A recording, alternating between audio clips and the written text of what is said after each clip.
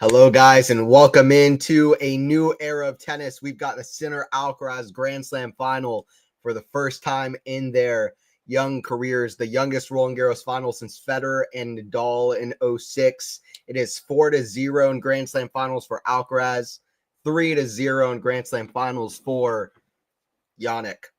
And it's the big one. I am excited. Let me know who you guys think is going to win.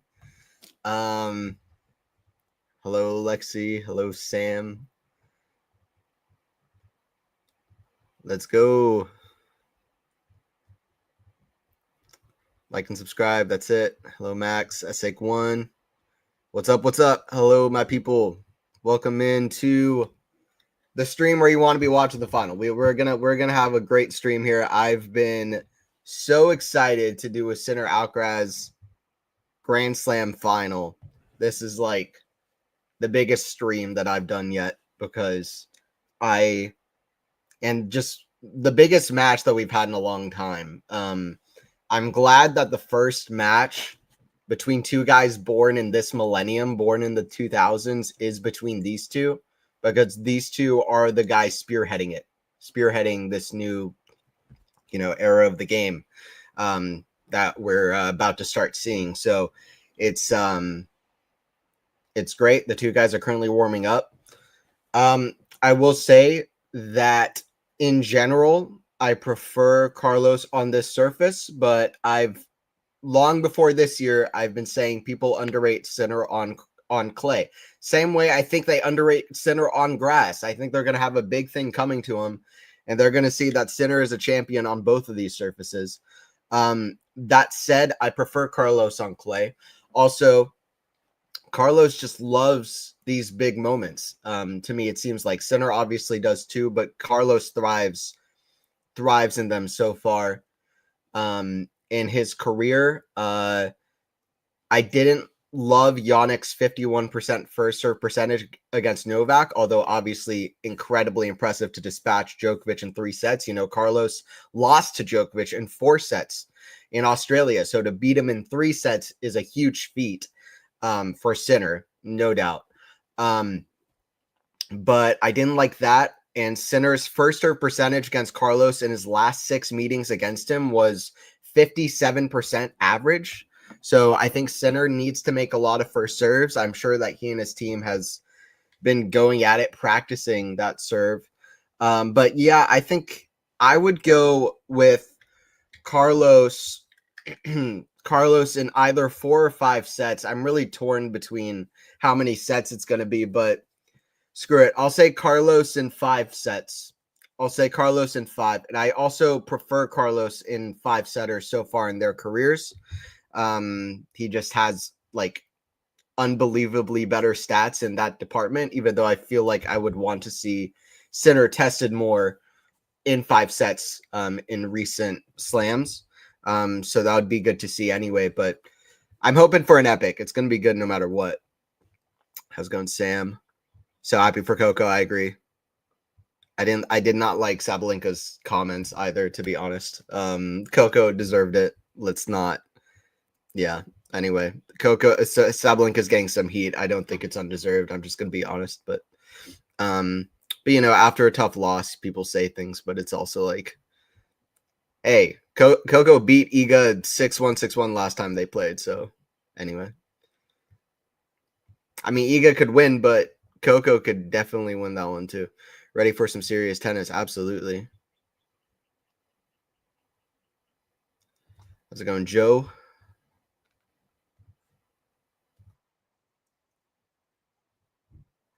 All right, how are you guys doing? How you guys doing? We got Sinner versus Alcaraz Grand Slam final. Basically, their match at the U.S. Open was already aching. The intensity of that match was basically like a Grand Slam final. We're finally getting it for the real thing. This is the first one. You know, I've watched back, I don't know how many times, Federer Nadal 2006 Roland Garros, just because that was the first time that they played in a slam final. You know, I've looked back to, you know, Nadal versus Djokovic 2011 Wimbledon, because that was the first slam, not 2011 Wimbledon, 2010 US Open, because that was the first slam final that they played against each other. Wimbledon was the second one when Novak became number 1. So it's always exciting for the first time, and we'll see what happens. It's a new kind of pressure, but these two guys have dealt with pressure very well in their young careers. Alcaraz has won their last 4 meetings. That's why I'm favoriting him above anything. Since Beijing, or let's say since US Open 2023, Sinner is 110-5 versus the field. He is 1-4 against Alcaraz. Let's see who wins today. Sinner to serve. Getting it started. Serve, Sinner, back end of Alcaraz, goes to the back end of Sinner. Back end of Alcaraz, cross court. Back end of Sinner, back end Alcaraz. Back end of Sinner, down the line, forehand. Alcaraz goes to the forehand of Yannick. Forehand to the back end of Alcaraz, cross court. Back end of Sinner, that's in the net. Law 15. Hell of a rally to start it off. Both guys starting already with high-level shots from the back of the court. Sinner, yet to lose a set, has won 29 consecutive sets at Grand Slam level. If he wins today, he's halfway to a calendar slam. He will have won 3 slams in a row. He'd win his first slam off of hard courts. It It would be a massive moment. He would also make the head-to-head much closer, 7-5. Alcaraz, if he wins, the head-to-head is 8-4. It's a huge difference between 8-4 winning your first Grand Slam final against your rival and 7-5 losing your first Grand Slam final against your rival. It couldn't be much bigger than that. Forehand down the line. Alcaraz goes for the forehand cross court. And Sinner gets a 15-all. That's what you're going to see from Alcaraz. You're going to see more risk-taking, going for the bigger shot when Sinner maybe would build out the point and be more high percentage a bit, but it's just different styles of play that's worked so well for them. And I'm not one of these guys that's like, Alcaraz is inconsistent. Like, okay, like if you're inconsistent with a whatever win percentage and winning 2 Clay Masters and getting to the final of RG and winning Channel Slam that Alcaraz is, I think you're doing kind of okay. That's a pretty good inconsistency. Sinner backhand goes to forehand of Alcaraz, forehand of Sinner's goes long, 15-30. It's a great inconsistency to have. She's the woman that wears the bandana over her head. That's the only way I can describe her. Schneider she's from Russia, right? I believe she's Russian. Diana Schneider's, yeah, she's the truth.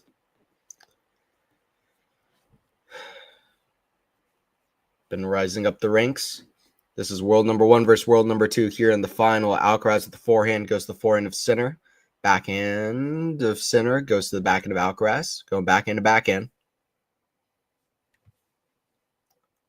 Forehand, Alcaraz big. Back to the backhand of Sinner. Alcaraz overcooks the forehand, 30-all. Man, I'm so happy that we're getting this Sincaraz final. It's been too long. We've been waiting. Hopefully not the last, Hopefully we got one on hard courts and grass courts as well. They've played the match at Wimbledon was incredible. I think now Sinner would be even, and both of them would be even stronger than they were then, and that says a lot. And on grass, and U.S. Open is still, I really think, one of the best matches ever played, and I'll stand by that. Backhand down the line. Cashes the line, but Alcaraz thinks it was called out. Called out by the umpire. All right, break point for Alcaraz in this first service game. Sinner went 45 consecutive holds in this tournament without facing a break point. Now he faces another game facing a break point. It's different against Djokovic and Alcaraz. Djokovic got 2 set points towards the end of the third set yesterday, or a couple days ago. Back and return the net from Alcaraz. Deuce. Getting first serve in, Sinner crucial there. Like I said, he needs those first serve numbers up. Do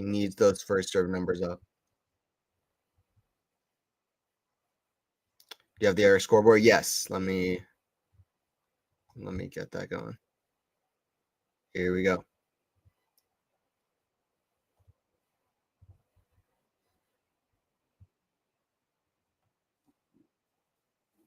Serve called out from Sinner. Deuce. Already a big moment.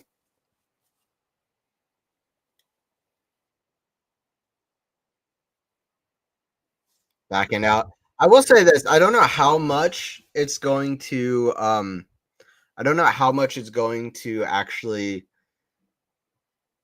play a factor, but I will say last year's semifinal at Roland Garros was very nervy from both of them to try to get to their first Roland Garros final.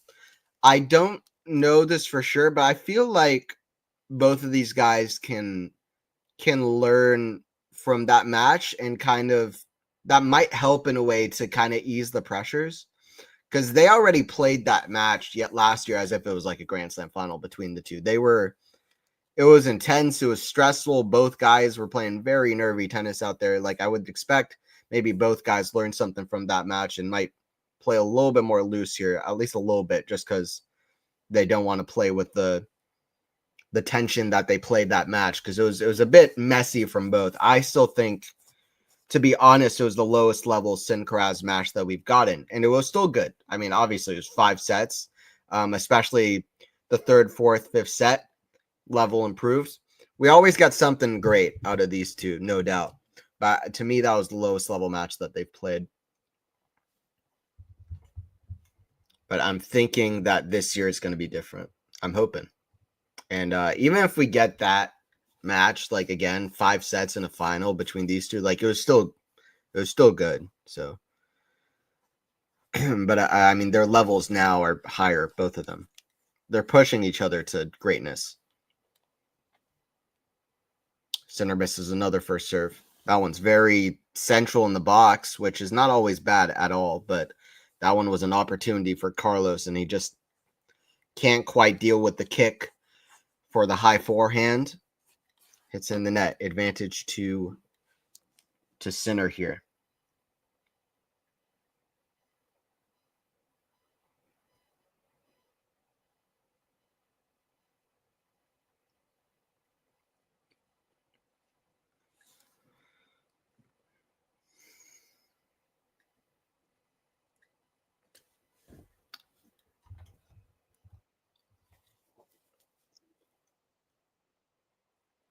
Forehand, that's in the net.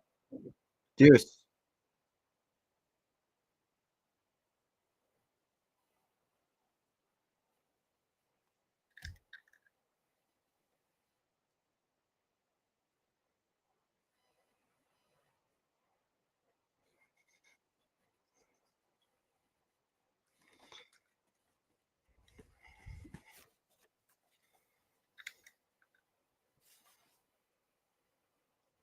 Serve. Sinner is a let.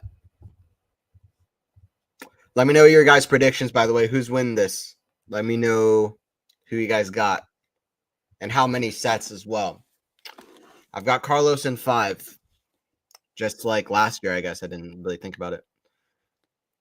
Backhand goes out. Some tight shots from both already.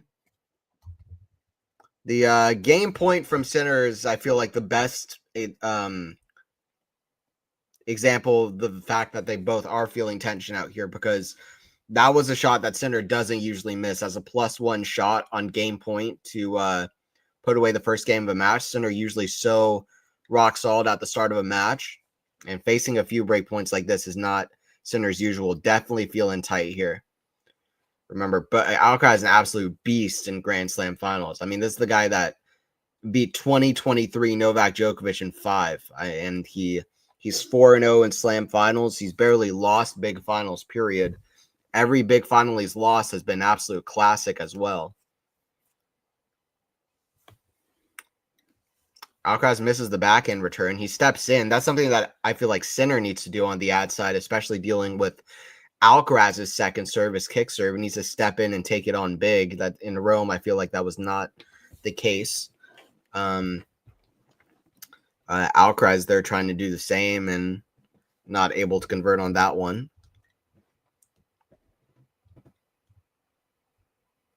Wow, George Russell's here. I mean, there's a lot of celebrities in there. Alki in 5, Alcaraz in 5, or Sinner in 4. Okay, I could see either of those. Sinner's playing fantastic, and if Sinner gets halfway to a calendar slam, that's something I could actually imagine happening. Especially, I mean, definitely a Sinner slam. Where he does what Novak did, wins 4 in a row. Could happen. Novak, the only man to do it on 3 different surfaces. Sinner just misses the pass. Sinner could meet him or match him in that department. Advantage to Alcaraz.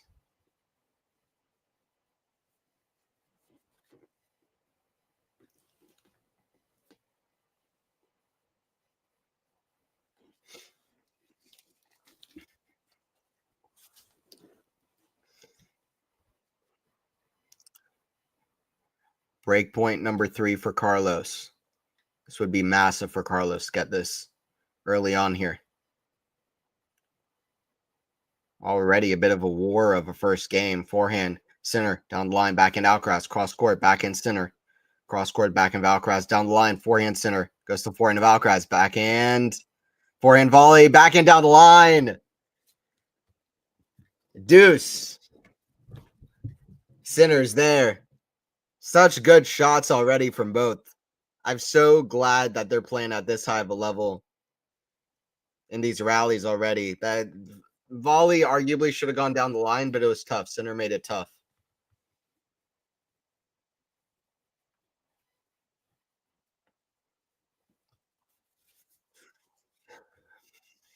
Sinner Alcaraz, there's always something special. It's such a good dynamic between these two. They always bring out the best of each other.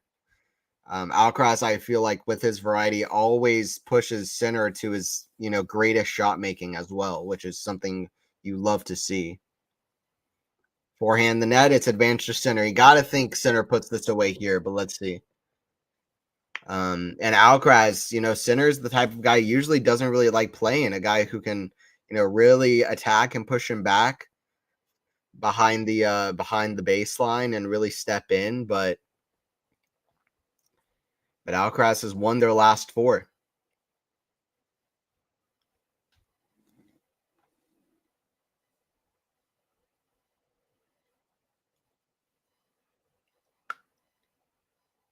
Sinner's still missing a lot of first serves. And let's be real here. Obviously, if he just, kicked in a very easy first serve like a second serve, obviously he can make it. He's going for something bigger. Alcaraz misses the forehand behind the baseline, 1-0 for Sinner. Gets the first game after a lot of tight points from his end, to be honest, but it's an important game for him to win. 1-0. Hey, how's it going, Maynor? What's up? How you doing? Hate the players down.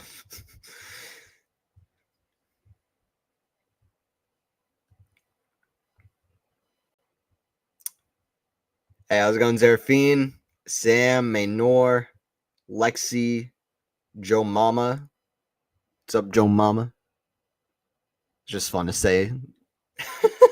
What's up, Joe Mama? What's up? Who else we got? Max N. Always fun to see. Rolf, Sinner for the win. Love it. Everybody in here. Sake 1. What's up? What's up? Let me know who you're backing to win this.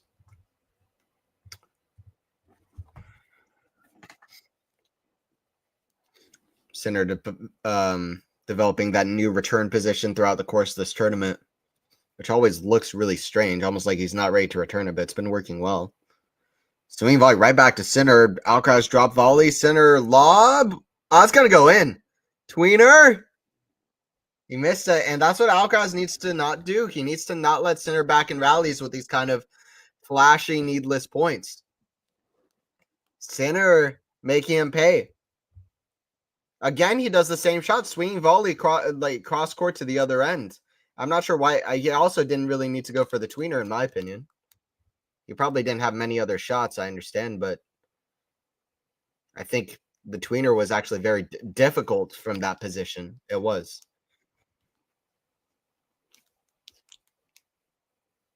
He's got to put that kind of play away real quick. Alcaraz, in my opinion. Forehand, that's in the ground from Sinner. Squash shot, completely missed, but that's the pace of shot from Alcaraz, 15-all. Alcaraz so far in this tournament beating Zapiri, Marajan, Jumer, Shelton, Paul, and Musetti.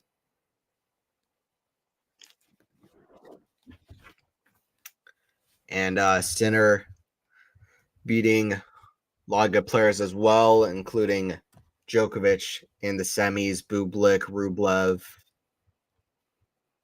Lehechka, Gasquet, Rinderknecht. Yet to drop a set. Backhands in the net from Alcaraz. So what we see a lot from this rivalry is a lot of close games. Early on in their head-to-head, that was especially because both these guys' serve was fairly below standard compared to the rest of their game, which was way above standard compared to the rest of the tour and the top of the tour particularly. But they both improved their serves, but early on, it's just nerves right now, It's nerves right now from these two. By the way, Sinner's beaten Alcaraz in a clay final. It wasn't a big final. but it was still a clay final, and Sinner put on a fantastic performance there in Umag a few years ago. One-sided, really, at the end. Completely won 12 the last 13 games. After being down triple break point in the second set to go down a set and a break. I want 5. Me too. How's it going, MJ? That was a long first game. Yes. Absolutely. 12 minutes for the first game. There's going to be a battle out here. I'm still waiting for Sean to show up. He's a big Sinner fan, so I'm expecting Sean to show up.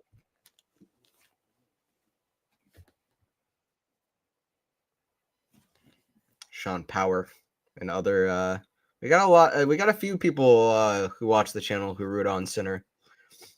Also definitely some Alcaraz fans as well. Backhand. It's in the net. 30-40.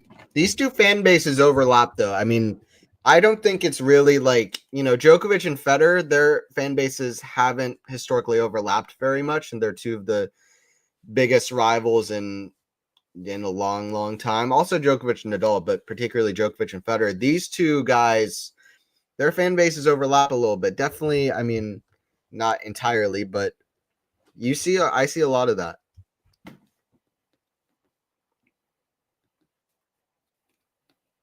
Break point already for Yannick, and that's a great first serve, kicked out wide. That's going to be really difficult for Sinner to deal with. It's been difficult for Sinner to deal with over the last 6 matches. It's one of Carlos's best shots at Indian Wells, where he beat Yannick last year, but also on clay, where the ball just bounces up.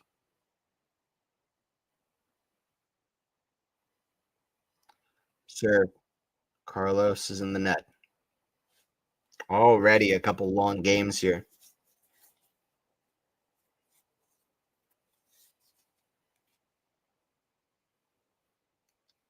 Forehand of Sinner. There's the forehand of Carlos. That's put away.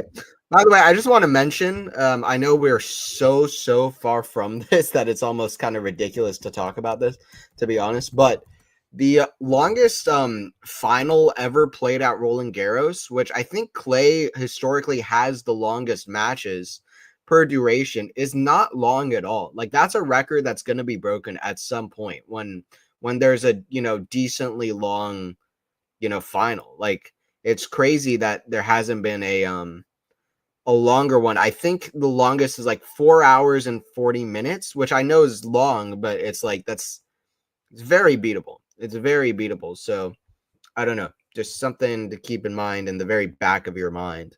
Like, if this does go super epic, which honestly, these two guys are playing at such a high level, and they're both together. I think if you take both of their winners to unforced errors ratios, they're plus 124 in this tournament, hitting more winners than unforced errors, which is unbelievable.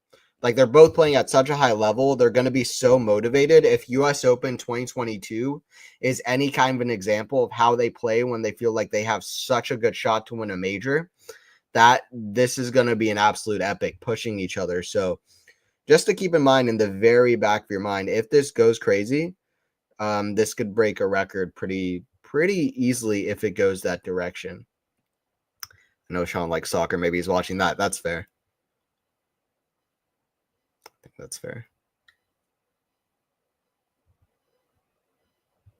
How's it going, David Fisher? Much love to everyone in the chat from Washington State and mighty Columbia River. How's it going? We like get people from everywhere, so I love it. All right, one game piece here. Some early nerves fought off by both. Early break points fought off by both, more namely. Backhand. There's the forehand of Sinner. Backhand of Alcaraz. Forehand of Sinner. Down the middle. Forehand of Alcaraz. Up high. Backhand of Sinner. Forehand of Alcaraz. Getting the depth of shot. Sinner trying to fight his way back into the point, but forcing a little bit. Alcaraz's high forehands kind of kicking up to that Sinner backhand, and that backhand falling a little bit short. I'm not going to lie. I feel like I was seeing a little bit of that from Novak against Yannick. And I feel like Carlos, he said he'll watch the match. I'm sure he watched replay of the film back as well. And Novak was hitting high balls to Jannik, and that was creating some short opportunities, especially on that backhand. I mean, Jannik has one of the best backhands right now, and potentially one of the best we've ever seen, but at least right now. And but that is something we've seen. Forehand goes behind center. It's good on the surface. Smash. Center nearly with a miracle, but doesn't quite get it in. 15-30. Alcaraz locked in early. Finals is not about playing. It's about winning. Does Sinner adopt that same mentality he has in his last 3 major finals? No man other than Roger Federer himself has won his first 5 major finals in the Open era.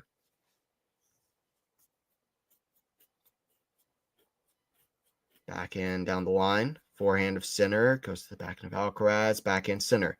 Cross court backhand of Alcaraz. Down the line. Forehand of Sinner. Drop shot. So good. Flick. Alcaraz there at the net. This guy is mainstream. Sliding across the court. Double break point for Alcaraz. So good. And that he got that short forehand. Then he had those drop shots are just, they fall so short and they drop so low. Perfect. I mean, amazing amount of slice on that ball, the way he carved under it. And then the ability to slide and finish at the net, that's what wins you majors, because there are very few. Listen, at the top of the game, top 100, top 200, these guys, anybody on their best day can be about as good as anybody else. You learn that. But to have the movement of these two guys, particularly Alcaraz, and the skill that he possesses, I mean, sometimes it's just like some things that other players in the history of the game can't do. Nobody else can do. That's a cool thing to be able to say that, that's pretty good bragging rights. Some things. I'm not saying Alcaraz is already the GOAT of every single shot in the book. You're going to be like, Djokovic is still the GOAT and he doesn't have a serve like Isner and whatever else. But listen, not every shot. I know he doesn't serve like Sampras out here, or Roger Federer, Isner, and there's certain things, but there's some skills he has that, and particularly his movement, he can do some things I've never seen on a tennis court. That's a great serve from Sinner, clutch down the tee, deuce. Already a lot of break points saved from either player. Similar to their match last year here in the semis, a lot of break points. I think Carlos is going to win this. Sinner can't rely on his serve. Yep. And Carlos has won their last 4 meetings. Does he just slightly prefer the surface over Sinner? I think so. I think he'll get confidence from the wins in Monte Carlo and Rome. Crucially, for the first time in his career, winning both of them. He's already defended a major. To have 5 slams at having just turned 22 and 2 on 2 different surfaces is unbelievable if Carlos can manage it. Oh, Sinner, Alcaraz drops the racket, wipes off some clay, running down that ball. Couldn't quite get a racket on it, but you know that he's giving an effort. Can't call him for lack of effort. Yeah, it's just too much pace. I like Alcaraz going for it. Alcaraz like the only guy that would even go for that, so credit to him. Advantage Sinner, so good. Stepping in. Looking for the 2-1 lead, crucially fighting his way out of 2 tough service games. Jannik. Backhand. Alcaraz return swing volley. That's going to be too good. 2-1 for Sinner. Very good. Very strong from Jannik. Let's go. 2-1. Let's see how Alcaraz responds. Sinner strong there.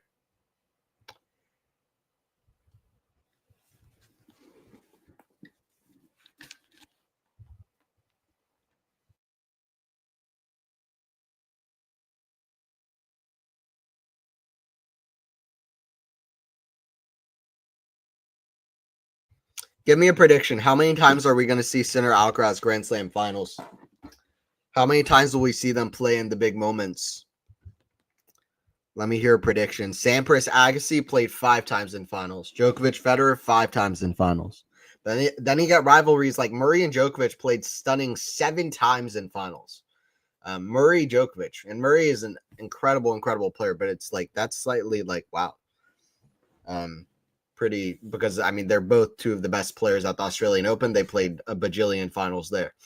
I mean not countless. I mean they played 4 finals there, but still, Murray at the Australian Open has the most runner-up trophies at any major without winning it in the history of the game. That includes before the Open era as well, and on the men's side. But yeah, let me know how many Grand Slam finals they're going to play. The record on the men's side, on the women's side, it's 13. I believe Navratilova and Evert, maybe. I think that's right. On the men's side, it's a tie for 9 major finals between Federer and Nadal and Djokovic and Nadal. But crucially, those two rivalries took away Grand Slam finals from each other, like very clearly. Hey, Ernie Johnson, main man in the crowd. Love that. Yeah, he's a tennis fan. Big ol' Ernie, my guy. Love that. Yeah, there are a lot of celebrities watching on. Yeah, I think Alcaraz is not playing smart. That's the third time he's gone for a volley cross court where it's just not the right play at all. It's more difficult and also just not going to be that tough a shot to deal with. It's a bit strange. Love 30. This is an opportunity for Yannick. Yeah, I don't know. It's impossible to predict, really. I'll think about it. But let me know what you guys think.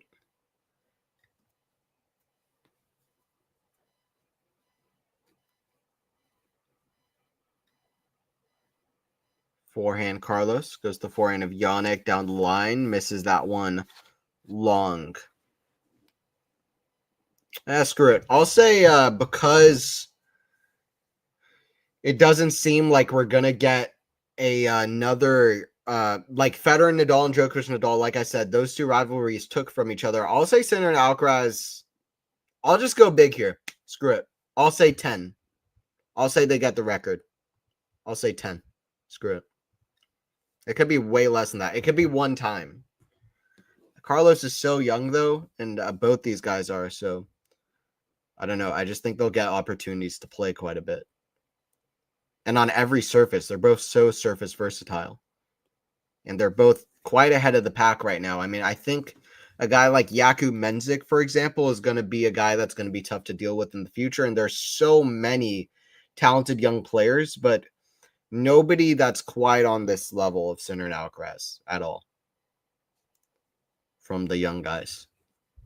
From anybody. I mean, Sinner and Alcaraz are ahead of the pack.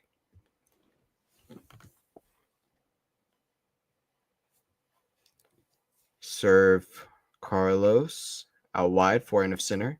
Backhand of Carlos, backhand of Sinner. Backhand of Carlos deep in the court. That's a great redirect from Sinner. Carlos travels the world to get that one with a squash shot. Backhand, Sinner. Backhand of Carlos, pulled down the line, looking like Novak out there with a big backhand line. Winner. 40-30. Huge. He goes for it. 7. Okay. These two are heads above everyone right now. I agree with you. Yeah, Murray could easily have been 7 to 8 times Grand Slam champion. Very unlucky to see all those AO finals, 100%. So much take consideration. For instance, Carlos plays happy. He's mentally healthy enough to leave the game early before any permanent damage is done. Yeah, we'll see. But he says he wants to be in the conversation with the greatest players, Laver, Big Three, all those guys. So if he wants to do that, he'll have to play a while. But yeah, we'll see. By the way, I mean, 9 Grand Slam finals, you could get that done potentially in just over 2 years. I mean, Serena and Venus played like 7 or 8 almost consecutive finals against each other on the women's side. So it's doable, It just hasn't happened. But I really think a big reason for that is Federer, Nadal, and Djokovic and Nadal, they took from each other those rivalries. If we just had, let's say, Federer and Nadal, they could have played, 15 times in the final legitimately. Like they really, really could have. And I don't always think like, oh, if Djokovic was in the picture, Federer and Nadal would both have 31 slams or whatever. Like, I don't use that same logic. Like the same people who said like Andy Murray would have 17 slams if it wasn't for the big. I don't think you can just do that. But I do think like legitimately there's a very good chance like either of those rivalries would have had like 15. Oh, Alcaraz gets in the net.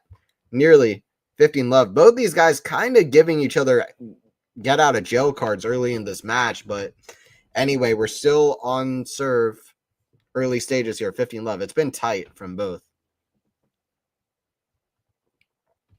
Not surprising, by the way. Not surprising.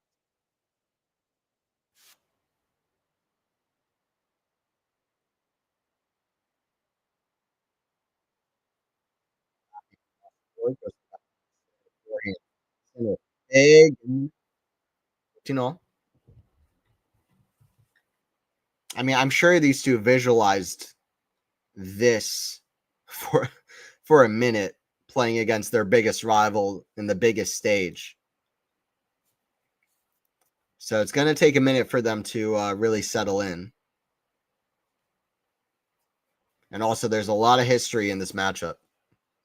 I don't think either guys. I mean, I think they like playing these matches, but I think they also, from a matchup standpoint, I don't think either of these guys have particular fun playing each other.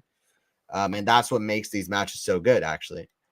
They're tests for both of them in different ways, which is what makes it exciting.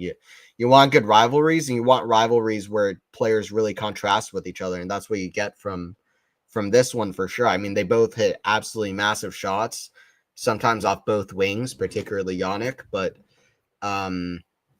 you don't, the variety and creativity of shot of Carlos is definitely above where Sinner is at, and they just play a different style a bit, and they go about their business as different style too. Carlos definitely more of an explosive personality, no doubt. Carlos very close inside the court to return this one. Backhand, that's a great strike off the return, and Sinner misses that one, 30 all.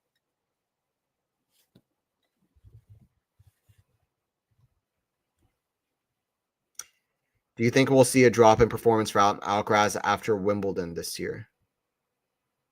Oh, like the previous years. It's a good question. I do not think so. I think, well, I mean, maybe slightly, but I think he's going to have a better performance at the U.S. Open. I think the performance against Van de Zandschulp is going to prove to be an outlier.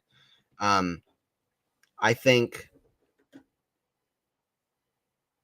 think he's going to have a better end of year season. Even the indoors last year, I feel like would have given him some confidence. He played some good level in the ATP finals. I felt like his best level on indoors at times. So I feel like he's going to work with his team hard to really get himself to that next level in that part of the season, because he realizes he needs to improve there. As long as he's healthy, I think Alcaraz will not have a drop in performance. I mean, maybe slight drop in performance, probably because he just doesn't really like indoors as much in general.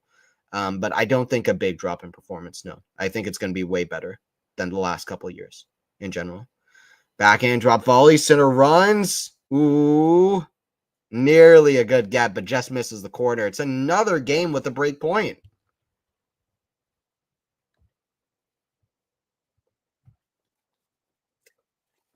I mean, what? I think like the game at 2-1 was the only game that hasn't had a break point so far. Sinner almost got that, looking like Rafa sliding on the clay. Almost near Rafa's footprint. Actually, I don't know where it is, but I thought that would sound cool. Where's Rafa's footprint on the court? This is the first Grand Slam final at RG with that footprint there. Oh, I see it. Yeah, there you go. 30-40.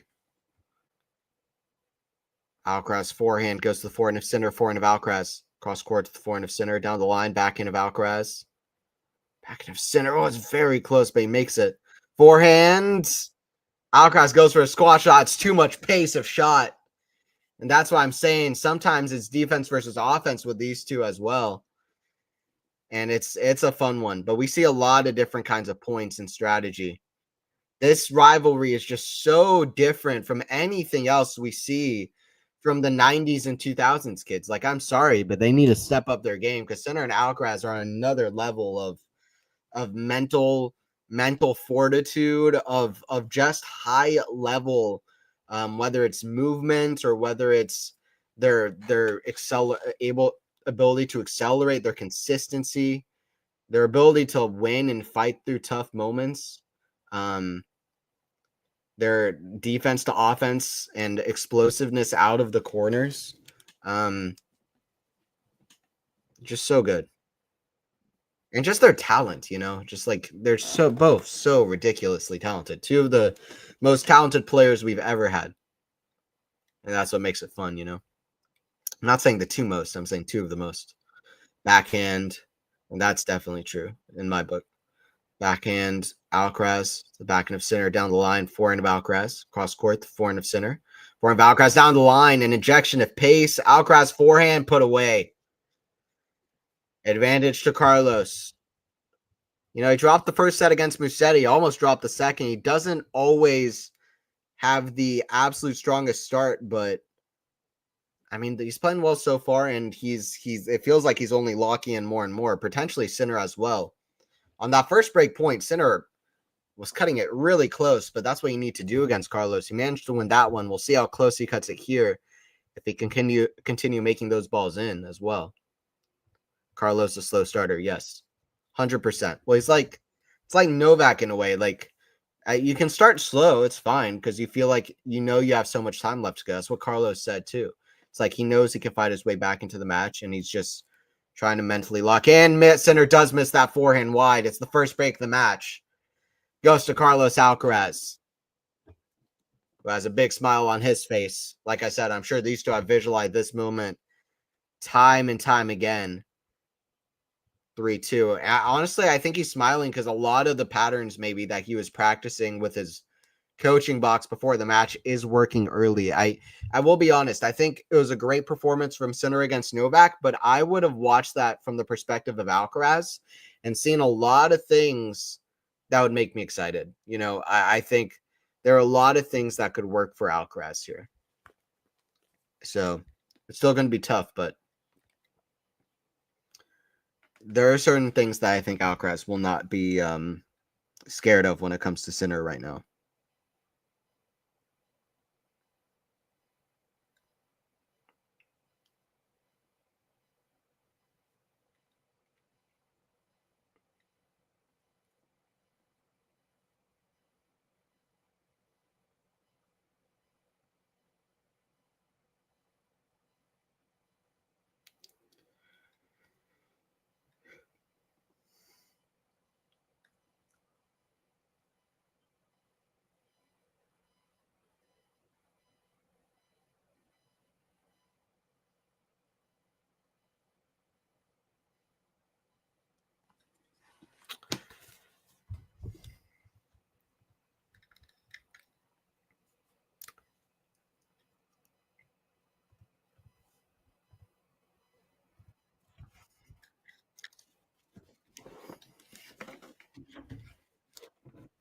First blood goes to Carlos.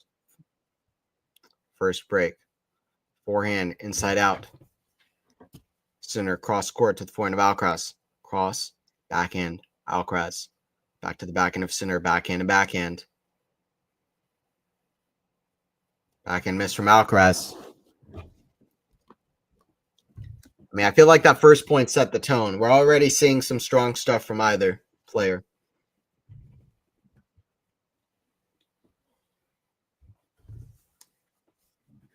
We're seeing really difficult conditions yesterday in the women's final. We'll see how these two deal with today's conditions.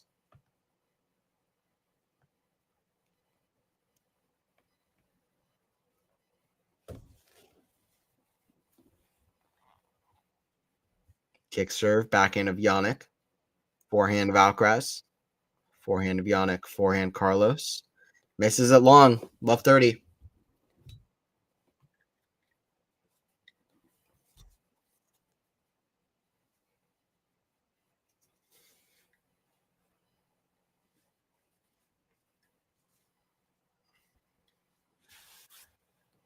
Carlos with a couple of points you would have wanted back. If you get chances against Sinner, you get breaks, you want to hold on to them. You want to take those opportunities to really go up to a 4-2 lead. Needs to keep that intensity. We've had a break point nearly every game, though. Already 40 minutes of play. It's ridiculous. Backhand. Goes to the forehand of Carlos. Forehand of Sinner. Way up high. Carlos smash. Put away. 15-30.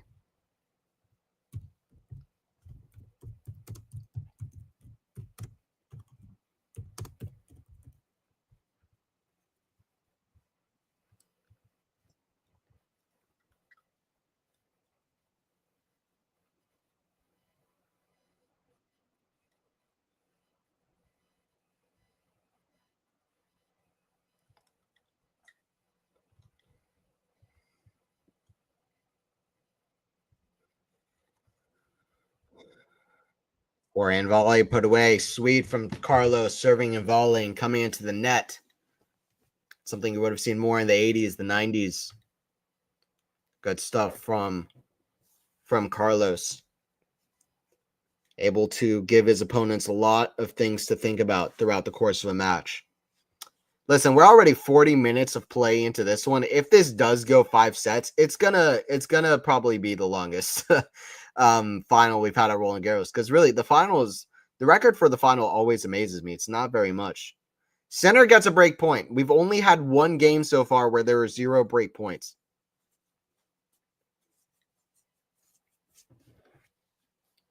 I was saying earlier, but the record for the longest French Open final, Roland Garros final, is 4 hours and 42 minutes, which is long, but it's like, that is, I mean, the longest French Roland Garros match is like 6 hours and 15 minutes. Like, you know what I mean?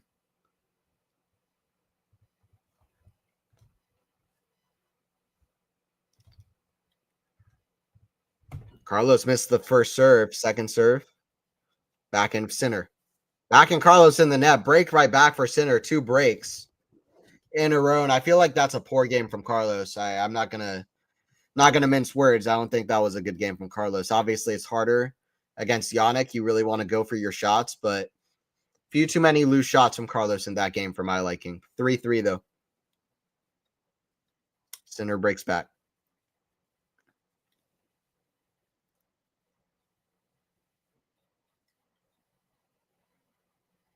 I'm still mentally processing, honestly, that we're getting a Sinner Alcaraz final. I've the first time I watched Yannick play was back in 2019. He won this Challenger tournament as ranked like 700 in the world, making a lot of waves across like YouTube channels and like websites I was following, because I used to follow the Challengers at that time pretty close. And then like a week later, he gets a wild card and he plays against Alcaraz, who's this like 15-year-old Spanish kid that some people are talking about already. And I didn't watch it live, but I watched back the highlights of that match like a day later. And yeah, I don't know. It's like, it's so weird to see them finally in a slam final. And also, that US Open final, it might be my personal favorite match of all time. Like, I'm not necessarily saying it's the best one ever, but it's like that one is to me, it's like that one was like lightning in a bottle. Like, that one was special. And I can go into a long rant about why I love that one so much, but yeah, to me, my like best matches ever list would be so weird, because I would have like really weird matches in there, like that other people might not have, like McEnroe Connors Wimbledon, or Laver Rosewall, a couple of matches between them or other players, and then I'd have like Sinner Alcaraz as well. It's like those, wow, Sinner with a Alcaraz like volley, and we could have the quickest game of the match here, 40 love. Way to break back Sinner. Actually, the RG finals are one of the best for both men's and women's. Yeah, we got world number 1 versus world number 2. RG Roland Garros is always a fun moment. Period. I always enjoy it. That was a great play from Yannick. They both, I'm sure. I mean, Sinner talking with Cahill and Alcaraz talking with Ferrero would have talked through a lot of strategy and not just plan A, but also plan B, plan C, plan D, plan E, plan F about how to deal with each other, in terms of strategy, backup plans. That is a great serve from Yannick, 4-3. Couple strong games. He had a very productive changeover at 3-2 because those are two good games from center there. 4-3 for center.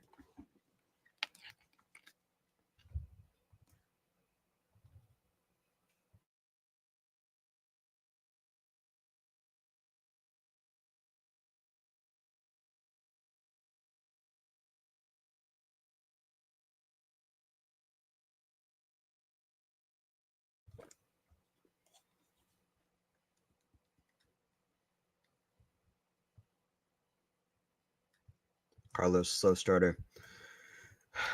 I feel like it's been a good start for both, but also a mixed bag for both. But I feel like center start to lock in. Felt like Alcaraz was really starting to lock in at 2-2 before breaking for 3-2, and then he kind of.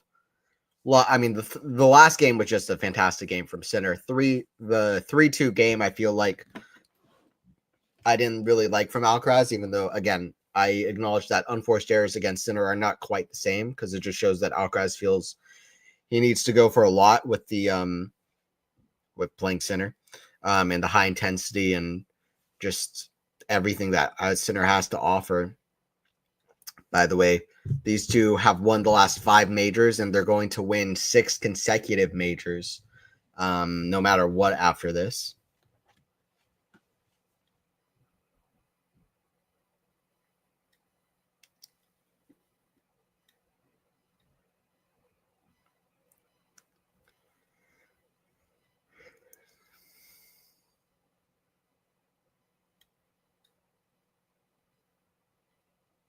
Serve here from Carlos. After all of that, we're still on serve. Serve, Carlos goes long. 47 minutes of play already after 7 games. Going to be out.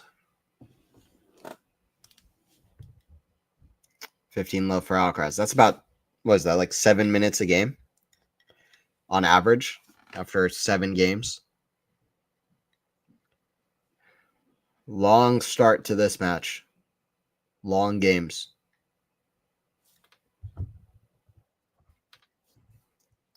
The crowd is going to go absolutely crazy when we get one of these. I feel like we're going to get a few, but these like standard, ridiculous center Alcaraz rivalries and Alcaraz crazy shots. Definitely got some crazy Alcaraz shots against Zverev last year in the final. We're definitely going to see some more of that. And that's what you love from tennis is like the biggest moments. The best players just really force out of each other the fact that they need to hit some fantastic, difficult, impressive shots. Tennis, what I love about it's like a war of like flashy shot making. Um, you know, defense and attack, and you force out of your opponent just the need to hit some like ridiculous shots. And it's why it's like a beautiful sport and absolutely like so brutal at the same time.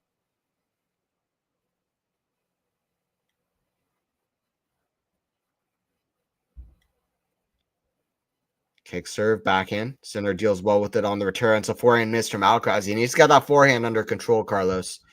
A few loose shots on the Alcaraz forehand already early in these rallies as well. 15-30.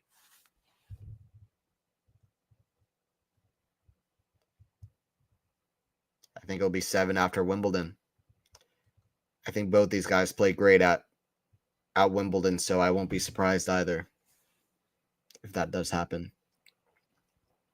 Backhand up high, forehand of Alcaraz. Forehand of Sinner. Misses that wide, 30 all.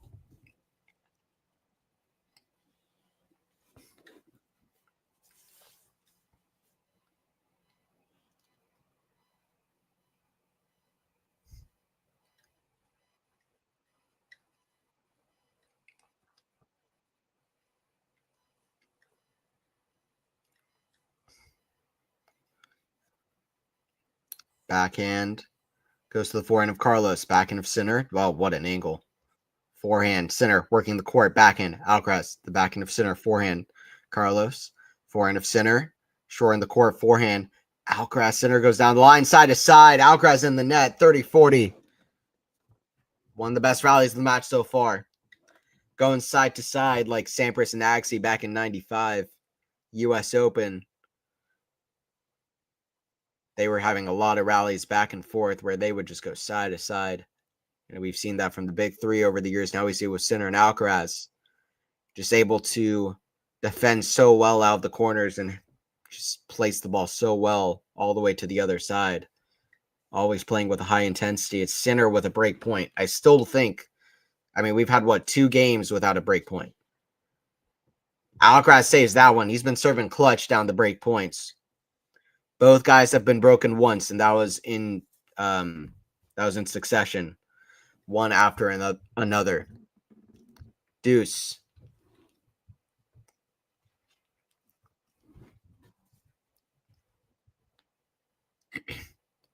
Yeah, this final is going to be crazy, dude. It's already setting up to be.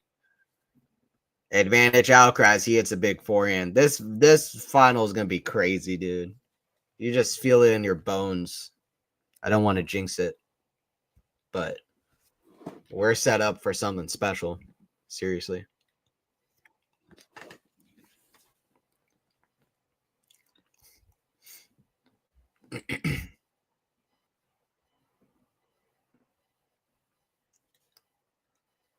Backhand Sinner goes to the forehand of Alcaraz. Goes cross court. Sinner slice. Forehand. Alcaraz. It's going to be too good. It's such a beautiful forehand whip from Alcaraz into the deuce side. And there have been 8 games played. 6 of them, either player has faced a break point. I believe that's Spike Lee watching on in the crowd. Got a lot of slibs there watching on. What a forehand. And that's the kind of shot he knows he needs to hit here. I feel like Alcaraz maybe starting generally a little bit less nervy than Sinner. Sinner may be making a few more, let's say, uncharacteristic errors compared to Carlos, in my opinion. Backhand cross court. Alcaraz hits the ball into the crowd. 15-love. Good commentary. I appreciate it. Thank you, Serge. I'll be here till the match point. So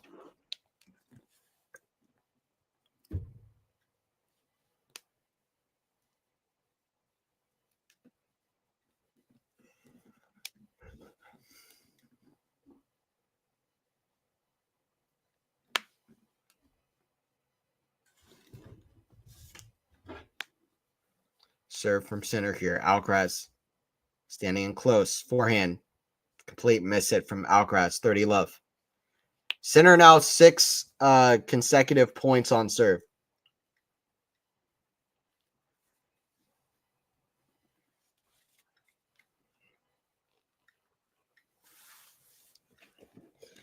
Sinner finding the service rhythm. No doubt about that.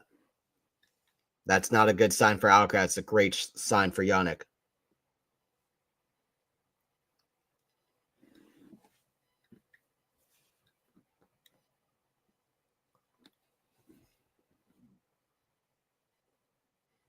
Backhand. Alcaraz, the forehand of Sinner, misses it wide. 30-15. Yeah, it's a match that's going to go down in tennis history. We don't really know the extent of it yet. It could be the only one they play. We hope that's not the case, but I think it's quite likely they're going to play quite a few more of these. Hopefully, at least in the big finals. We hope for that. I hope so. That they play at least a few more. And so it is a historic match. Backhand, cross court. But you don't want to play history. You want to play the present moment. You want to play every point 1 point at a time. Even if it's historical, it doesn't really change the fact that you got to go out there and play your game. 40-15. Great forehand hitting from Sinner, and then good coverage at the net. He's improved that. Particularly, Yannick has improved his transition game, and a big part of that is his improvement in the movement aspect. I mean, people talk about lateral movement, but vertical movement is a real thing too that people don't talk about enough or appreciate in this sport. And Sinner is one of the best at that. Forehand goes out, backhand too good from Sinner. 5-4. Sinner's upped his level. Don't have a single doubt about that. Sinner has upped his level. Carlos needs to match him. Got less loose errors on the forehand. It's 5-4 for Sinner. I have not. I've heard of it. I have not watched it. Is it good? I have not seen it. We'll be at Wimbledon, by the way. Quality Shot Tennis. We're going to be at Wimbledon. So watch out for us in the pressers. We're going to have different content on the channel. I'll be at Wimbledon qualifying as well. So there are going to be hopefully some one-on-one interviews with players if everything works out. So watch out for those for sure.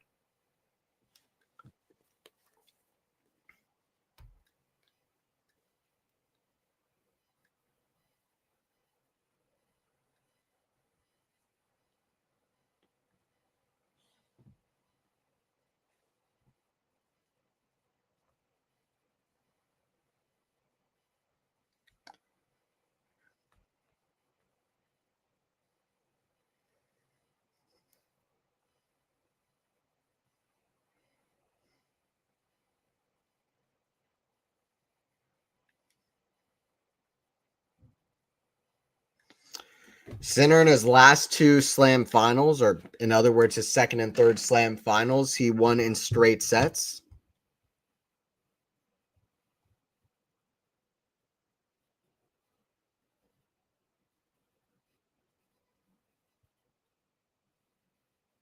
Carlos is being tended to by either like a trainer or something. It seemed like just something got into his eye.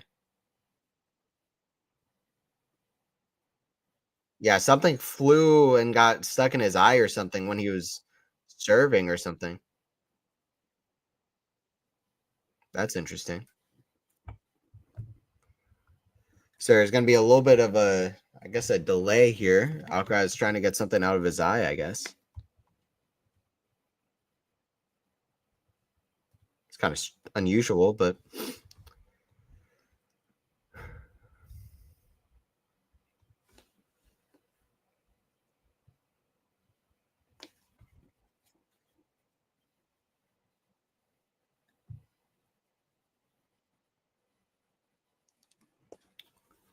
something Alcaraz's eye here.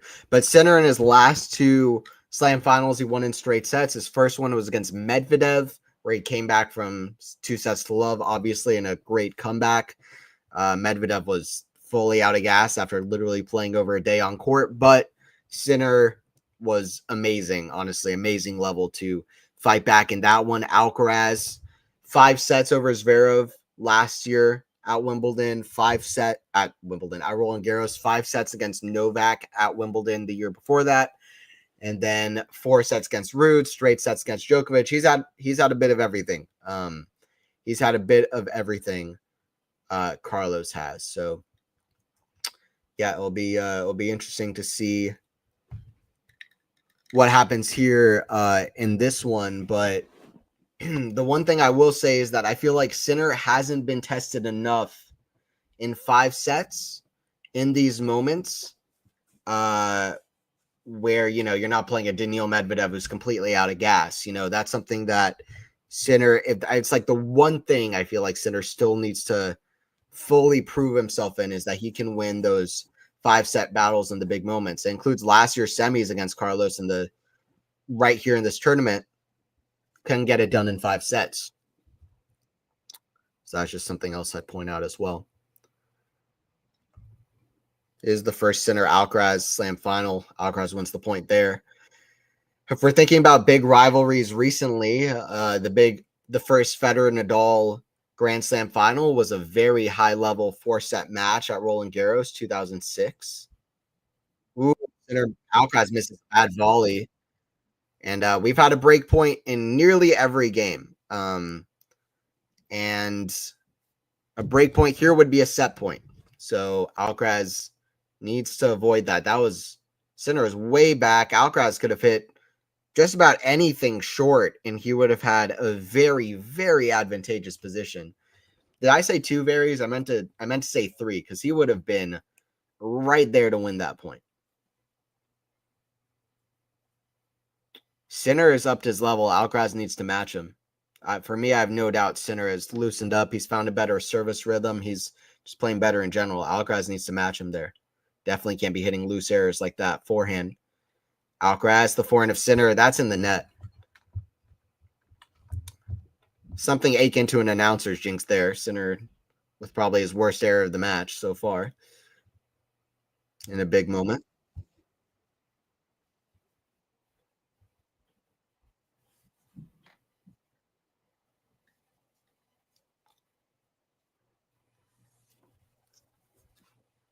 $30-15 for Alcaraz.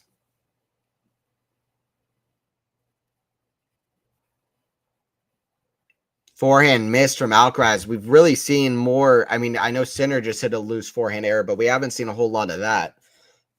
We've seen in the last few games, we've seen some loose forehand errors from Carlos, particularly from back the court, but also that forehand volley. But from the back the court, he needs to simplify a little bit.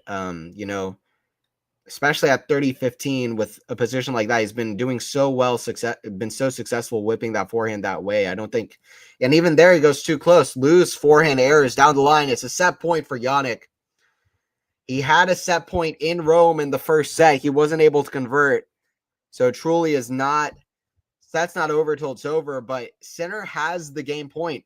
Carlos has had so many break points that he just hasn't converted on. He did convert on one, but then he got broken right back. So Sinner with a set point and what's been a tension-filled first set.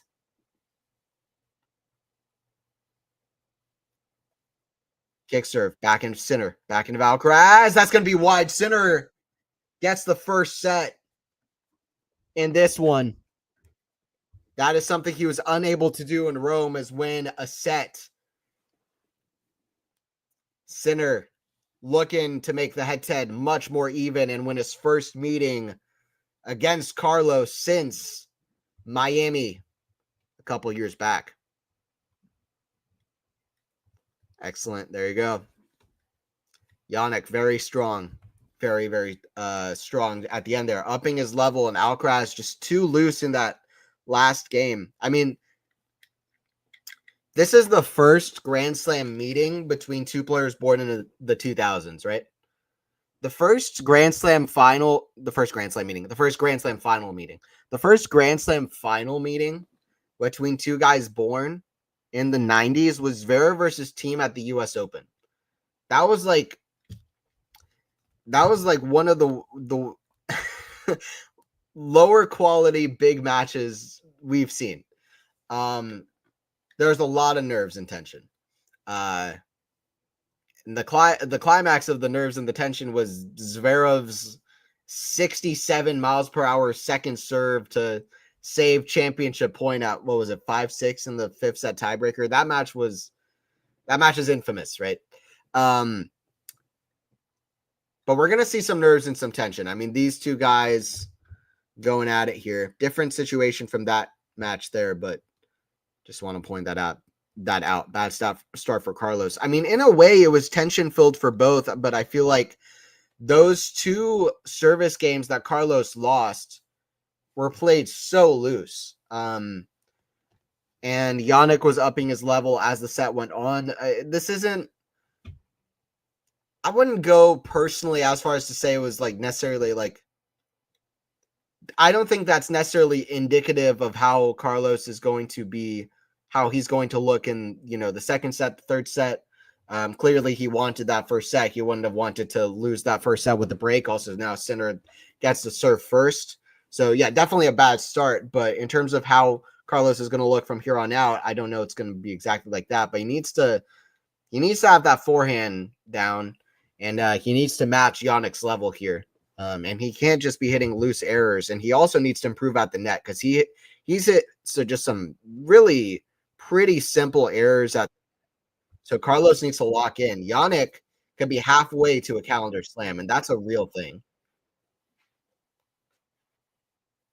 Backhand. It's going to go out. Historically, by the way, when people have won the calendar slam, it's not been, Djokovic at 35, 36 years old. Historically, it's been more common when, like, in the beginning of a young player's career, when they have just like that unstoppable, like, aura and confidence about them. Like Steffi Graf won a calendar slam at 19 years old, right after she won her first major. Like, that's historically when it happens. So that's why I mean, like, if Sinner goes halfway to a calendar slam, like, that's a real thing, to think about. And definitely, I mean, he's at Wimbledon, he's looking for 4 in a row. Very few players in history have done that. Very few. Actually, I think it's just like Djokovic, Budge, Laver. I'm missing somebody, but very few have done it. On the men's side, that might be it.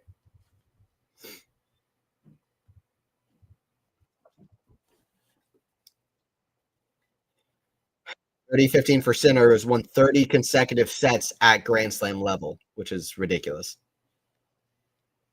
He's now past Djokovic's most there, by the way. Sinner now leads a stat against Djokovic. He's won more consecutive sets at majors than Djokovic has ever had. Djokovic, who's notorious for never winning any of his 24 majors without dropping a set, which is not to discredit him, by the way, before Nole fans get on him. It's just kind of incredible. Backhand down the line, missed, 30 all. When was the last Grand Slam final with an Italian and a Spaniard? It's a good question, but I don't know the answer. I don't know if it's ever happened. Actually, I do. Emmanuel Santana. I do know the answer. Actually, I think it was like 1955 Roland Garros or something. I think like Santana beat some Italian player. Am I making that up?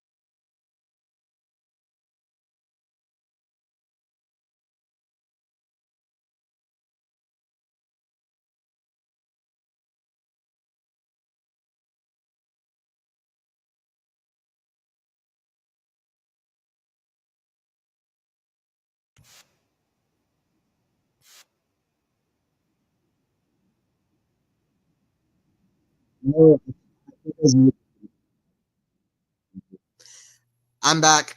Sorry about that.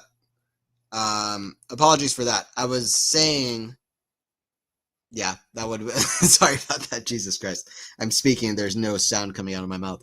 Um, but the last time that an Italian and a Spanish player played in the final, 1961 French Championships, French Open, in other words, last Grand Slam final, and Santana played Pietrangeli in the final, 1961. So I was right. I just had the year wrong.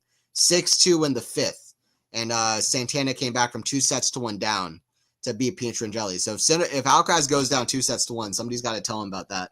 Say, listen, even if you go down 2-1 to Sinner, last time a Spanish and Italian player played, a Spanish player came back from 2-1 down and then won the last two sets 6-0, 6-2. So you never know.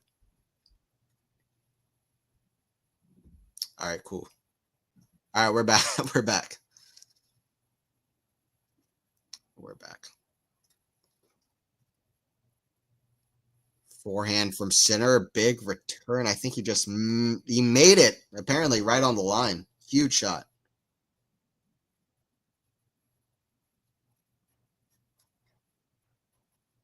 That is a massive swing from Sinner. Just nothing Alcaraz could have done from that. He just needs to, with Sinner stepping in like that, he's such a good athlete. The leg strength and I don't know, the elasticity of just, and the reaction is just like so good from Sinner. Alcaraz needs to react himself so fast.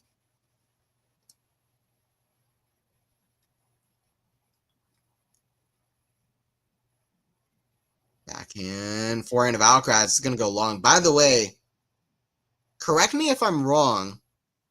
I don't think, and before I say it, I want to say I think Alcaraz is very, very, very capable of doing this. In fact, I feel more confident about his ability to do what I'm about to say more than any other player in tennis history before they managed to do it.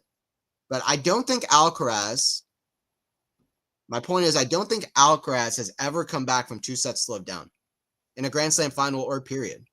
Am I wrong? Am I forgetting something? I don't think he's ever come back from 2 sets love down. Now, he just hasn't really put himself in that position. I don't think he's done that. What a moment it would be to have to do it.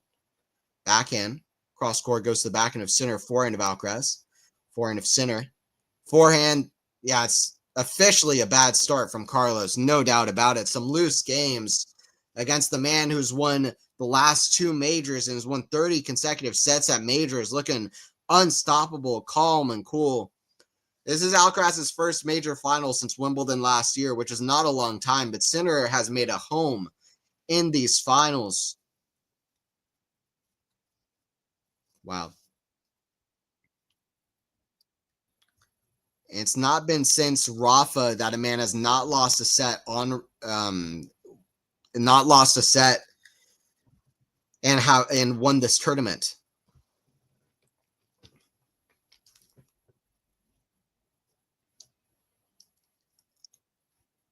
Wow. Yep. Alcaraz can win this 100%. But, and correct me if I'm wrong, by the way, on that Alcaraz 2 sets to love stat, but especially if that's the case, he does not want to go down 2 sets to love here. We've had a lot of 2 sets to love comebacks, though, in slam finals, though, recently. Alcaraz nearly with a backhand passing shot. Sinner showing him it's out. I guess Alcaraz trusting Sinner. I don't know if that's smart, but that's he nearly had that, but he just kind of missed it. But that honestly, that would have been a ridiculous shot. But that's how you know Alcaraz is off his game, when he misses a 1 in 10 shot. When he misses a passing shot where you give him a 10% chance, you know Alcaraz is off his game. His forehand is really loose. This seems like an incredibly nervy start for Alcaraz. Something Alcaraz has never done is played a Grand Slam final against a guy that hasn't lost a Grand Slam final himself. That's got to add some nerves to the back of your mind if you're Carlos. By the way, Sinner has won a lot of consecutive sets now in Grand Slam finals. He's won 9 consecutive sets in Slam finals. That is amazing. Backhand, cross court to the backhand of Alcaraz, backhand of Sinner, who's enjoying a much better start than Carlos. That's going to be out though, 30-15. Wow.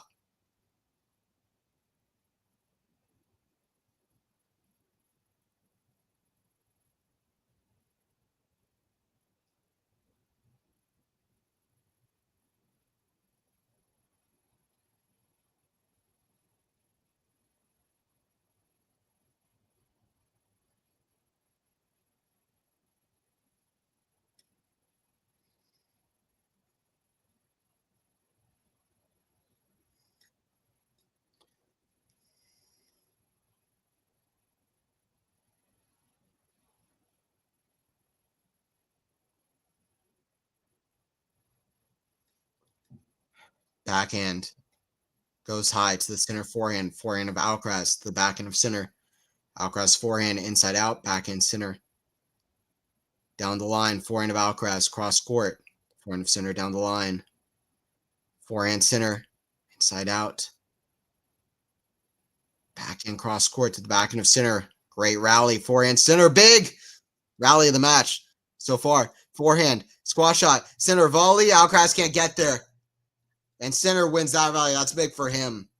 You know, Alcaraz wants to win those rallies because oftentimes winning electric rallies like that, that's often been the turning point for him in a match. You know, last year, 2-1 down against Sasha Zverev, hitting a banana shot passing shot in the fourth set completely turned the match into his favor, and he started hitting ridiculous shots left and right. Like that really helps to loosen Alcaraz up. It helps any player, you know, when you hit a great shot to get some confidence and you feel like, listen, if I can hit that, I can hit all of the next 100 shots I need to hit because they weren't as difficult as that one. I was able to hit a winner. You know what I mean? Hour and 18 minutes played. It's center with the advantage, who's still enjoying a great dominance of the sport. Backhand down the line to the backhand of center. Backhand of Alcaraz, the backhand of center. Forehand of Alcaraz. Forehand of center cross score. That's in the net. 3-0 for Jannik, who's only getting better and better in level.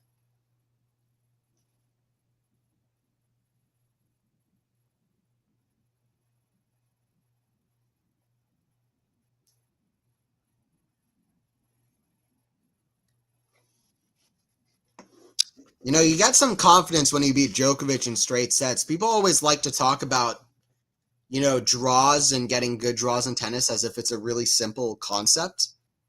It's not. You know, it's not straightforward. It's like, what is the best draw to have to winning a Grand Slam tournament? Sinner hasn't won this yet, but it's not even close. But it's not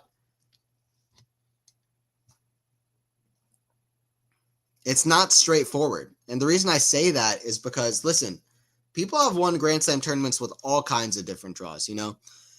You get different good things from different draws in the tournament. You know, you get, Alcaraz played Musetti, who's a great player, but listen, Musetti retired in that match, and Alcaraz won it fair and square, no doubt about it. Fighting well, played well, or he played decent, but Sinner, the confidence he gets from getting over a tough draw, which is a high-level Novak Djokovic, even at 38 years old, beating him in straight sets, what kind of confidence does that give you, beating the greatest player of all time in straight sets, going into a Grand Slam final where you need that confidence?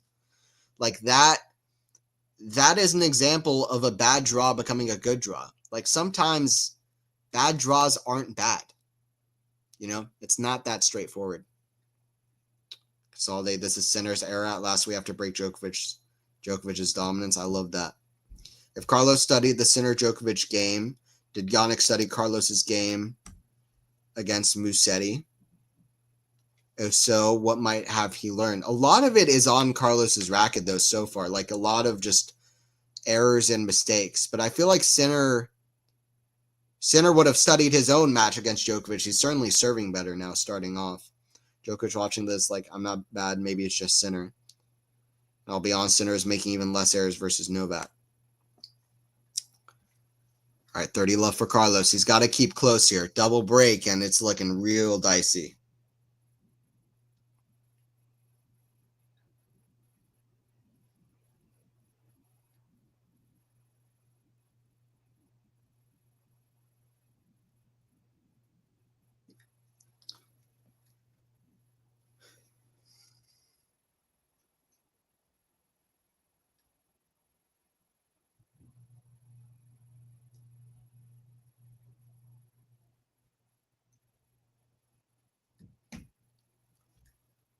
the ability of a Sinner to redirect both shots on the back of the court is so fun to watch. I don't understand how people say Sinner's not entertaining. I'm sorry. I really mean that. I'm not just saying that because, oh, he's number one in the world and he's winning right now. I'm just like, if you know me, I actually really enjoy watching Sinner play, and I consider myself lucky that I do.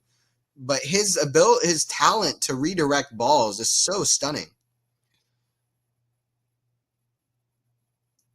Forehand cross court to the forehand of Carlos, misses it long, 40-15.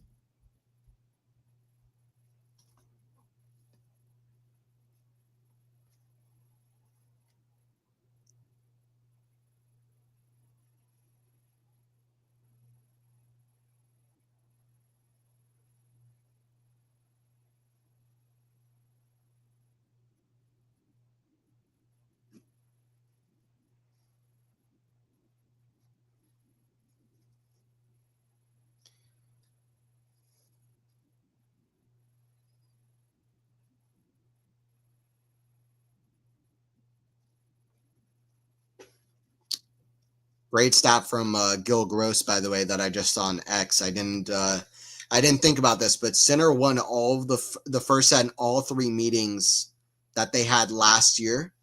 Not in Rome, crucially, but all three meetings they had last year, and Alcaraz won all of those matches. So that's a stat to keep in mind. Also, one of those was at this very tournament. There's been a few breaks and quite a few break points early on in this match. Similar to the Olympics final, also played at Roland Garros, Carlos not converting on a lot of those break points. But Carlos got to believe here. He's got to step up. How many players have won 10 consecutive sets at Slam finals? That seems like a very rare stat.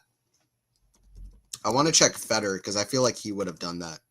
I kind of feel like he probably has the record. I don't know that for sure at all, but I feel like it's possible. So Federer won 10 consecutive sets from 2004 to 2005 in finals. Don't know if that's the record. I kind of feel it is. It seems like it is. Or the record for Federer anyway. Yeah.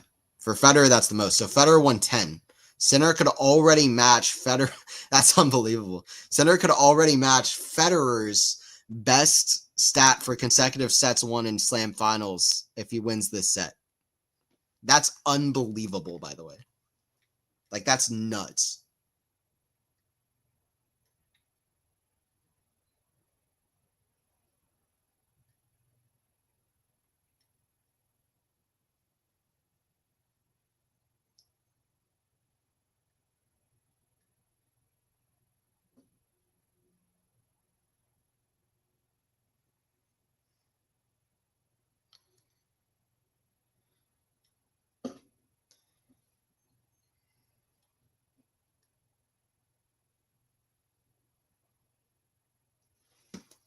$15 love for Sinner.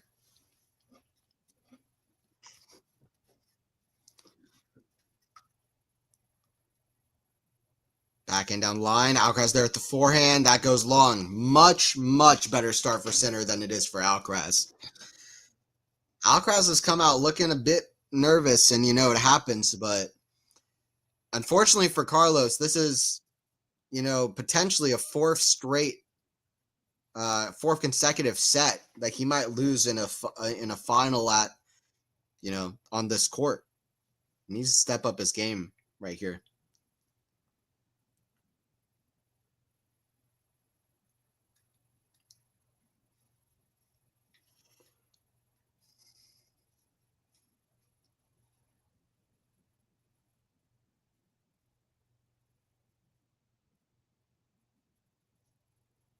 Yeah, I felt like Novak was facing a younger Djokovic. I agree. I think people don't find him unappealing because he shows very little emotion. I think he's electrifying, but not a lot of variety. Yeah, I agree with you. People like the big boisterous personalities, right?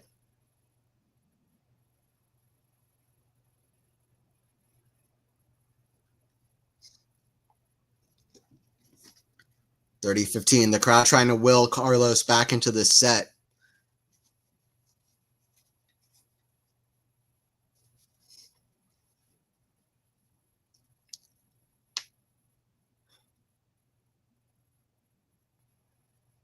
Forehand, inside out, backhand slice Alcaraz. Forehand center, backhand of Alcaraz, forehand center, cross court, forehand of Alcaraz, that's in the net. By the way, if Sinner wins this tournament, both Sinner and Sinner will tie Alcaraz's Grand Slam total, by the way, which is very important. Also, that Sinner catches up to him, which is huge, because Carlos was what? I mean, he was way ahead. I'm trying to think through. I mean, maybe not way ahead, but yeah, at one point he was 2-0 in slam total, and then he was what, 3? He was 4-1. So 2-0 and 4-1. And now, yeah, Sinner can win 3 in a row. Alcaraz wins the Channel Slam, and then Sinner wins 3 in a row on 2 different surfaces. Imagine that. It's nuts. This would mean a lot in a lot of ways. Backhand. Sinner goes for a big one down the line. Not that much space there. 40-30. Misses that one wide.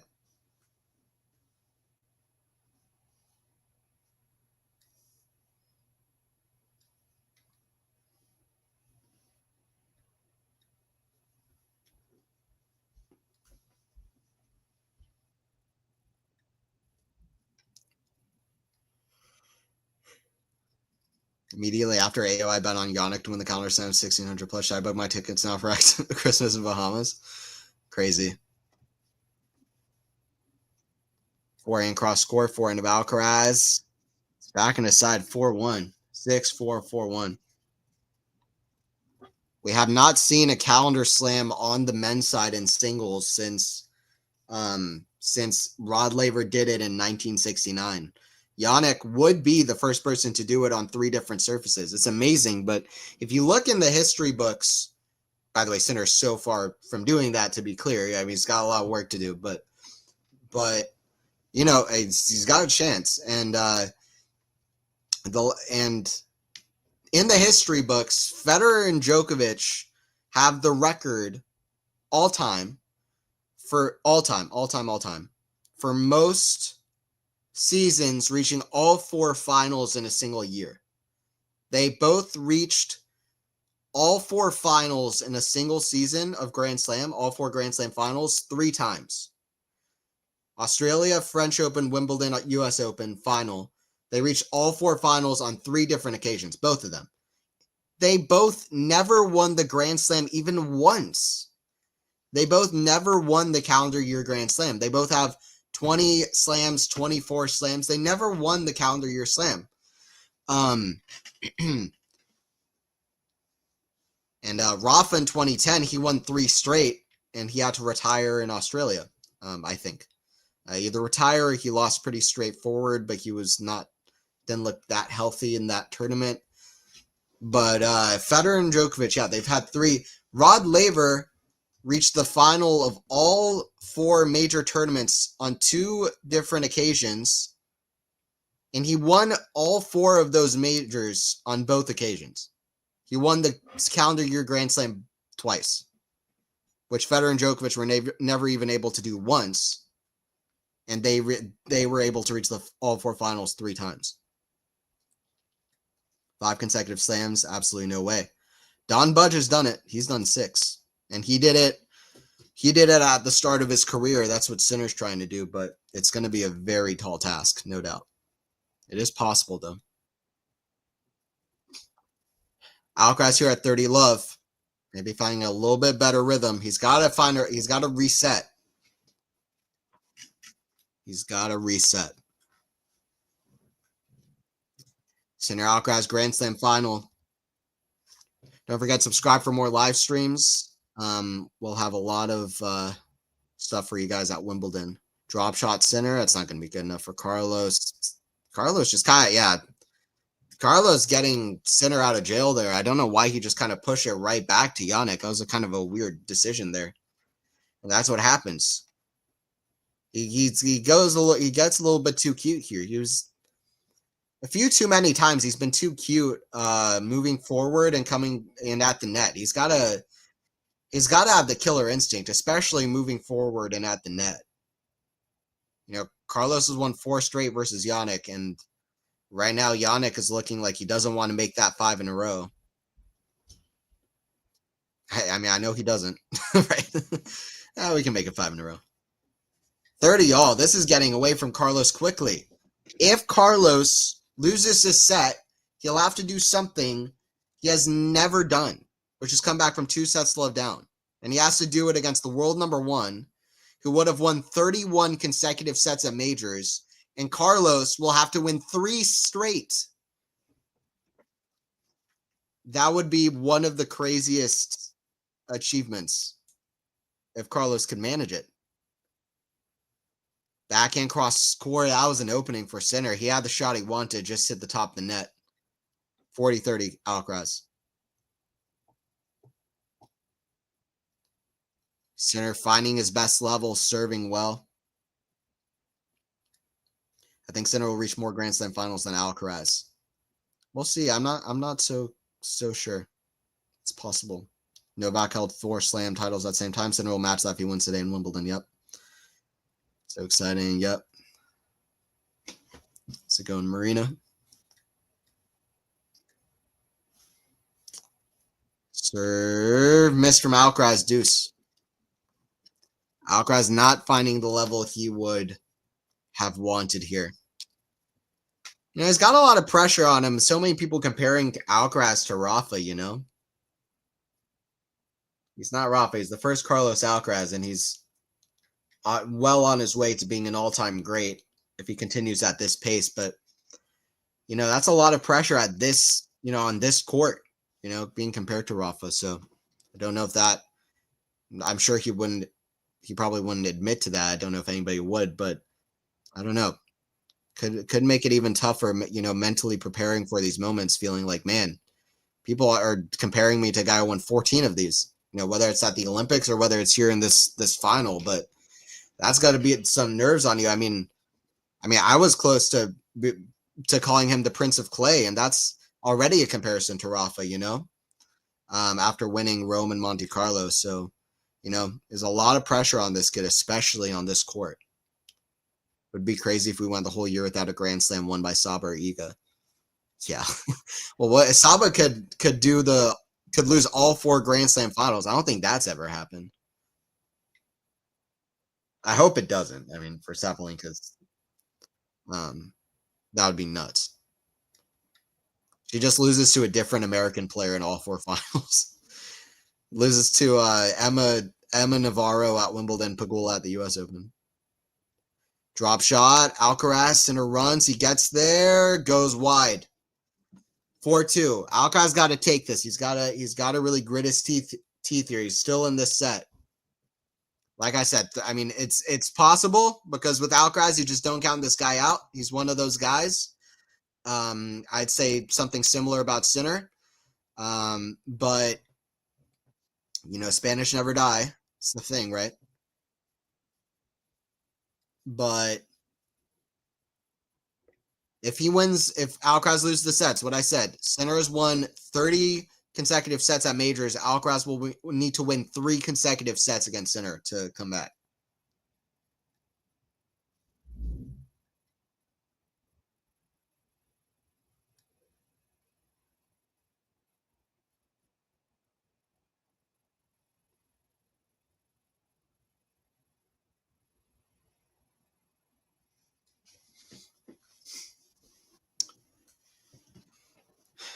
Back-to-back victories over Djokovic than Alcaraz would be an absolute achievement for Sinner, particularly on clay, where people have always kind of, discounted him. But I think playing on a surface like that where people don't really put that pressure on you kind of loosens you up a little bit, especially for a player as good as Sinner who moves as well on this surface as has had great performances on clay. The crowd getting behind Carlos here.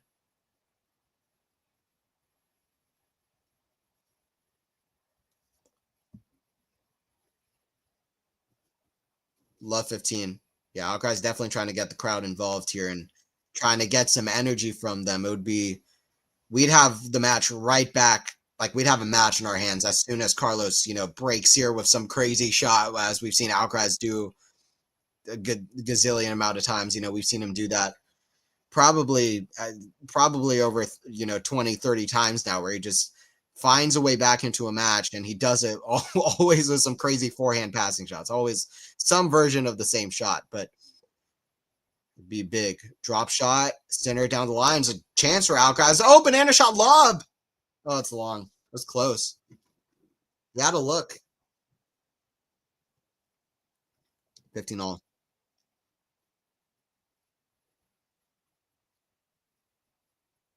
It's a good shot from center, to be fair. Most guys would have cooked, like, either overcooked that or, made life hard for themselves, because moving forward and getting that shot to go the right way and then being prepared for the next one. But center played it very smart. Just hit a shot that's just good enough down the line. It's got a very Novak-esque mentality about a lot of the way that he plays.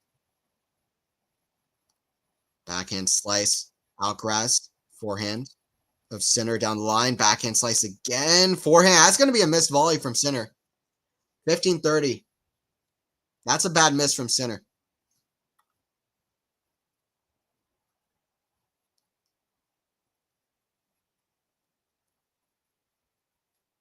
Yeah, I think Alcaraz is more like Roger.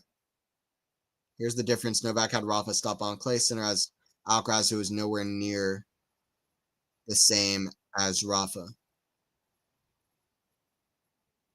Yeah. Well, yeah, no one is like Rafa.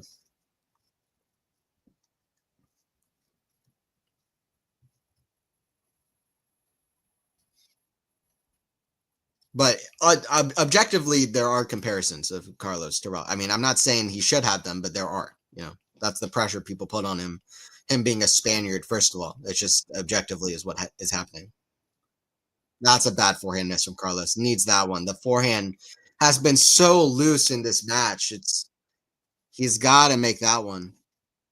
Carlos is smiling, which is often his reaction, but he's gotta figure it out. He knows it. He's got 8 forehand unforced errors in the second set. He's hitting his backhand more consistently than his forehand.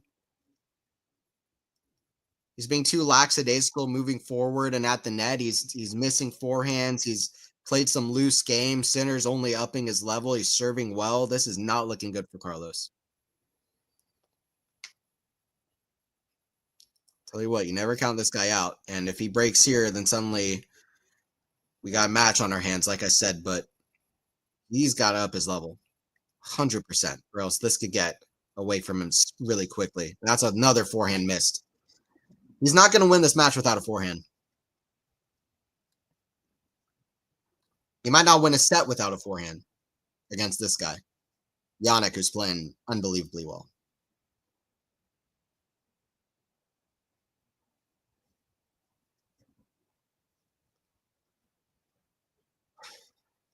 Yannick's been the steadier player in this tournament, even against difficult opposition at times. I mean, in his last couple of matches, at least.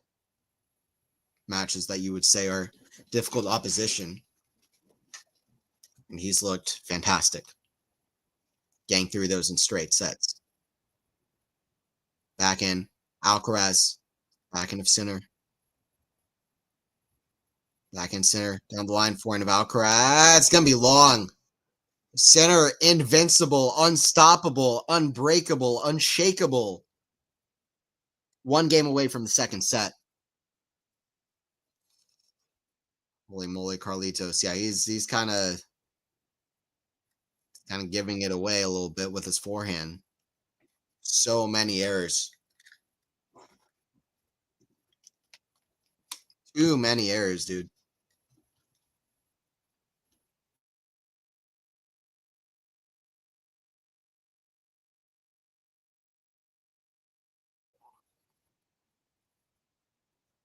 Also, it feels so irritating seeing Novak's old team in Sinner's box.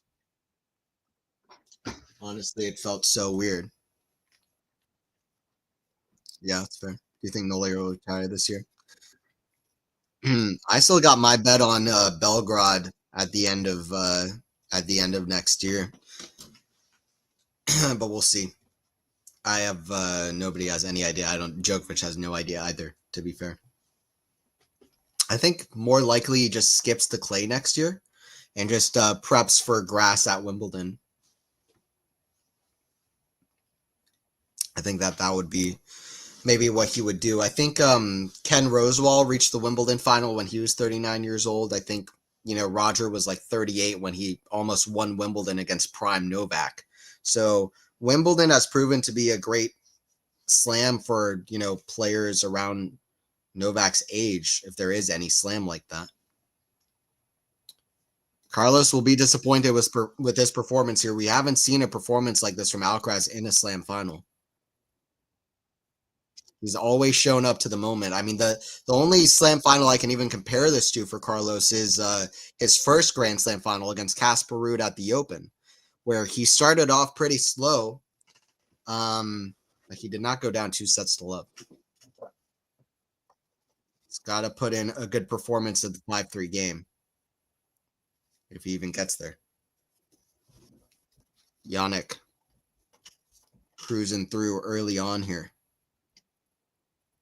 Lost 6 games. Backhand goes back in his side from center, 30 love. I think a lot of the focus is going to be on this 5-3 game. What a massive moment in this rivalry, by the way, because the difference of Sinner, getting this done, and Alcaraz can come back from 2 sets down. I'm just going to go ahead and say it. I think it's possible. He's the only player that I would say has a possibility here. But I mean, he came back from 2-1 against Zverev last year, which is not the same. But I mean, he's been a good comeback player. He's been clutch in finals, and he can make life scary for Sinner. He's won their last 4. That's going to creep into Sinner's head. He saved the match point and came back against Sinner at the U.S. Open in that match that felt like a Grand Slam final to me. Alcaraz is one of these guys that I can imagine doing it, but it just doesn't really feel like his day so far. And he's never done that before. And to do that for the first time in a slam final against a guy that's won so many sets in a row seems like too tall of a task for even him. But it's not impossible, but it'd be a huge task. I can see Djokovic retiring end of this year if he doesn't want to slam this year. I personally don't think so. I think, to me, that's Faison in the chat. To me, I think, honestly, as long as Novak feels like he can win a slam, he's going to keep playing. It's that simple. And I think right now, he's the 3rd best player in the world at slams behind Sinner and Alcaraz. I mean, to me, he's way ahead of everybody else. Right? At least he's ahead of everybody else. By a distance. Like, I think as long as he thinks he can win majors, he's going to keep playing. I expect him to have a decent result at Wimbledon, even though he made semifinals in Australia at the French Open. I expect semis or further is quite likely. He's just going to hope he doesn't play Sinner or Alcaraz, really. And then U.S. Open, I expect him to try really be motivated to do better than he did last year, where he lost to Alexei Popyrin. I think U.S. Open's been kind of a on and off kind of slam for him. He's had years where he's done really well. Then the year after that, he doesn't do so well. Then the year after that, he wins it. So it's like, I think he's going to put in good performance there too. Slams, he's still very solid. I think it's going to be at least one more year for him. I think he's going to want that kind of farewell season. I mean, I think it would be nice. I think maybe one more year, and then he calls it quits. I think it's that simple, though. I think as long as he feels he has a realistic, genuine chance of winning a slam, he's going to keep playing.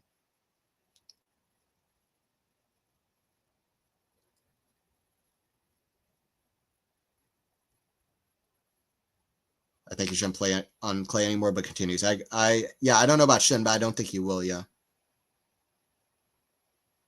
Took a long time. I'll say first is Sinner, and he's second tied with Carlos.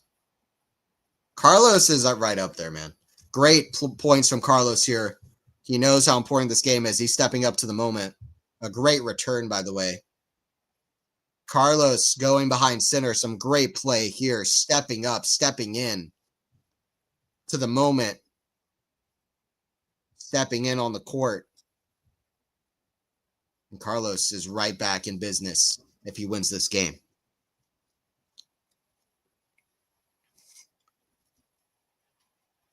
Crucial that Carlos has won their last 4 meetings. That is a big mental boost for him, as these moments look dire.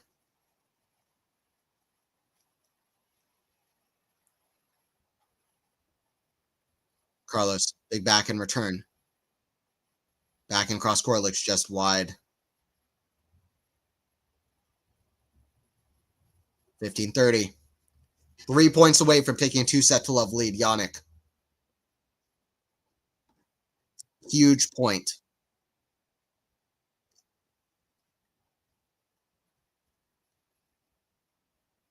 Yeah, I agree with that as well about the Australian Open.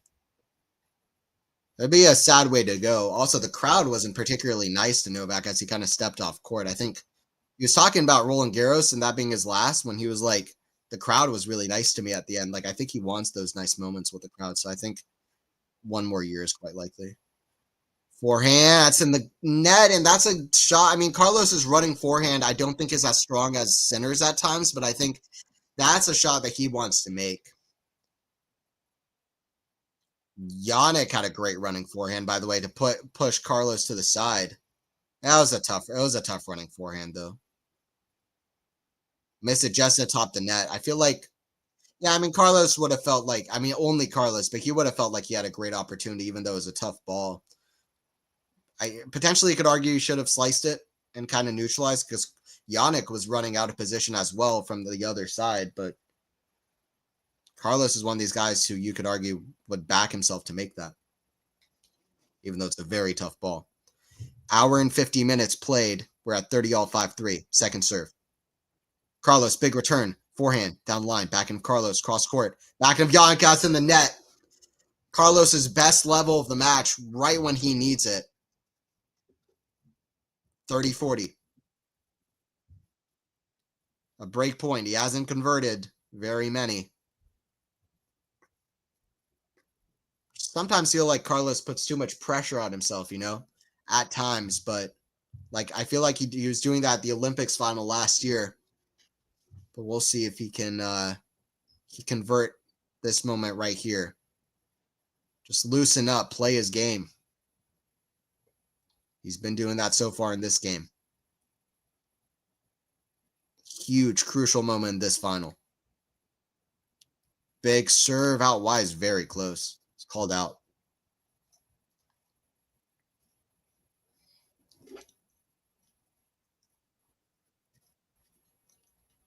Second serve, kicked, back in. Alcaraz steps in, forehand, center, cross court to the forehand of Carlos. Forehand. That's going to go long, and we are back in business, baby.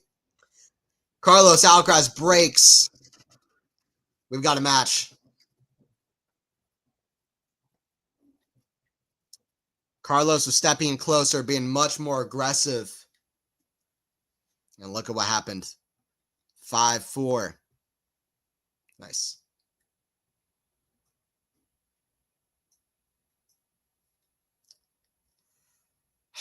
All right. Well, Carlos needed that.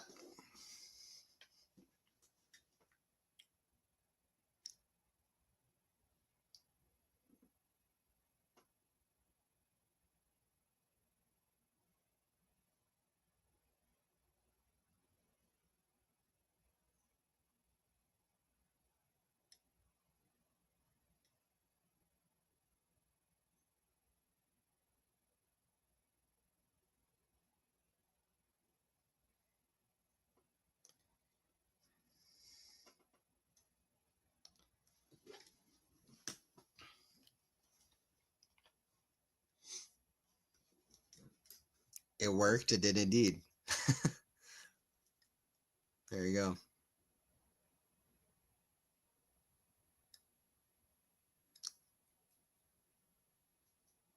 Just speak to Carlos Norwegian. He'll listen.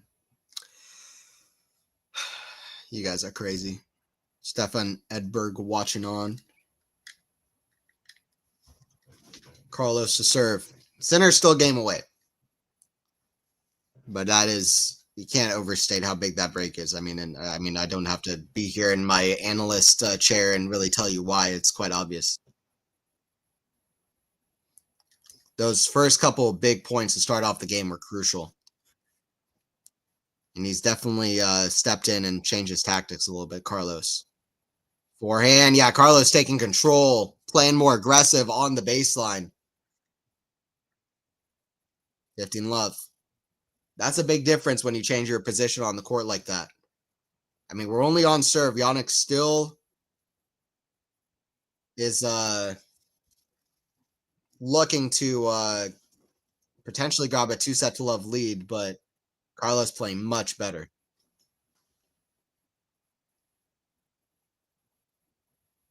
Backhand up high, forehand volley. Carlos, wow, what a shot from center out of the corner, but Carlos puts it away. He hasn't been as strong as I would have hoped for Carlos to be against Yannick so far. If you're hoping for Carlos to win this match, you're hoping he's more killer at the net and puts those balls away, but he does just enough there. Perhaps he knows that he hasn't been as good, and he goes a little bit safe there. It gives Yannick a potential another ball, which Yannick does hit, but he puts it away. Carlos. Can be long from center, 40 love. This is exactly what you want from a Grand Slam final. Two guys bringing an absolute war to the court, but with the utmost fair play. And this is what sport is. 40 love for Alcaraz.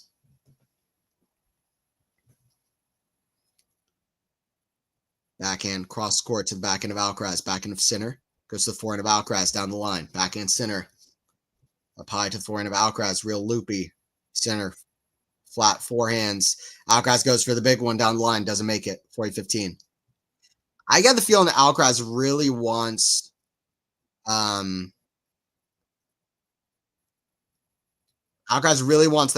crowd to get involved in whatever way they can and get behind him a bit.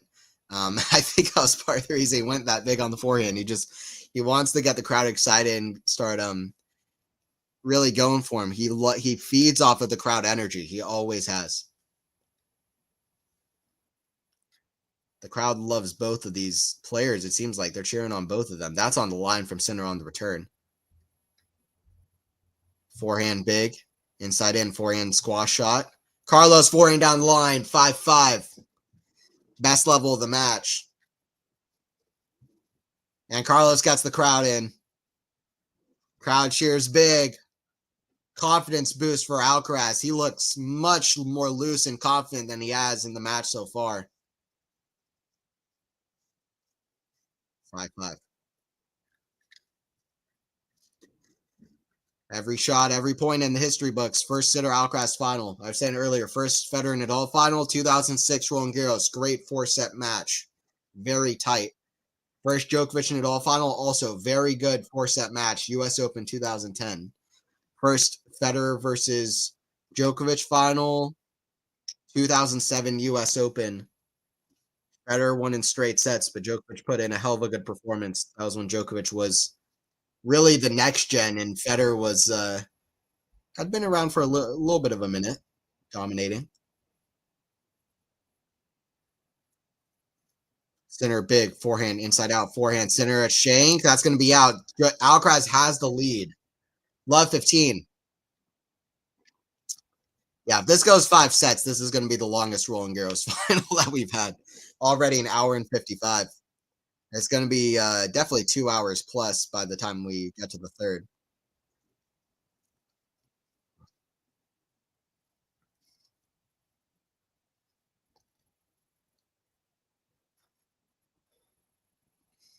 Took Alcaraz some time, but it's not the first time we've seen that.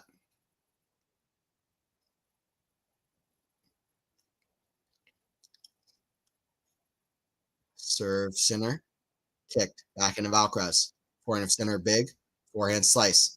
Backhand of center across court. Backhand of Alcaraz. Forehand center. That's in. Right on the line. Center has to go so close to the lines to make sure that Alcaraz is not still within striking distance to get the ball back and get the ball back with some purchase. It's ridiculous. Center needs to hit that shot, or else who knows? And center is able to hit that shot. That's why this could be one of the all-time great rivalries. That is why. Center needs to push his offense to the limit to make sure that Alcaraz's crazy circus shots don't happen.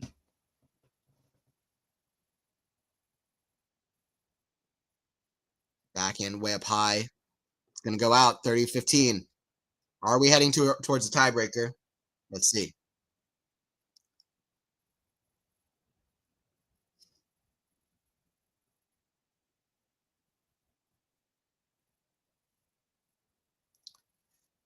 So I'm watching it live in the States. I'm watching this on TNT Max. That's as live as it can come here. So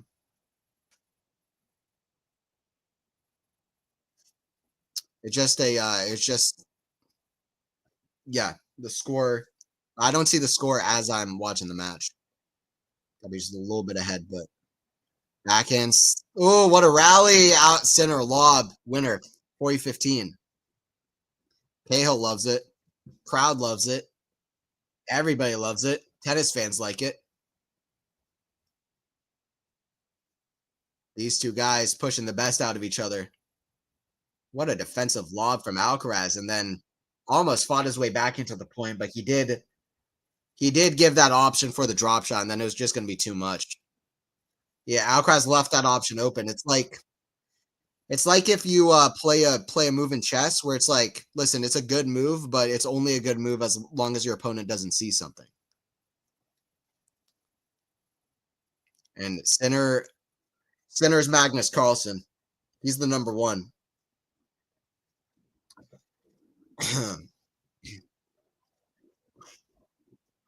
6-5. Center yet again a game away from taking a 2-set-to-love lead. Insane rally again. Center too good. 100%.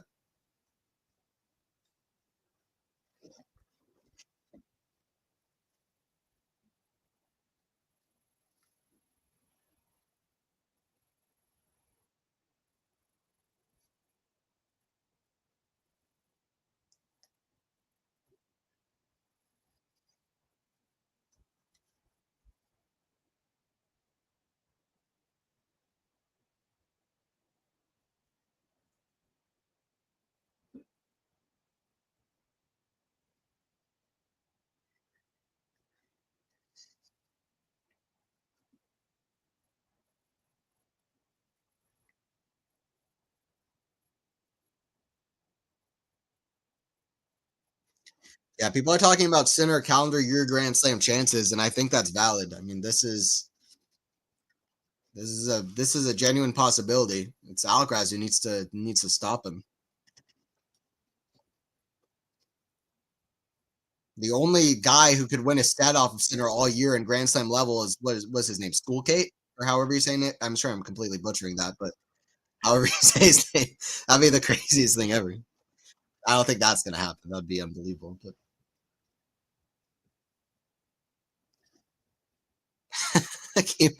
that'd be so crazy if that happened. I'm pretty sure that's the only guy Yannick lost a set to at the Australian Open is that Australian guy. School. His name is spelled like School Kid. I don't know how to say his name. So apologies for that, but yeah, it's the only set he lost all year at majors so far. I'm actually gonna look up how to say his name just because I'm butchering it so bad.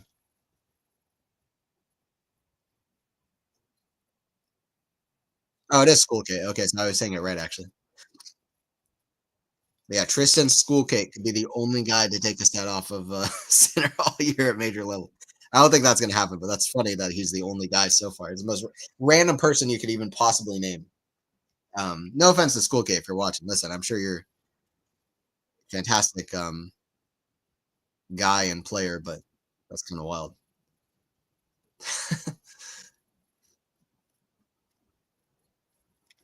All right, looks like we're gonna get a tiebreaker for not the first time in this rivalry. All of their first like 6 or 7 matches had tiebreakers, so we're gonna get it again. Almost every match they've played has had tiebreaker. Backhand cross court goes to the backhand of center, forehand of Carlos. The drop shot, center runs, goes for a redrop, just completely misses it. I didn't hate the attempt. He just that wasn't even close to getting it, but This rivalry is always so fascinating to me for so many reasons. First of all, there's so few rivalries that have it just seems like this rivalry was written in the stars in a way. There's so few rivalries period that had their first 4 meetings on 4 different surfaces, which is always crazy to me. Alcaraz big forehand down the line all day 6-6. Let me know. Type it up in the chat. Who's win this set? What's going to be the score in the tiebreaker? Whoever gets this right, I'll shout you out in the chat, or whoever gets the closest. I've got no idea, dude. I'm going to say Alcaraz. I'll say Alcaraz 11-9. Let me know what you guys think. I'll say Alcaraz 11-9. Tiebreaker, yup. They want a Novak for Sinner rematch Wimbledon, yes. Yeah, don't forget to like and subscribe, guys. Don't forget to subscribe for more streams. Sinner 8-6, okay. That would be huge for Sinner. Serve, Sinner. Down the tee. It's out. Second serve.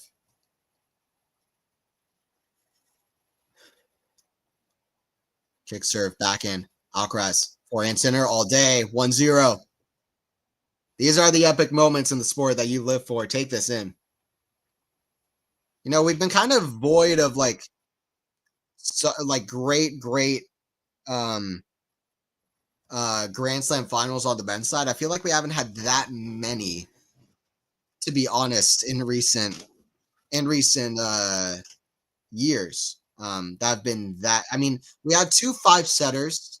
Got a lot of 2-set love comebacks in recent years, but I mean, Zverev Alcaraz was pretty good. Medvedev Sinner was great because Sinner played Medvedev played insane the first 2 sets, and then Sinner played amazing the last 3, but the last 2 were not that competitive just because Medvedev ran out of gas.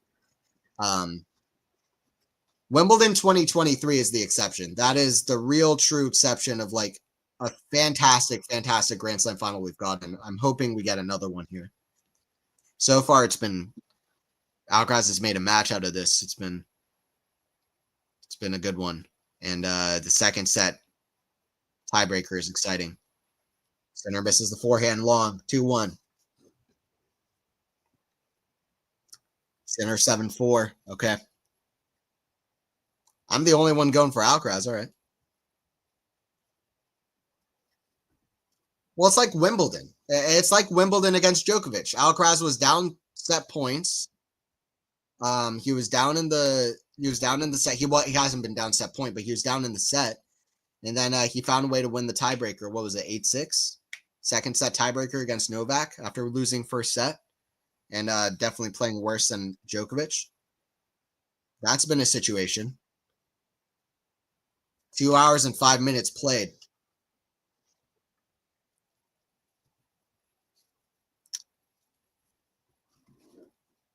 I'm just going to say this one more time, but the record for longest Roland Garros final, since they've been keeping record of match length, which is a while, the longest is like 4.5 hours. If we play even 4 sets and they're as long as this one, we're basically already at the record. And we could play 5 sets here.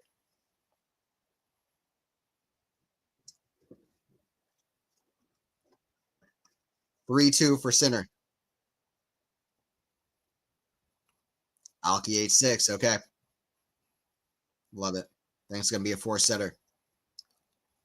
4-setter for who? That's the question. Medvedev just so done. There's no literal compete. It's all Novak to avoid a final between these two almost. I don't agree with that. I think more than Medvedev, it's going to be guys like Menzik, Arthur Feast, Draper, guys like that, Musetti maybe, but particularly those first. Like Menzik, I think is a big one, honestly. I think it's going to be more on like guys like that.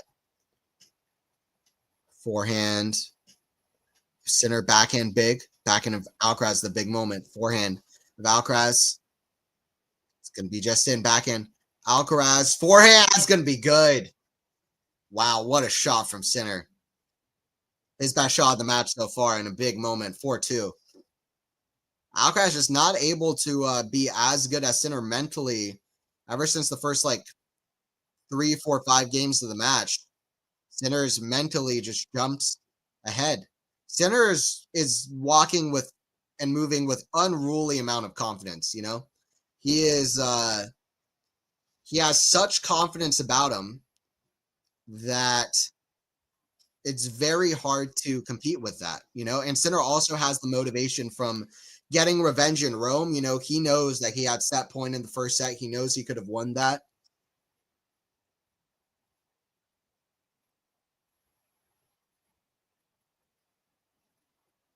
I saw a stat that he's won 10 major sets in major finals in a row. I thought it was 9. I'm going to double check on that.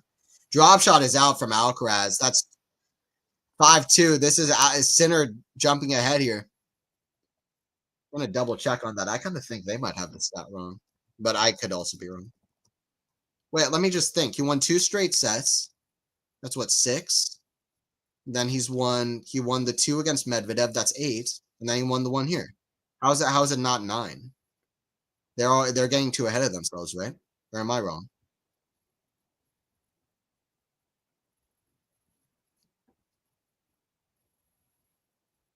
Oh, he won 3 in a row. That's right. He is at 10. I had the stat wrong.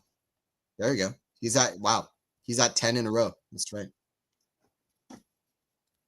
This is to break Federer's most amount of consecutive sets that he ever won in finals, by the way. If Sinner wins a set, and to win 31 sets in a row. Sinner is so dominant. I was telling people this guy's going to be world number 1. I saw him win a challenger in Bergamo when he was like, I don't know how old, and I was like, this guy is so talented, dude. Like, he's got so many issues. Like, this guy is skinny. His legs look like sticks. He keeps losing close matches. He's got a serve to improve, even though he's like 6'3". He's got physical issue. He's not really converting in big points, big moments, whatever. There's a lot of things he could have said. He doesn't have the variety like Alcaraz. He's losing a lot of close matches to top players, but listen, this guy's figured it out, and you don't count out somebody who works this hard and is this talented. It's like that's a good combination. Not to go 2 sets to love on Alcaraz. Forehand, Alcaraz cross court, forehand of Sinner goes for the big one. 6-3. 1 mini break. Back. Set point number 2, Alcaraz to serve. Can Alcaraz say 4 straight? Set's gone, done and dusted. Alki is relentless. I'm sure he will find a way. Love it. The set is done. Let's see. Alcaraz is one of these guys that just never really quite count out from any situation. So let's just see here. Serve. Alcaraz. Down the tee. Good thing for Alcaraz that before trying to do the impossible, he's found his best level of the match, but 2 absolutely costly shot decisions here at the end of the second set.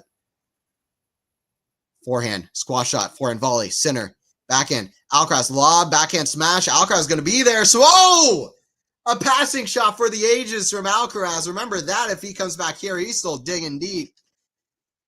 Wow, Sinner needed to put that backhand smash away. It was a tough shot. Alcaraz did very well to make that lob as good as he made it. That is impressive athleticism on that lob. And then tennis of the gods. The bad news for Alcaraz is that he's still down 2 set points, and one of them is going to be on Sinner serve if he can even get to that point. Set point number 3. He won 7 straight against Sinner in the tiebreaker in Beijing. That's going to be hard to do. He's looking for 2 straight here to give himself a chance. Backhand, Sinner, backhand of Alcaraz, cross court, forehand, Alcaraz, cross court, forehand to Sinner, big squash shot. It's going to be in the net. 2 set to love. Jannik Sinner, 31 straight. He's got to be close to the record of most consecutive sets won in Grand Slam finals, too. This guy's mainline. This guy is crazy. 2 sets to love. Jannik about to be halfway to the calendar year slam and going to Wimbledon trying to win the Sinner Slam. 4 in a row. Sinner with the most dominant display of tennis since the Big 3, trying to take out his biggest rival in their first meeting in a slam final, and he's got to drop a set. Alcaraz needs to do what he's never done before. come back from 2 sets down. Unreal. Carlos is going to have to do it the hard way now. He's going to get some confidence from that point at 6-3. He was playing some of his best tennis at the end, but I mean, I don't really have much else to say other than he was playing the right tactics towards the end of the second set. They were working. But he's got to mentally lock in. He's just not playing mentally as strong as Sinner is. Like, he's got to mentally lock in. He's got to lock in tactics-wise. And then, listen, he's got a chance, but he's got to win 3 sets. He's got to win a straight sets match now against Sinner, against a guy who hasn't lost a set in 31 sets at majors. It's going to be tough. Alki needs to channel Rafa AO22, 100%. Yeah, I mean, to be honest, we've seen a lot of 2-set comebacks and just big comebacks in Grand Slam finals in recent years. And that, I mean, I'm not saying that just to make it more exciting. Like, that's really notable to point out. Like, I'm sure that will give at least some level of confidence to Alcaraz more. I don't know if it would be a miracle. To me, it's like, with Alcaraz, you know, anything is possible. Like, let's put it this way. Alcaraz has the 5-set record that he has. He wins 2 sets in a row, which would be massive, but he wins 2 sets in a row. Sinner, you know, is absolutely going nuts in the 5th set, trying to think how this guy's about to come back here, you know? So, and like, he has a much better 5-set record than Sinner has. So, and Alcaraz has a great, record of best 3 out of 5 period, and he has a 4-0 record in Grand Slam finals. Alcaraz is going to have that confidence, and Alcaraz never stops fighting. He didn't even stop fighting down 6-2 there. He almost made something happen. So to me, it's not really a miracle, but it would be, just because of how dominant and strong Sinner has been, it would be an unbelievable achievement. Definitely. It would be huge. But with Alcaraz, I just never really count him out. I will say this. For a long time, there were like no 2-set-to-love comebacks in Grand Slam finals. From like, I don't remember when. Like the it was Gaudio versus, what's his name? I'm blanking on his name. But all Argentine final. Totally blanking. Who did Gaudio beat in that final? Great clay court player. Just can't remember his name for some reason. He's got a brother now. He's playing as well. Remember every little fact about his life except for his name, which is not ideal. Coria. Guillermo Coria. Gaudio beat Coria in the final from down 2 sets to love. And then it was like 20 years without 2-set-to-love comeback in the final. But then in recent years, Dominic Thiem against Zverev, Djokovic against Tsitsipas, Nadal against Medvedev. We've had Djokovic saving 2 championship points against Federer. Like, there have been comebacks in Grand Slam finals, so hopefully that can give some kind of level of confidence to Carlos, especially having beaten Sinner the last 4 times they played, potentially on a surface that Alcaraz is better on than Sinner. I mean, we're going to have some interesting conversations if Sinner wins this match, which it seems like there's a high chance he's going to do. But, you know, that's got to give some confidence to Alcaraz, those things.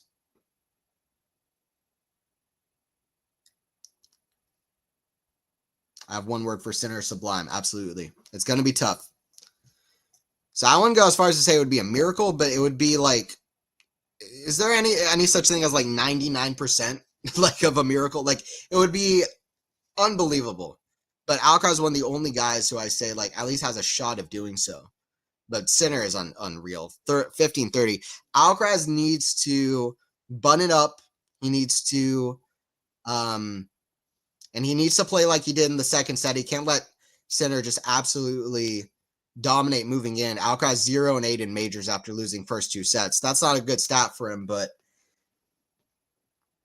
I mean, listen, the guy's 22. Like, a lot of those were when he was like 17, 18 years old. Like, Medvedev beat him on grass when he was like 16 years old. Like, it's a little bit misleading. Like, how many times does Alcaraz go 2 sets to love down? I mean, Van de Zandschulp went up 2 sets. He couldn't come back there. Now, Alcaraz definitely not giving the performance he would have wanted today. 1540. Outside of Masters, that would be 2 big finals in a row on clay, by the way, where he would miss his chance. Potentially both in straight sets. He needs to save these 2 break points. Or else really it would be a miracle, potentially.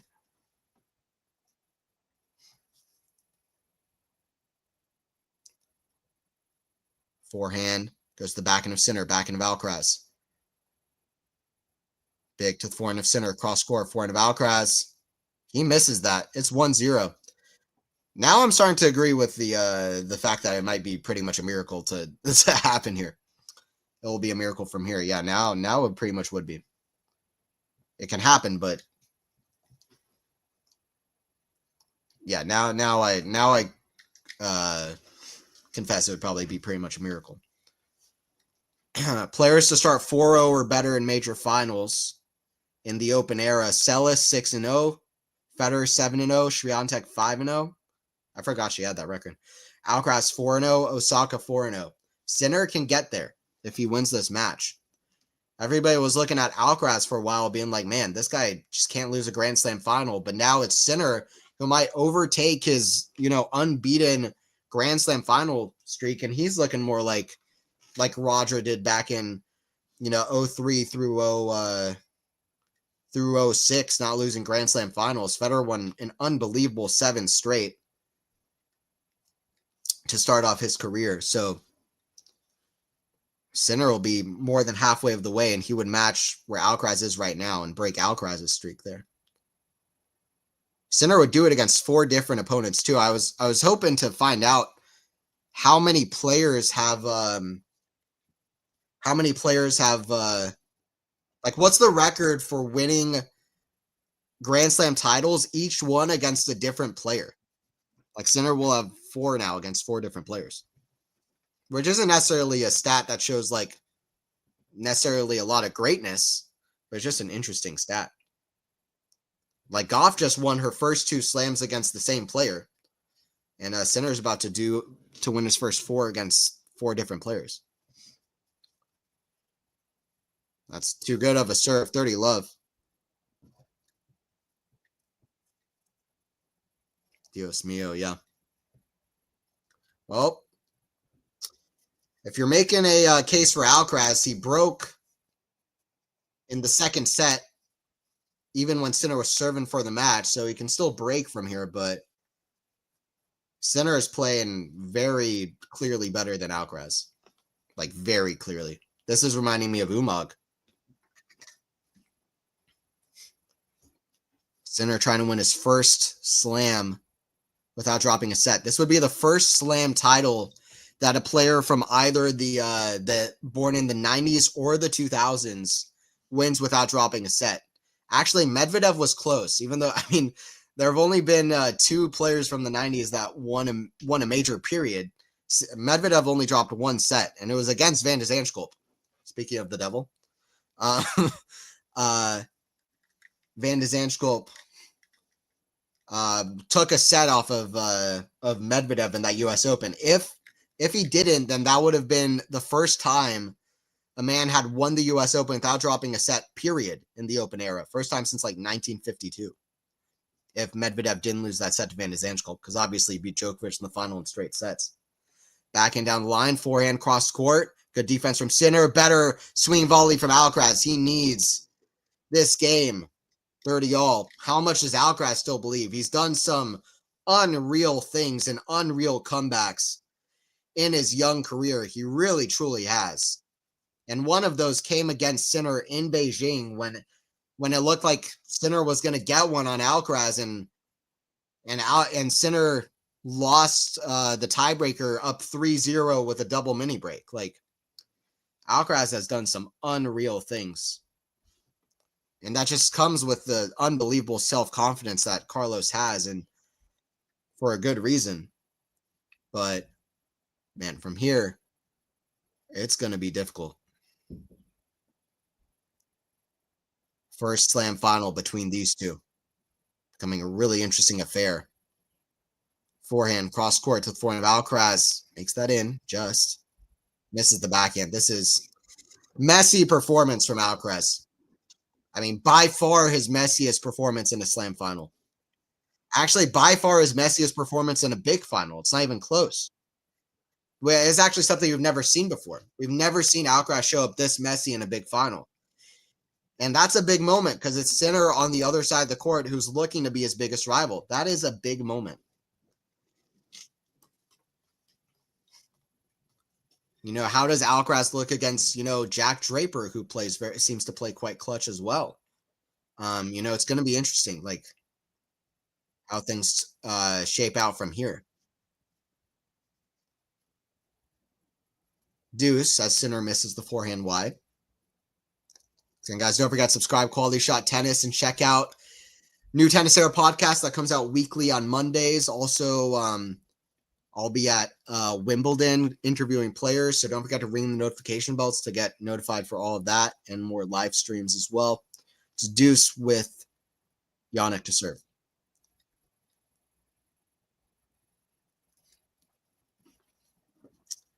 I think much more, like a little bit more one-sided than almost anybody expected so far. Can Alcaraz change that? Big forehand strike. 30-40. I mean, I just feel like Alcaraz has life in this. Like, he played his best tennis in the end of the second set. If he didn't play that awful drop shot at 4-2 in the tiebreaker, and then, you know, Sinner played his best point in the match so far at 3-2, and Alcaraz probably could have done better there, but I mean, honestly, if it wasn't for that drop shot there at 4-2, like, that set could have gone either way. Like, he just needs to be a little bit more buttoned up. It's a break point. That's going to be out. We're back on serve. We're back on serve at least. 1-1. Where's Medi, by the way? Losing. Trying to get as far away from every single clay court as possible. Medvedev looked up on Google what is the furthest distance on planet Earth away from any clay court in existence, and that's where he is right now. I don't know where it is. I need to Google where the furthest place is away from all clay courts that have ever existed ever.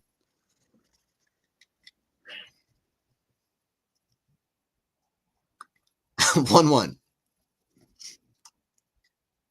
That's where Medvedev is. Serve for Alcaraz.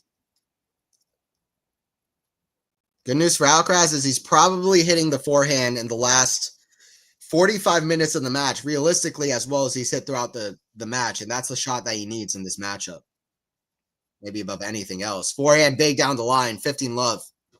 The other good news is that Alcaraz is not really looking down on himself. He's looking like he's ready to play another 10 hours out there. This guy's as fit as anybody. And he's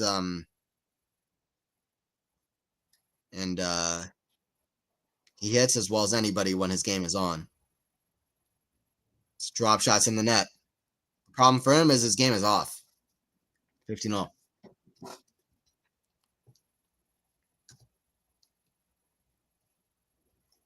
His game is off. It just is so far. By the way, what a long... If this is 3 sets, what a long match. I thought Novak versus Yannick was long, but this could even beat that. That was, what, like 3 hours 15? Like, this could... Even if this is like a tiebreaker set, this could be 3.5 hours. Still feel like Carlos can win a set here. He barely loses in straight sets. That's something else to talk about. I know he lost to Van de Zandschulp in straight sets, but Alcaraz just doesn't really lose in straight sets very much at all. And then particularly on clay and particularly at Grand Slam level. So that's another reason I don't think this is going to be straight sets, but let's see.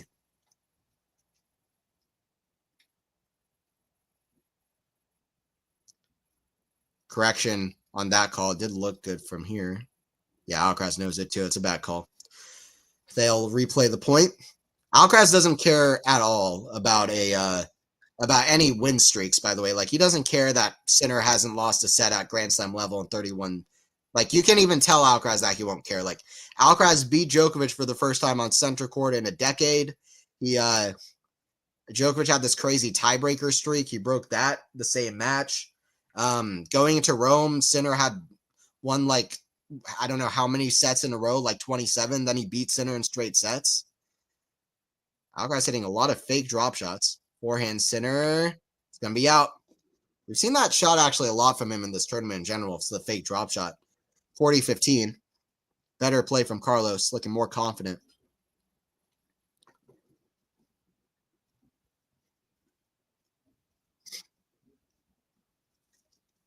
Yeah, I'll have a podcast on this on Quality Shot Tennis, talking about the match and analyzing it. So if you want a good in-depth analysis of the match and what we saw, no matter how this match turns out, I will have it for you. I'll be recording that later today to come out tomorrow morning. Podcast comes out weekly on Mondays. 2-1 for Carlos.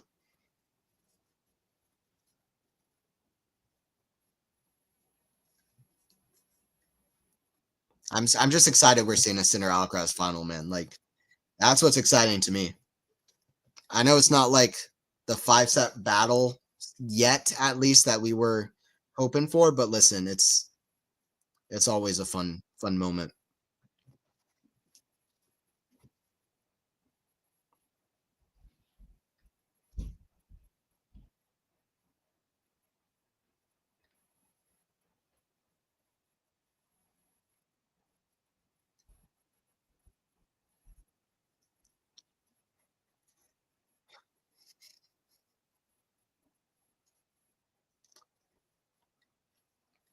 So just by the way, in Carlos Alcaraz's Grand Slam career, period, so far, this is crazy. At this young of an age, like early on, this is counting all matches, even at 17 years old, 18 years old, 19 years old.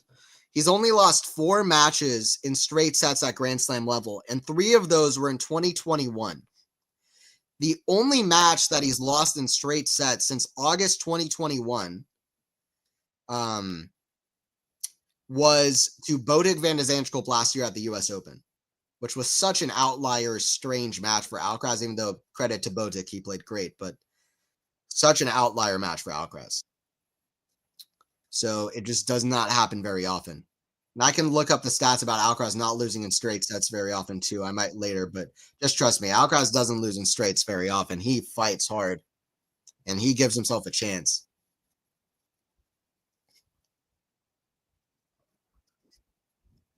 $15 love for Sinner.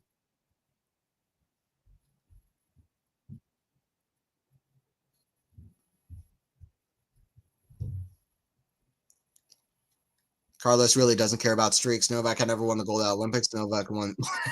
That is what he wants to do. I hope it continues. Jesus, that is savage. That's absolute savagery.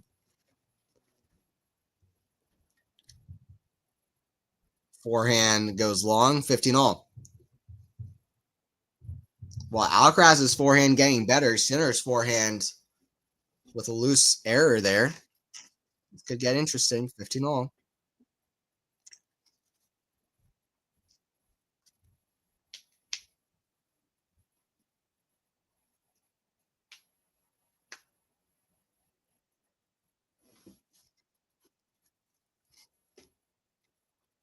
Backhand. By the way, does going down in the scoreboard loosen Alcaraz up? It surely seemed to in that second set. Alcaraz is always so down to earth and straightforward. I'll be surprised if, no matter what the result is today, in the press conference, I'm calling it now. I kind of see a vision into the future. Alcaraz is just going to say straight up, "Yeah, I was very nervous in the first 2 sets." Like, he's just going to say that very straightforwardly. Like, he's just going to say, "I was very nervous in the first 2 sets. Sinner played better, but I was very nervous in the first 2 sets." He's not going to pull a Sabalenka. It's not going to be like, "Man, if Musetti won in the semis, he would have beaten Sinner today." That's not going to happen. Forehand, squash shots in the net, 40-15. That would be crazy. If Musetti won, Sinner wouldn't have a chance. Miss Yvonne Lendl from 80s. Yeah, one of the most underrated players. He's the real deal. Changed the game as much as almost anybody. Yvonne Lendl was a different breed, not sure if human. Yeah. Listen, respect to all those guys, but respect even to guys like from like the 1900s, dude. Like I've been reading accounts of like players like way back in the day, just other players talking about them. They're like, man, this guy is unbeatable. Like players that like back in the day, like either it's like Anthony Wilding, Bill Tilden, or like all these guys. Like there's this guy named Ellsworth Vines who won 18 titles at the same tournament. Like you think Rafa's 14 French Opens is good. Like this guy won 18 titles at the same tournament back in like 1905. And you think like, okay, but it was a different time. Like what tennis was barely tennis, but you think that, and then you like read what people say about him. They're like, this guy was the greatest like he played basketball. This guy played other sports also. And they're like, this is the guy was the most unbelievable, not just like sporting athlete, but just like athlete. Like this guy had like an incredible, like, I guess like physique and was able to just play. They said like unbeatable at his best. So it's like accounts like that tell me like you got to give respect to all the greats. And watching Yvonne Lendl, this guy beat Jimmy Connors 6-0, 6-0 in a match, and he's the guy who really changed the game and a lot, and was able to really dictate off a more modern forehand without really coming in. And so yeah, respect to all those guys. But these young guys, respect to the young guys too. They're trying to make their own history in the game. It's deuce here. Alcaraz actually trying to find some footing in this match now.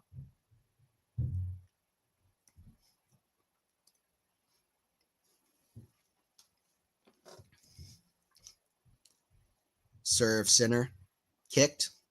Forehand Alcaraz goes to the forehand of Sinner. Forehand Alcaraz cross court. Forehand of Sinner. Forehand of Alcaraz. That's going to be long.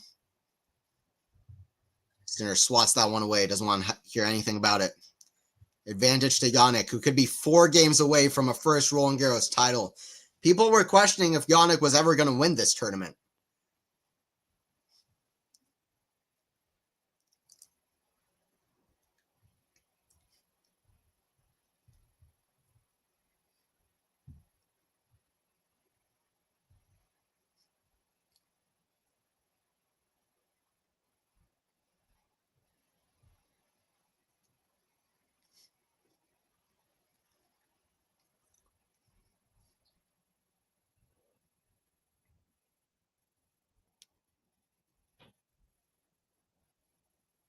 Forehand drop shot. Alcaraz Sinner redrops. Alcaraz comes in. That's going to be too good. Alcaraz still very much with the chance to take an early break in the set. This would be massive for Carlos here. Absolutely massive. That was a fantastic play with the drop shot. Sinner didn't have a single play there. That's pretty good when you don't give your opponent any kind of play there. Alcaraz sliding in close to the net. 2 hours and 34 minutes played. Jannik locked in. Carlos locked in. Why am I saying Jannik? Jannik's also locked in. He's up 2 sets to love. He's fine, but Carlos needs this. Carlos needs this. Serve down the middle. Chance for Carlos, a break point, and Jannik's level has mildly dropped here in this game. To me, Carlos's level is as high as it's been in the whole match. This could get interesting.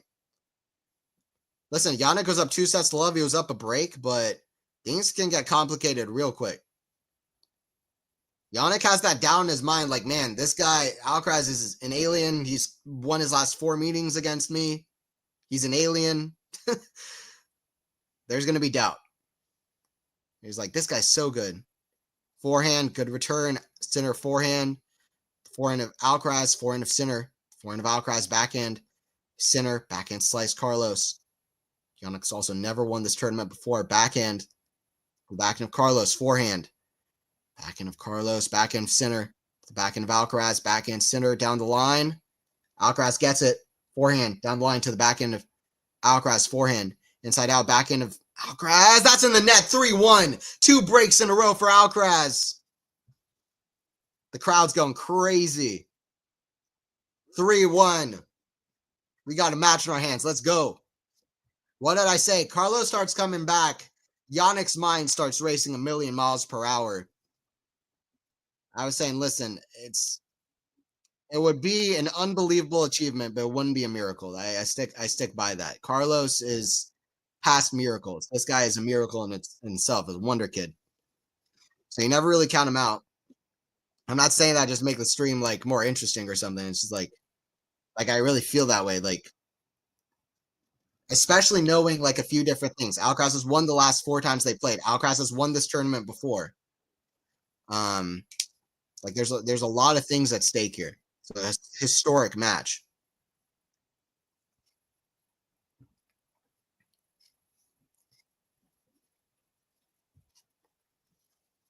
Also, Alcaraz has won Rome and Monte Carlo. That might be the biggest thing to name. Think about the confidence you get from that. Backhand down the line, it's big. Sinner says right back at you. This is sports. This is 2 guys pushing them to their best. Serve speed was 137 miles per hour. That's as fast as Carlos' serve gets. Sinner returns it with ease, and then I thought that was the speed of the backhand.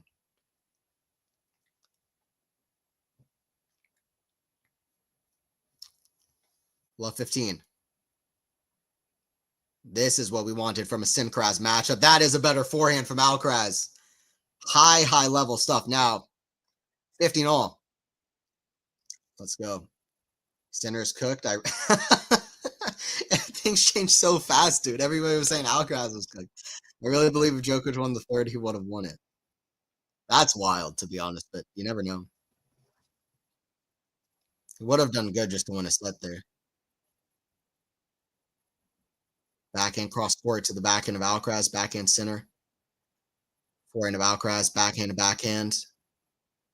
Backhand, it's going to be out. 30-15 Alcaraz playing, but I'd say like a mile, his best level of the match. Somewhere around a mile. Service rhythm on, special kind of tennis from both now. But Alcaraz's peak is high, man. Like Sinner's peak is high. We've been seeing that. Sinner's floor is way higher. But Alcaraz's ceiling is tennis of the gods. Forehand, Alcaraz to the back and Sinner. Forehand of Alcaraz now cross court. That's in the net. 30 all. 30 all here. It's a big moment.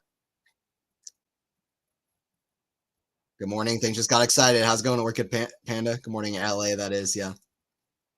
They go long. Sinner start missing a lot. Let's see. Got over 100 people watching. Thank you guys for joining in. Let's keep the stream going. Let's keep it growing. Don't forget to subscribe if you're new to the channel for more streams. And also, like I said, I'll be analyzing this through podcast form and giving my thoughts on what we saw, no matter what happens. That's a great return from Sinner. Game ball's back to play. Alcaraz with the big forehand the other way. Heard that Alcaraz never won 3 sets in a row after being down 0-2. You're absolutely right, Floyd. Well, that's a real stat. Alcaraz has yet to do that in his career. But listen, I mean, let's be real here. Like, that is a stat that you hear and you're like, okay, but Alcaraz can do that. Like, especially against players that aren't Sinner. Like, Alcaraz is going to end his career with at least 5+ 2-set comebacks. Like, is that controversial to say? Like, this guy is so good at fighting his way into matches. Like, that's something that we're going to see. It's kind of surprising he hasn't done that yet. But against Sinner, it's a tall task. Don't get me wrong. Backhand, almost an amazing shot from Sinner, but Alcaraz sprints to the chair. He says, not yet. Match not over. 4-1. 4-1. I'm rooting for Sinner to win this, but will not underestimate Carlitos. 100%. 100%. It also goes back to what I said. Listen, Sinner might win this in 4. That might happen. Alcaraz doesn't lose in straight sets. I've been saying that as long as I've been watching Carlos. He might be the best I've ever seen at making a match not go straight sets. Like even Wimbledon, 2022, 2023, 2022. Sinner wins the first 2 sets. Looks like he's going to straight set Carlos. Carlos, I think, saves match points in the tiebreaker. He definitely wins the tiebreaker like 11-9, playing some of the best shot making of the whole tournament from anybody, and makes it 4 sets. Sinner still runs away with the 4th, but at least it wasn't straight sets. Carlos, so often makes it so that, like, he was getting destroyed by Medvedev playing some of the best tennis I've ever seen. The best tennis I've ever seen Medvedev play at the U.S. Open in 2023. And it looked like Medvedev was going to straight set him. Carlos wins the third set pretty easily. Like, this guy, he just doesn't lose in straight sets. Botic van de Zandschulp is the only guy that's beaten Carlos in straight sets at Grand Slam level since the beginning of 2022. So, what about Olympics final? That was also Clay. Thank you. Rooting for Carlos. Yep. Yeah.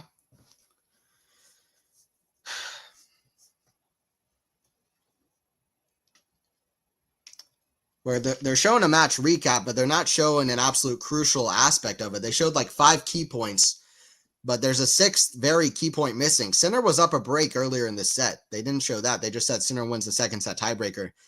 Earlier in the set, Sinner was up a break. That was crucial that Carlos was able to break him early. That was absolutely crucial. I mean, he didn't want it to have to break Sinner at 5-3 again like he did in the second set. It was much better for Carlos. Carlos got a racket on that, by the way, but Carlos is so fast. But it was absolutely crucial.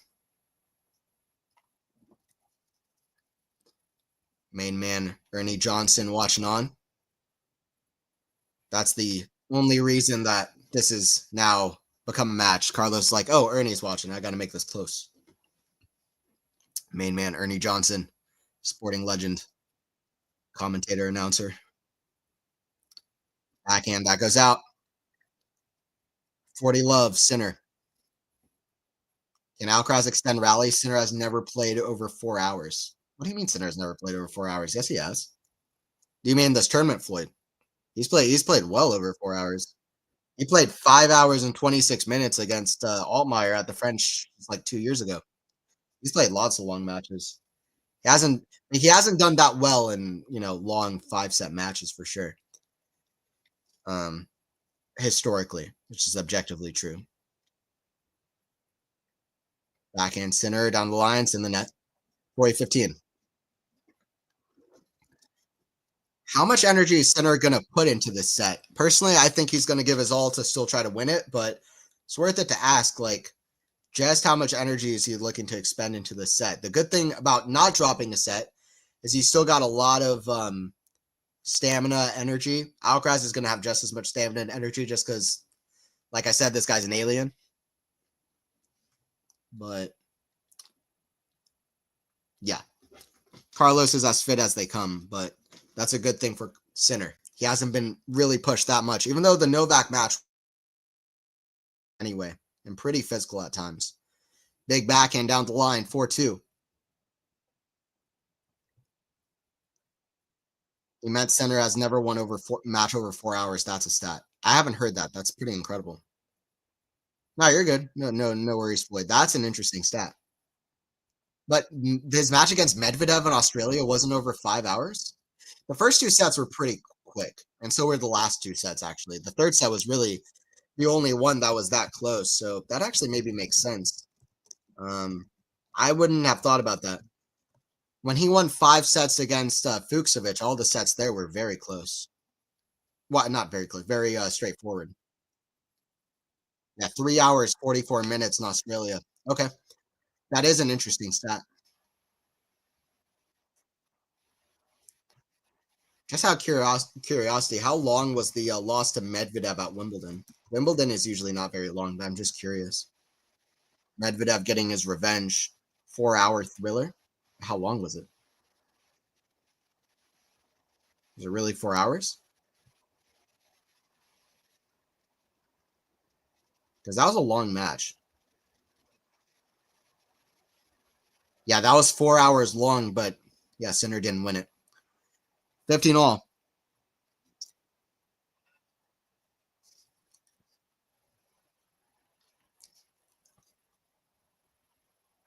Serve here from Carlos.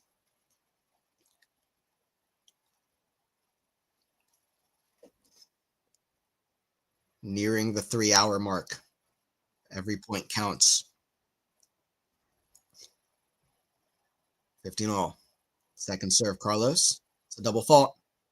15-30.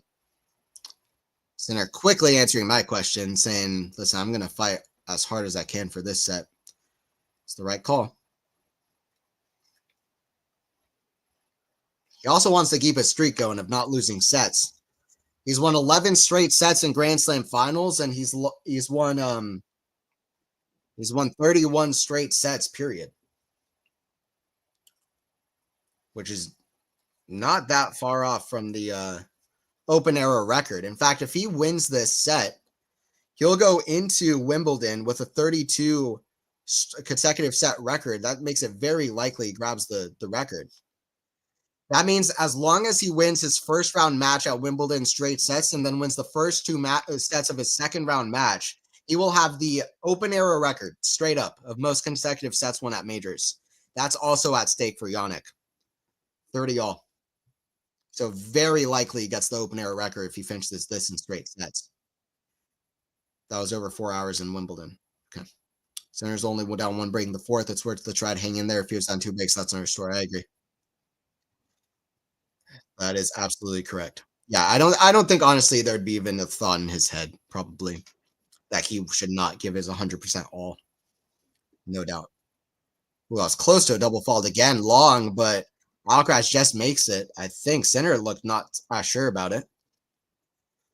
40-30. Alcaraz rivalry providing some entertainment in the Grand Slam final. That's what you wanted to see. I've always backed Alcaraz in these moments to play his best tennis when the pressure's on. And spotlight's on him. Can he perform? So far, much better the last hour or so. Forehand big, down the line. Inside in on the ad side, 5-2.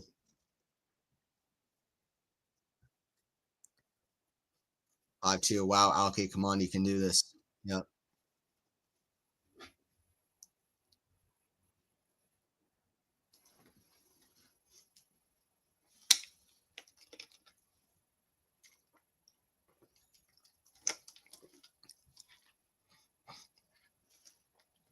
All right, I'll be back in a moment, guys. I'll be back for this 5-2 game.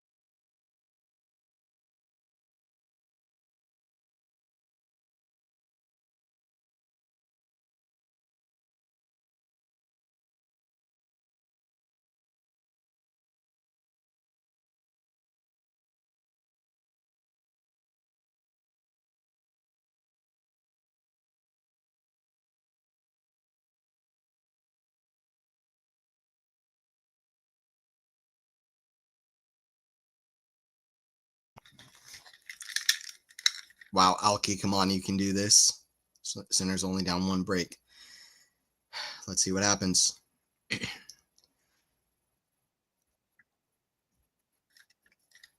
By the way, I've always had like the controversial opinion that like in a 5-set match, even if this doesn't go 5, like the fourth set is often like the most exciting set in a 5-set match. It just often is. Like the end of a fourth set can be the peak of a 5-set match. Like to me, like the best example of this is Verdasco Rafa 2009, I think, is one of the greatest matches ever played. I don't bat an eye if somebody says it's the best match ever played, because it's right up there. It's right at the top of the list, even though it's not really one you'd expect. It's not a Grand Slam final. Verdasco's not even in the top 300 best players ever. But listen, that match was unbelievable. The fourth set, absolute peak. I mean, that was just absolute peak. The fourth set tiebreaker, unreal from Verdasco, the level that he showed there.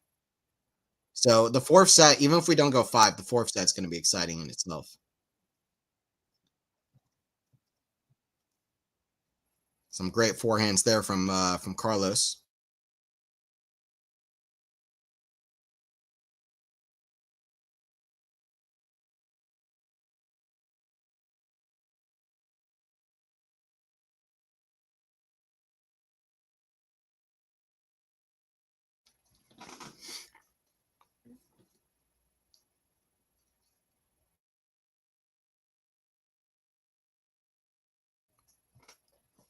Serve center, big down the tee, good serving. 5-3. This is going to be a crucial game. Alcaraz broke at 5-3 in the last set. Can center serve here? I feel like Alcaraz is going to serve this out. I feel like Alcaraz is going to serve this out. He's got less pressure on him than Sinner did in the last set. I feel like Alcaraz has played such a high level. He's not going to let this lead slip. But let's see. After this game, I'm going to look at the stats so far in the match, no matter what happens.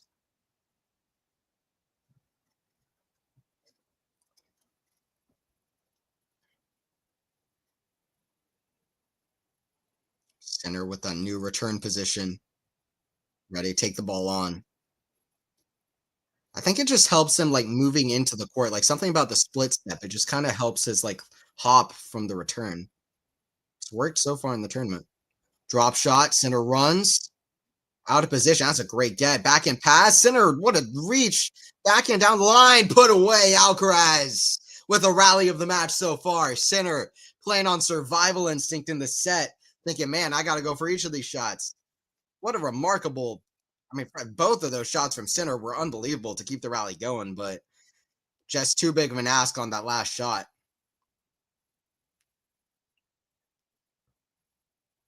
What an athlete. What two great athletes we're witnessing right now. Two young greats. 15 love. These two guys have hoarded the slams in the last 6 slams, and when have we been able to say that about guys outside of the outside of Rafa, Roger, and Novak?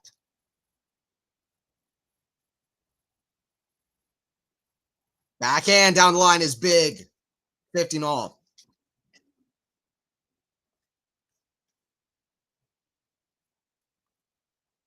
You're so right. Nadal versus Djokovic, RG 2021, fourth set was epic. Yep. What a backhand down the line. Yeah, it's incredible. That's an amazing shot. There's so much pace on it. Ever since he was a teenager, people saying Yannick Sinner, the pop off his racket. Make note of that, just how hard he hits the ball. It's true. Forehand, big. Backhand of Sinner. Forehand of Alcaraz goes long. Can't get those forehand errors to creep back into his game. He's been done so well at buttoning up that forehand.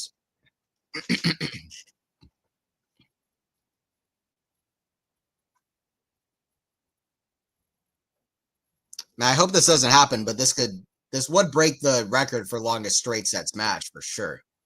I hope that's not a record that we see broken today. But we have had a very long 3 sets so far. I hope Alcaraz makes this makes a real match of this.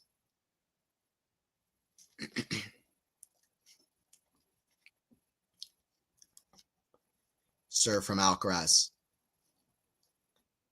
Kicked. Forehand of Sinner. Back into Alcaraz. Forehand of Sinner. Inside out. Back into Alcaraz. Forehand of Sinner. That's going to be long. 30 all. 2 points away.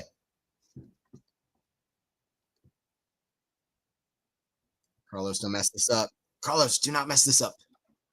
I agree. I agree.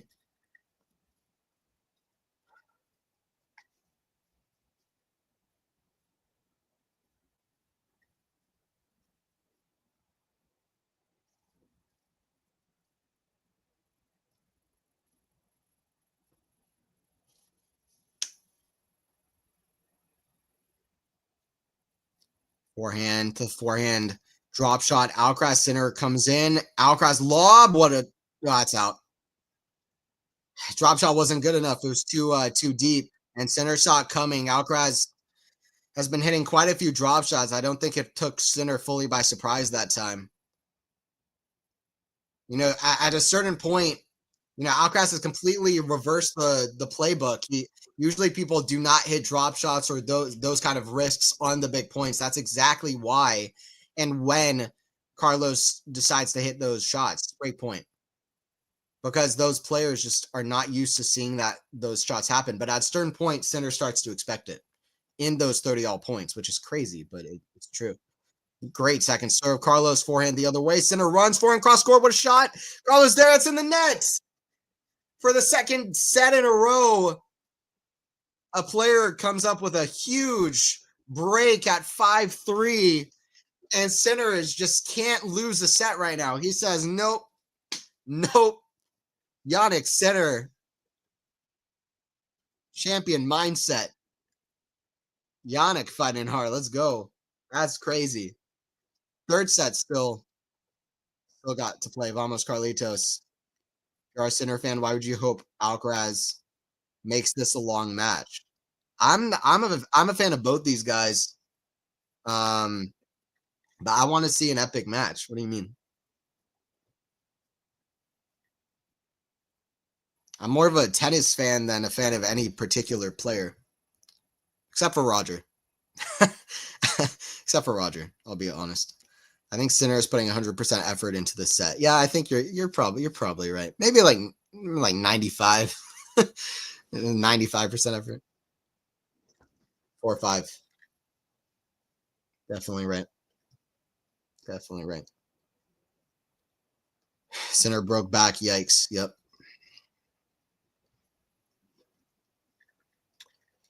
He's letting him get this done in 3. Sinner said, no, that was impressive, dude. The backhand at 15 love to set it up and then just fighting and fighting. That was an earned break. I mean, the forehand cross court is massive. So they're going for a forehand down the line. Alcaraz still 3 points away from the set. Alcaraz looking for his third break in this set. 1 minute away from the 3-hour mark. Now towards the tail end of this set, surely.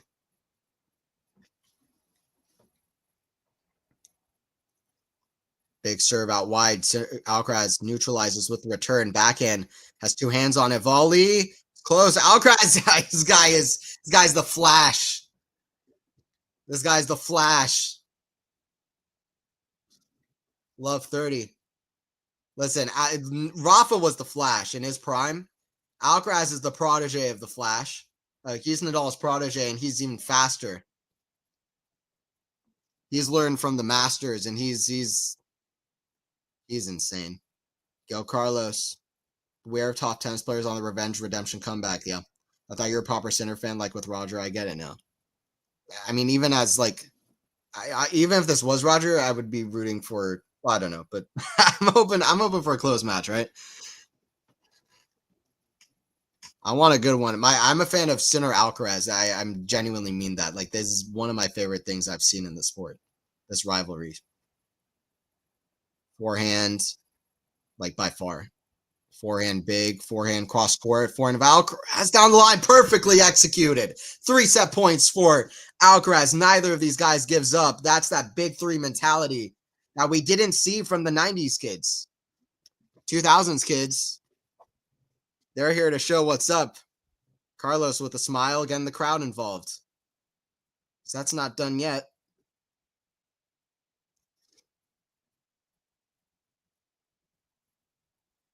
Even hear Johnny Mack in my ear saying the crowd's about to go nuts. Set is not over. Carlos got to put this away.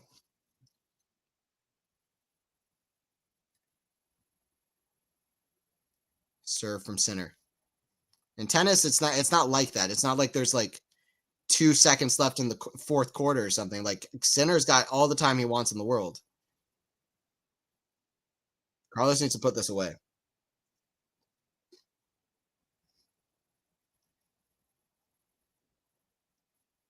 Kick serve, backhand, Carlos, forehand center. Down the line, forehand Carlos, cross court, very central. Backhand center. Backhand Carlos down the line, forehand, center, defending. Carlos, chance for a winner. Center's there, volley. That's going to be good. 4 sets. He snaps Center's set win streak. 4th set on the way. Center Alcaraz first Grand Slam final was never going to be 6-4, 7-6, 7-5.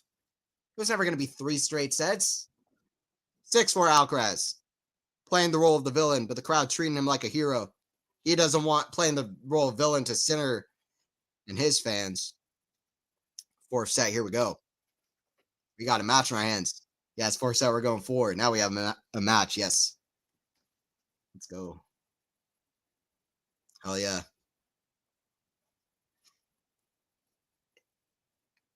Speedy Gonzalez. All right, I'll tell you what. I'm going to hop off for a second again, and then I'll be back for this entire 4th set. All right, see you guys in a sec.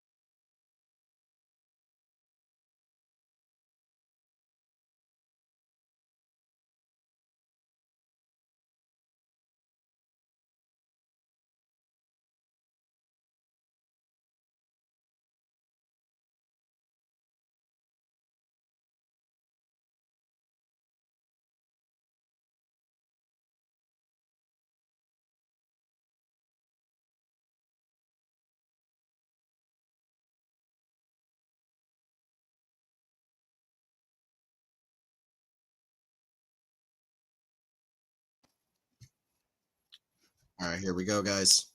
Thank you guys, by the way, for joining in. Yeah, like and subscribe. Let me know predictions for this set.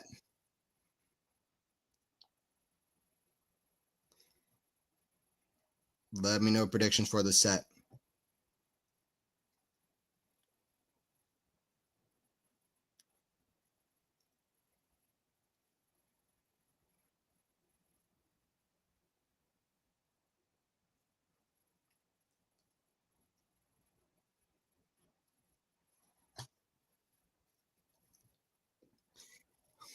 So Sinner finally loses a set in a Grand Slam final. We haven't seen that happen since Medvedev was playing like Roger Federer and storming, or like John McEnroe and storming the net and hitting ridiculous, ugly winner volleys and doing saber returns like Federer and against Medvedev in the second set of the Australian Open last year. So since that, we haven't seen Sinner lose a set in a Grand Slam final. So it's been a minute. That's crazy, really. 6-4 Sinner. 7-4, let's go. I predict 7-5 Sinner, but I love Carlitos too. I just want Yannick to level their rivalry. Okay. Love it.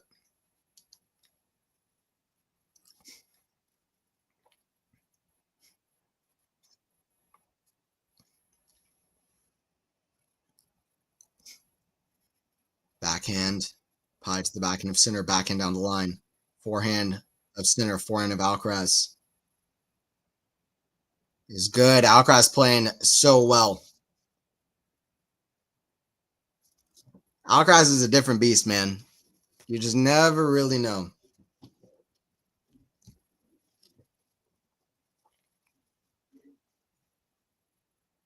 I kind of have a good feeling about Carlos here, but I really don't know. Prediction is very hard to make. That makes it exciting, honestly, that I don't know. But say like Alcaraz 7-5. It would be absolutely epic. I kind of think that might happen. Say Alcaraz 7-5. Backhand miss down the line, 40-30.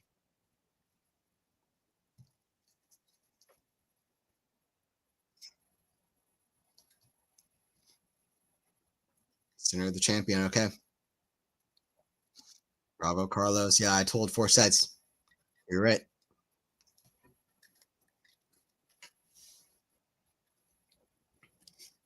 One of these guys is going to finally lose a Grand Slam final. This is, as far as I'm concerned, the most amount of Grand Slam finals that 2 players have played against each other in a final where neither has lost one. Lost a Grand Slam final. 4-0 and 3-0. Another long game. Deuce. Listen, if this goes 5 sets, it's going to be the longest Roland Garros final in history. The longest is 4 hours, 42 minutes. Was it now 3 hours and 10? I mean, Sinner and Alcaraz, I don't expect like what, an hour and 30 minutes? Like an hour and 30 minutes for 2 sets. Like I don't think it's going to be that short. I think it would get the record if it goes 5. And there should be another record. 4 hours and 42 minutes is by far the shortest final shortest like longest final record of any Grand Slam. Like the longest Australian Open final, 5 hours 53 minutes. It's crazy to me that Roland Garros the longest is 4 hours and 42. So it's a very breakable record. But like Novak and Rafa never went 5 sets. Like the longest one that they played in 2013, 9-7 the 5th, that was in the semis. Even the last one that they played was very long in the semis. I don't know if it was 5 hours, but it was very long, and that was semifinal too. That was a quarterfinal, actually. That's in the net. Clutch from Carlos. It could have gone dangerous there at the end. Good intensity and focus from Carlos. Hey, I was going Naked Eyes. Good to see you in here. How you doing? Joining at the right time. It's an interesting term. New 2. Seeing it on the podcast I'm watching right now. New 2 versus Big 3. It's an interesting stat.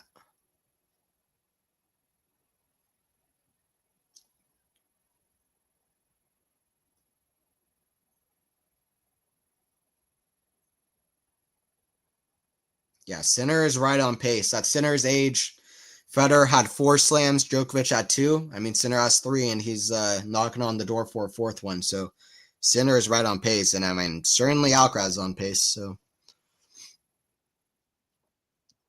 new 2 is an interesting term. I mean, I still don't think we're ever going to see an era where 3 guys dominate the way that the big 3 have. I mean, we still don't see that at Masters level. I don't think we are going to see that. Listen, these guys keep hoarding up the slams. I mean, listen, 2 players dominating that way. I mean, you never know, dude. some of these other guys don't step up. These two are so complete, so surface versatile, and just so talented, so hardworking. I mean, whatever. Name a million compliments, they're all correct.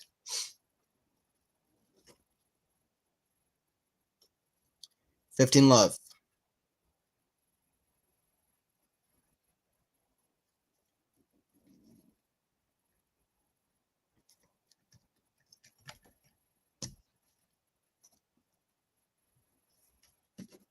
Four sets only. Let's see. Good serving from Sinner. 30 love.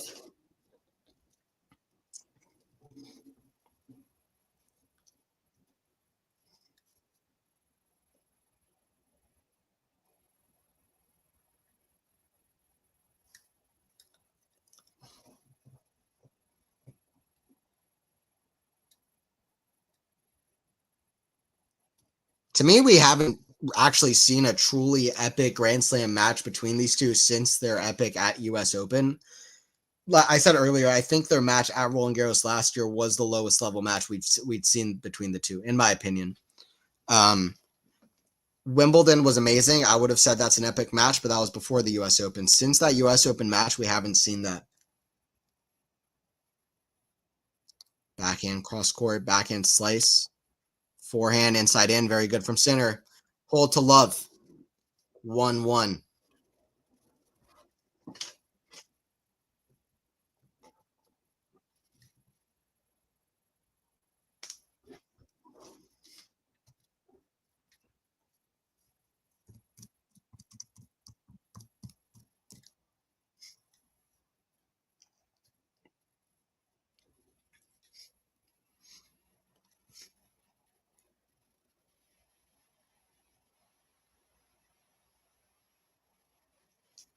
By the way, none of the big three had a 5-set epic the first time that they played each other in a Grand Slam final. Although two of them had, or all of them had a pretty good match outside of Djokovic and Federer. But Djokovic was very young when they played. He was like a teenager, I think, or at least just turned 20.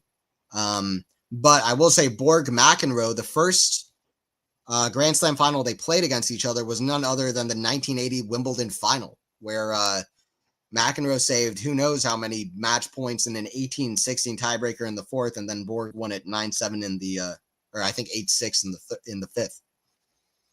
So, wow, big forehand from Carlos is clutch. That's been working all day. That forehand to the deuce side, especially when he's really standing more on the ad side. Just whips it. But yeah, I mean, listen, never know what kind of a match we might see here. That's what makes live sports fun.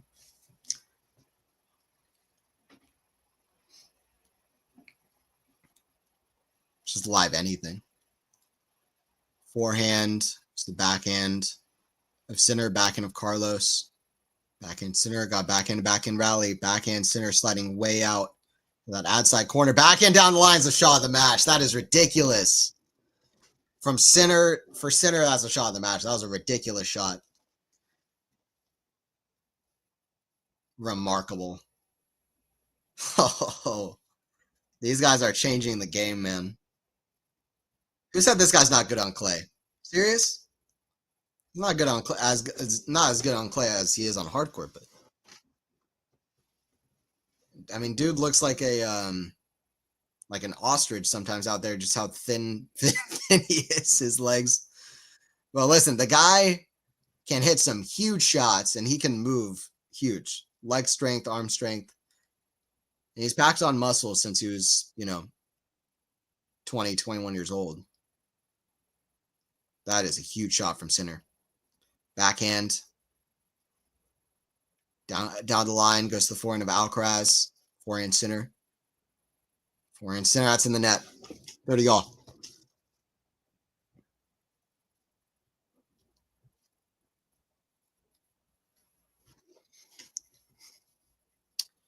Couple loose errors from either guy in this match at times where they wouldn't really want to have them.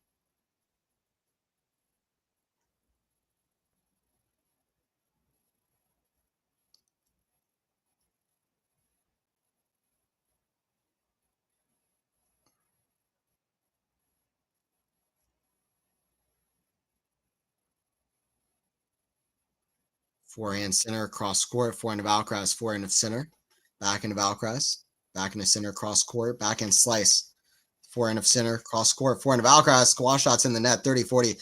I can't stand all these commentators that I hear throughout center matches being like, center's tired, center's injured, center's unfit.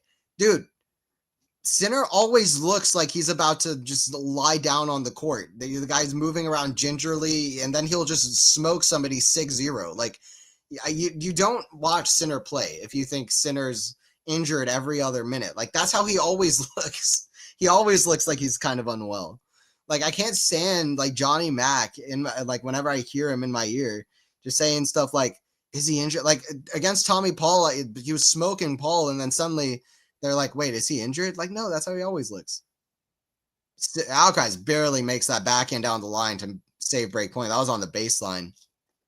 Center having a long look at it. It's deuce. I can't stand it, dude. It's like, like, what are you talking about, bro? That's how center always looks.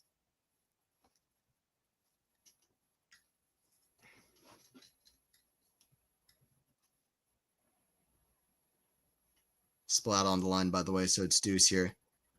Forehand center goes to forehand of Alcaraz, backhand center. Clutch play from Alcaraz. Gets to advantage.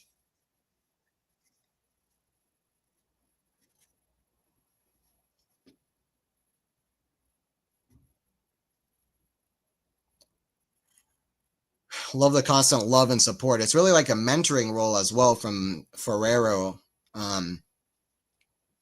Just the constant, support that they get from each other. We haven't really seen anything like that in the game. I'm not a huge fan of like the coaching aspect in the middle of the game, but it is in the rules now. And, I do like the relationship that those two, that Ferrero and Alcaraz have anyway. 2-1, that they're so close with each other anyway. 2-1 in games. Bro, you yourself literally say the same things about him being injured. I've heard you so many times from you when he's walking gingerly, misses few easy shots. I questioned you as well. If so, it's been a while, Snahill, since I've said that. I mean,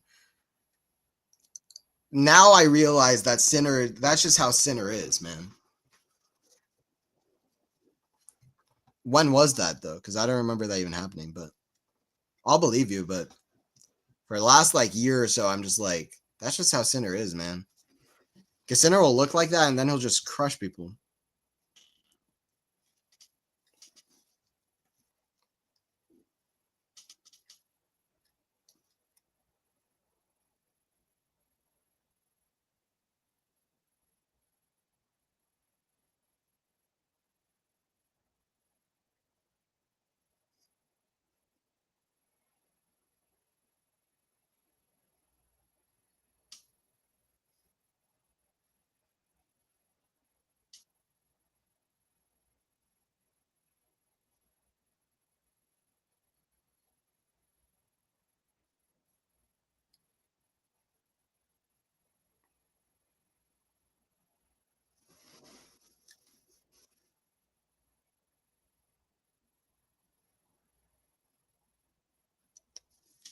Great get from Alcaraz there. Forehand lob that goes just long. 15 love.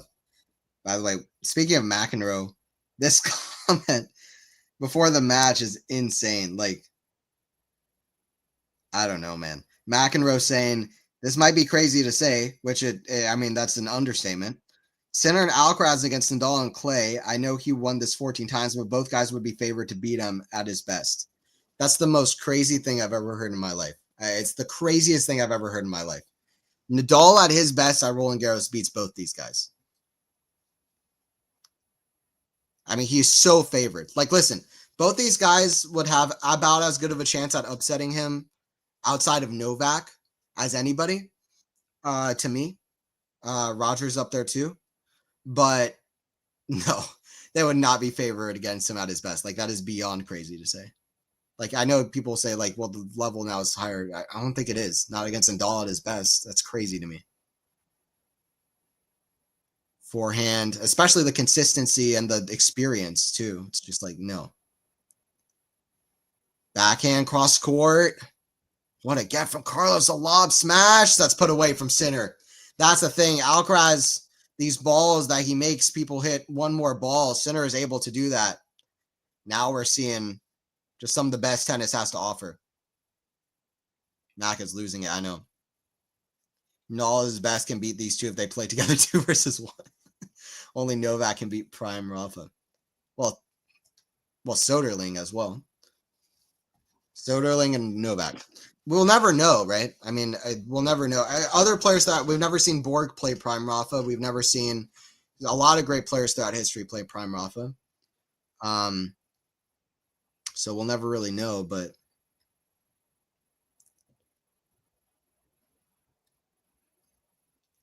backhand, that's going to go long, 40 love.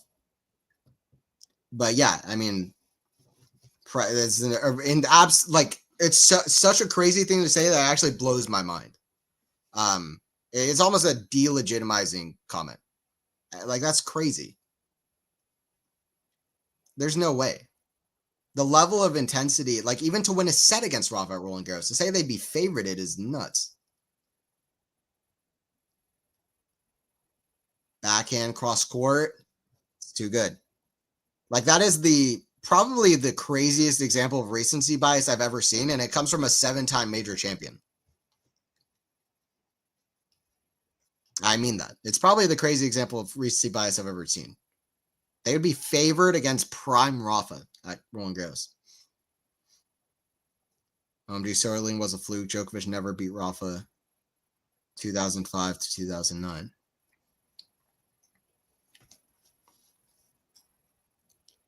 Backhand slice, forehand, cross court, forehand. Carlos, Sinner's there at the volley. It's going to go long. Alcaraz still fighting this game, 40-30.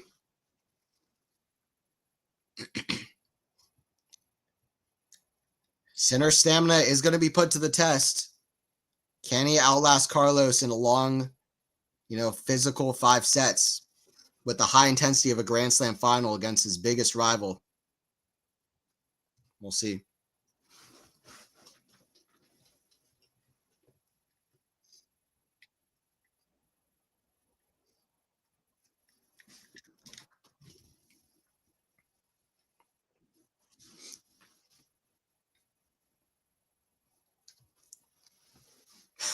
They've both hit 700 plus miles per hour forehands. That's massive. That's insane. It's a massive stat. Just showing the absolute firepower on the court.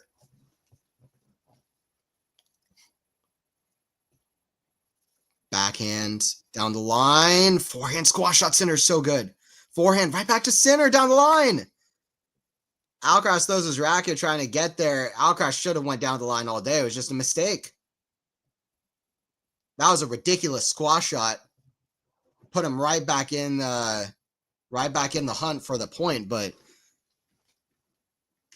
I mean, that wasn't even a hot shot. It was just a mistake. I mean, the squash shot was amazing. The passing shot was not a hot shot. That was just a very standard shot for Yannick. But that should have been down the line all day. I really don't know what went through Carlos's mind. To me, that's down the line all day. Generally, you want to come in down the line anyway. I know that's over the over the higher part of the net, but that's the right shot.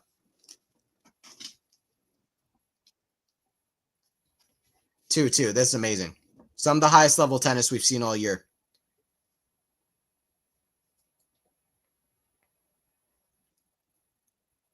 Serve out wide, very good. 15 love.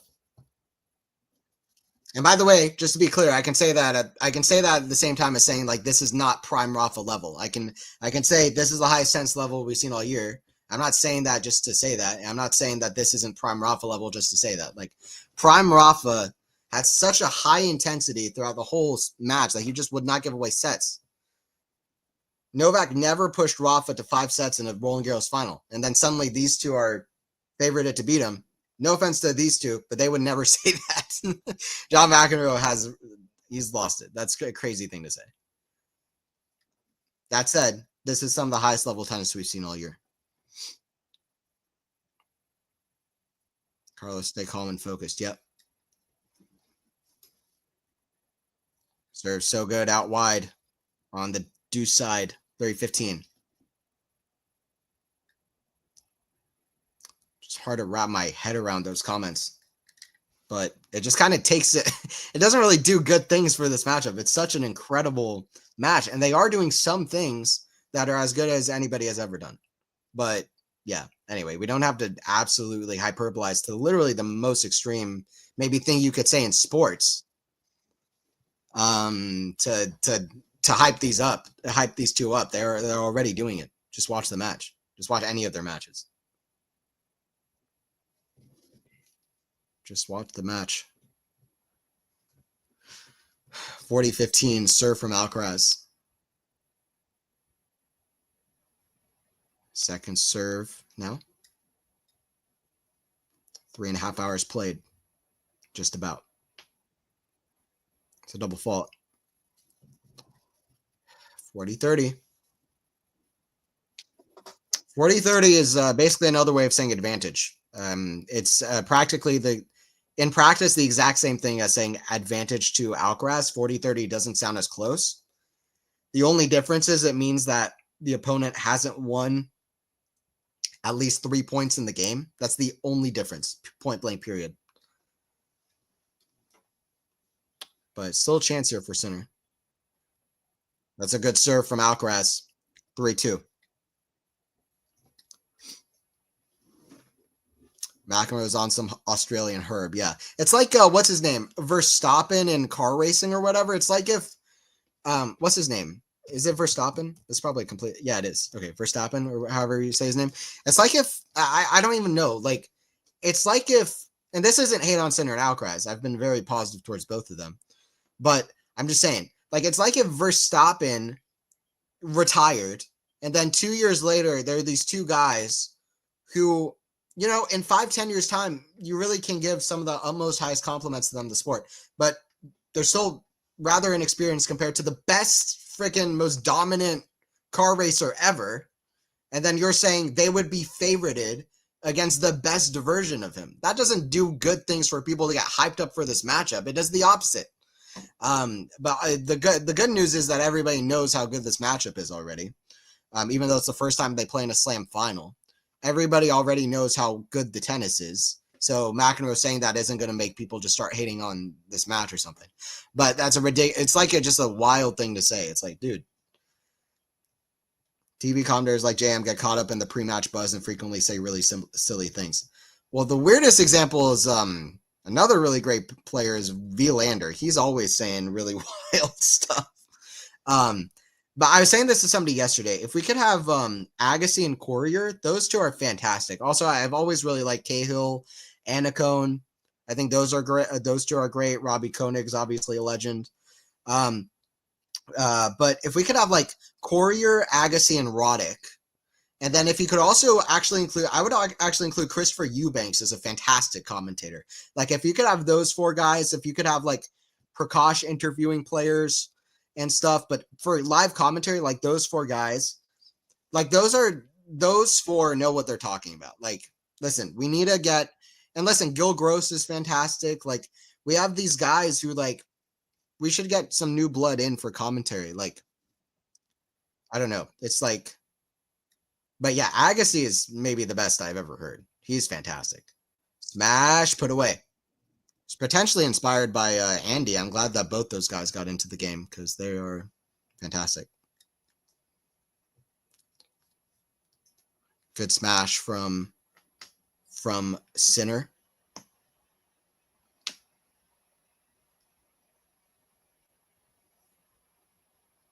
The way Sinner just like rotates and moves his body and just like, I don't know, just like placates himself into like such positions where just like he's such an interesting mover on the court. Over 3.5 hours of play, by the way. He's so like elastic. I think it's just an incredible balance that he's gone from skiing. That was a ridiculous shot from the forehand from Sinner, 40 love. I was going to look at stats in the match. I never did that. Let me do that after this point. 40 love.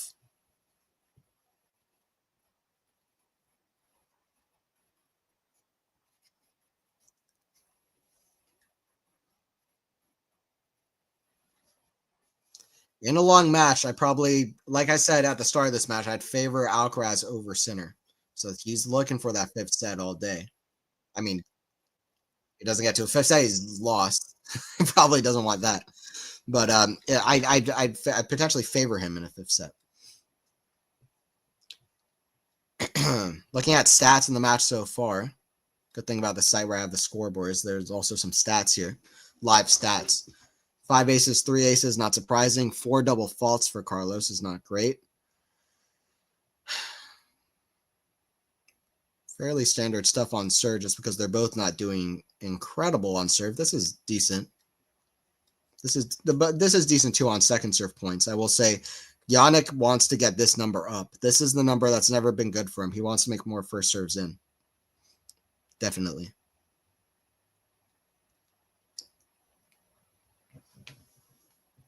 Carlos hitting more winners than Yannick, but more unforced errors is pretty much what you'd expect, though. 6 more winners, but 6 more unforced errors as well.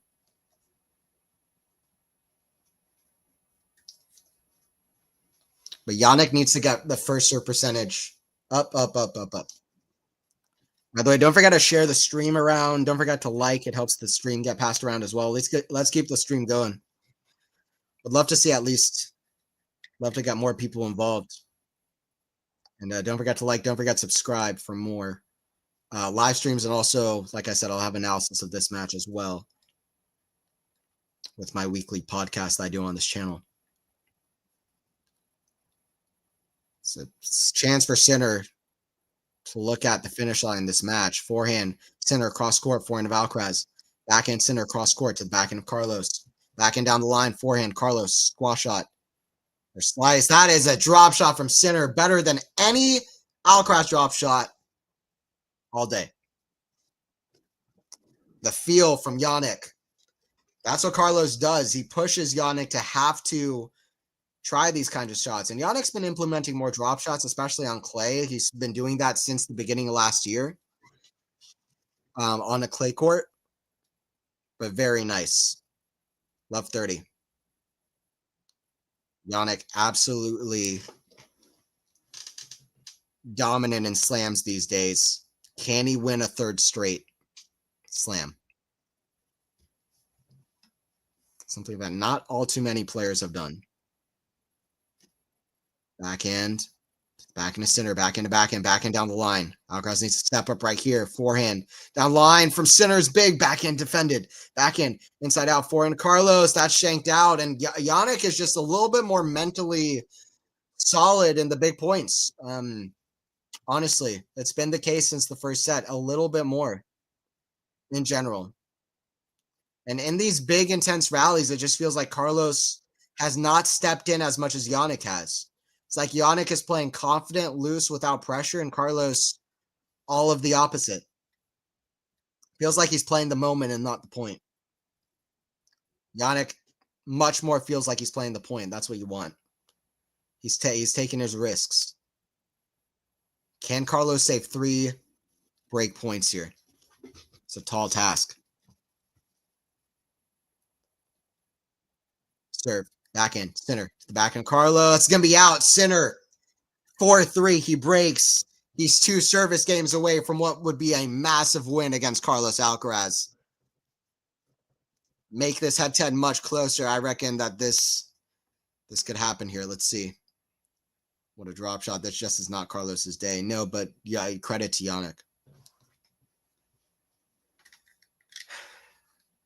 But both things are true. Carlos definitely, I mean, he'll be very disappointed with the way he's played the first 2 sets, particularly up until that 5-3 game for Sinner. And then, just some loose balls every now and again. And on the big points, the big rallies, he just really feels to me like he's playing the moment and not the point.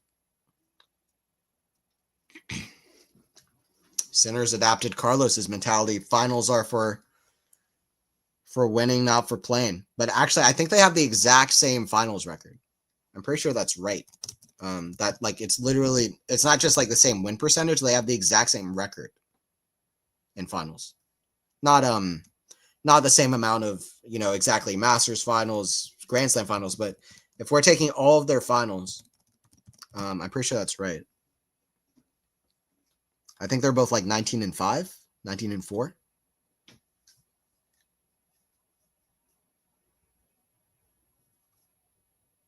Could be wrong. So Sinner is 19-6. What is Alcaraz?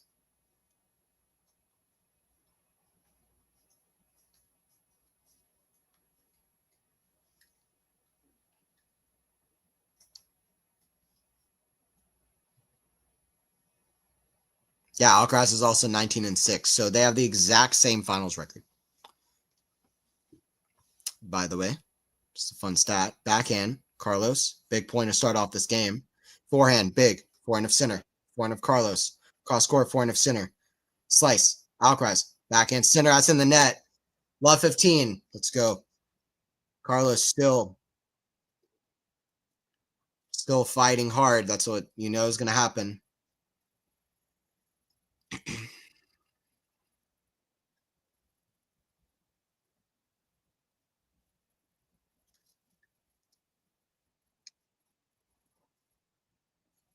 You know, all of the great players, they lose slam finals, you know. One of these players was going to have to lose today. Federer lost his first slam final to Rafa on clay. Nadal lost his first slam final to Roger on grass. Novak lost his first slam final to Roger on hard. You know, you didn't necessarily expect Yannick on clay, but this guy, he seems to play well everywhere. And not just well, but you know, Yannick Sinner like forehand cross court from Alcaraz. Oh, he had the cross court. Alcaraz played the wrong shot. He should have went for a cross court. It probably wasn't going to be a winner, but it didn't need to be. He would have stayed in control of the rally. He tries to surprise Sinner and he misses it down the line. But that's the thing. When Carlos Alcaraz is playing his usual shots today, they're just not really working for him. And I think he knows it. And his usual shots are very difficult shots, especially against the level Sinner has to produce. But it's going to be hard for Alcaraz on his best day against this version of Yannick. Alcaraz not on his best day against this version of Yannick. Serve down the tee. 7 points away from the title, by the way. Backhand. Sinner down the line. Forehand. Carlos. Big. Cross court. Forehand. Tips the net. Forehand. Alcaraz comes in. Backhand pass. That's so good. That's so good. There's a missed volley from Carlos, who hasn't loved the net today, but it's a great pass from Yannick.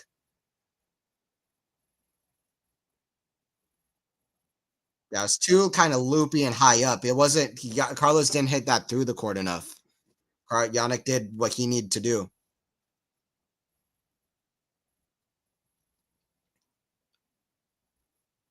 Six points away. Yannick. Some people said this guy was never going to win Roland Garros. At least it wasn't going to be 2025. Serve. Backhand. Carlos. Forehand Yannick. Forehand Carlos. Great attempt, but doesn't get it. Sinner 40-15. On the brink.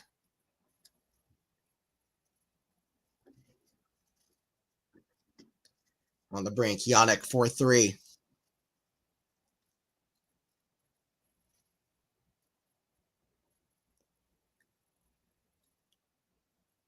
You know, it doesn't have the consecutive set stat anymore because Carlos won that third set, but he's got so many other things that this win would mean for him. And also, I imagine he's going to have a huge reaction on a clay court to win a slam as well.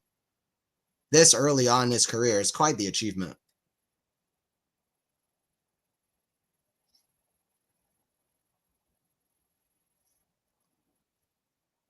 Forehand Carlos, backhand of Sinner, forehand Carlos. Forehand of Sinner, very good deep shot. Forehand, big, hits over it. Yannick's too big. 5-3. I mean, it's two things. I mean, it's definitely not Carlos's best today. There's no doubt, but credit to Yannick. He's played a great match as well. 5-3 is a game away now. Man, Yannick, this guy was losing so many close matches to top players just time and time again, but he figured it out, man.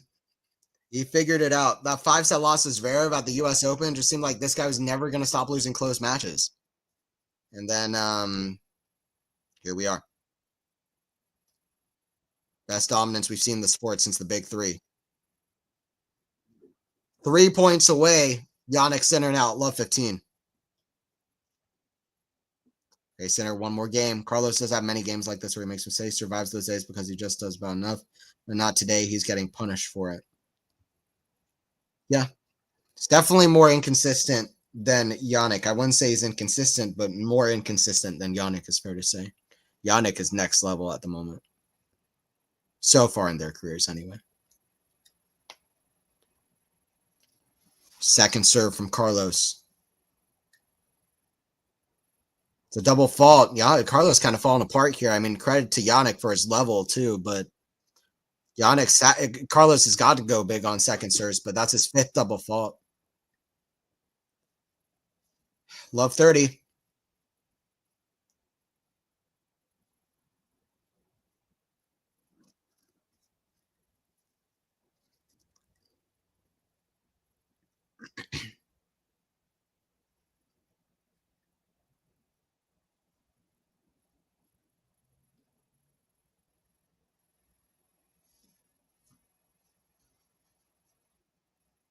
Last time that a man won the U.S. Open, the Australian Open, and Roland Garros back-to-back was Novak in 2016 when he got the Novak Slam. So they're looking for those three in a row. Forehand. Carlos misses it. Sinner's got 3 championship points. Yannick's got 3. Did I say Yannick? Yannick's got 3 championship points. Jesus. Sinner has 3 championship points at love 40. To get halfway to a calendar slam, to get 3/4 of the way to the Sinner Slam, 4 straight, to win his 3rd consecutive major in 3 hours and 45 minutes. He's got 3 championship points. Alcaraz serve to the backhand of Sinner, cross court, backhand. Goes to the backhand of Sinner down the line, forehand. Carlos, it's right on the line, forehand. Carlos, again, cross court, Sinner. It's going to be long. 15-40. It's one gone. Once again, guys, don't forget to subscribe Quality Shot Tennis if you're new, and check out my analysis on the weekly New Tennis Era podcast. Comes out weekly on Quality Shot Tennis on this channel on Monday morning, so check that out. Don't forget to like. Don't forget to subscribe. For more live streams, we will be at Wimbledon interviewing players. I'll be at Wimbledon and Wimbledon qualifying, where hopefully I'll be able to do some one-on-one interviews with players. I was just at a professional tournament where I was able to do interviews with players like Maxime Cressy. Check those out as well. It's 15-40. Alcaraz. Yeah, don't forget to subscribe if you are new. It's 15-40 here. Sinner with 2 more championship points. Backhand. Down the line. Misses it. 30-40. 2 saved. Still got life in him.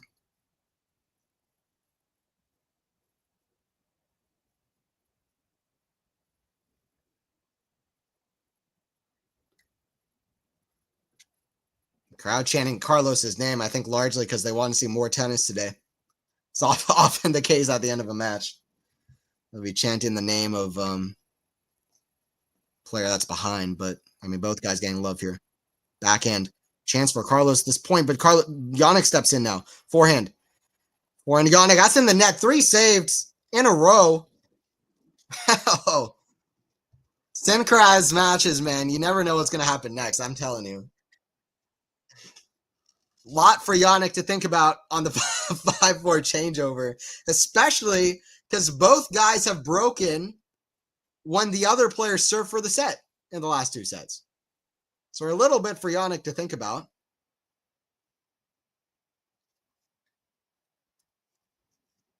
These guys are next level, dude.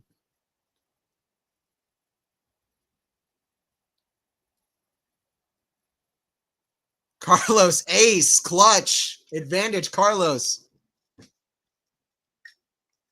Dude, I can't watch this. This is crazy, I know. 3 in a row is the key point there, right? Listen, 3 in a row. That's one thing if you go advantage, deuce, that's also crazy. But 3 in a row doesn't happen that often. Serve. Down the tee. Yannick, good return. Forehand. That's a big shot from Carlos. Is that the turning point? Carlos getting the crowd back in. The last time they had an epic Grand Slam match like this, Carlos saved match point against Yannick. That was an all-timer, one of my favorite matches at the U.S. Open. Yannick will remember that. He won't want to remember that. He'll remember that. He needs to get his memory wiped before this 5-4 game. And I can't watch this. I cannot watch this. I love Carlos basically saying, you're going to rip this trophy from my cold dead hands. Yeah, exactly. Dude, it's too much for me, bro. Oh, God. Just looking at the serve stats for Sinner before he tries to serve this out. Where are we at? Serve stats. And these streams are always fun, chatting with you guys and watching a good match like this. First serve percentage, 53% is still not great. He's doing enough on second serve for it to be okay. But listen, when the nerves dial in here, you never know. I think he held his serve at love against Medvedev in the 5th. I don't remember against Sasha or against Fritz, but he really didn't have the pressure on him at that point. Against Medvedev, he had more pressure, so that was impressive. I'm pretty sure that's right. We'll see how this service game looks here.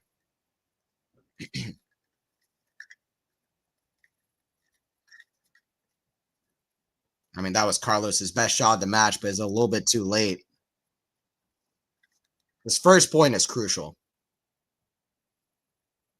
I can't watch this, dude. I can't believe we're watching a Synchros Slam final and Carlos just had 3 championship points in the, like, the hell? 5-4. Serve, misses it. Carlos right on top of it with the statement, slams a return that doesn't count, but that would have been a winner all day. Big serve, forehand. Carlos, big forehand. He's going to go for it. Forehand, shorter. Yannick attacking, backhand, up high, forehand. Yannick, that's going to be out. I can't watch this, dude. Somebody's going to have to take my place because I am... Anybody in the chat want to come in here and do this instead of me? Love 5. Oh, God. I'm so serious right now, dude.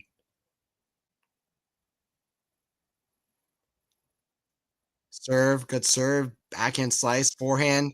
Good the other way. Carlos with a great get, a lob smash. The other way. Yeah, Carlos still defending.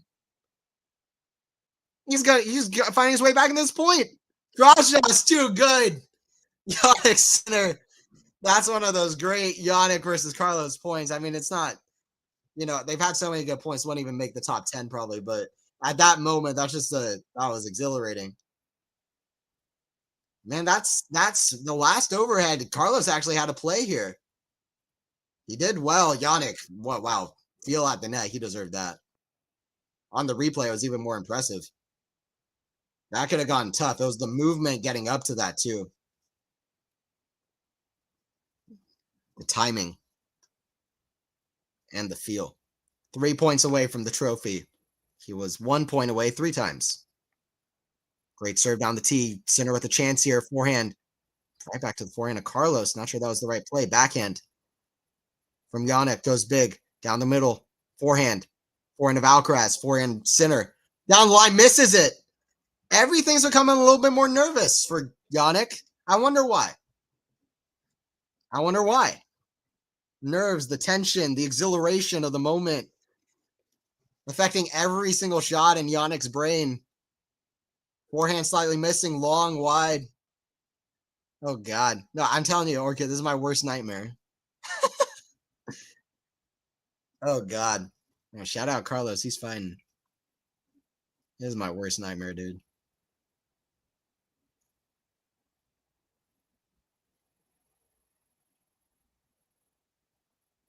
I'm just saying, if Yannick doesn't put this Roland Garros to bed, will he ever win one? Hopefully, but this one's got a sting, huh? He's well favored still, but you just never know, dude. Forehand, Yannick, backhand volley. Carlos, clutch. 15-40, 2 break points. Oh, God. Carlos Alcaraz doing Carlos Alcaraz things. What did I say? Never count this guy out. Ever. From anything. I said that.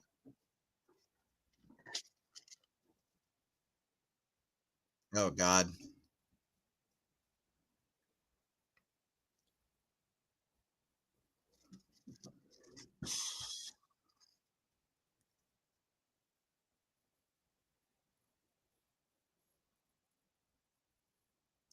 Was that Dirk watching in the crowd?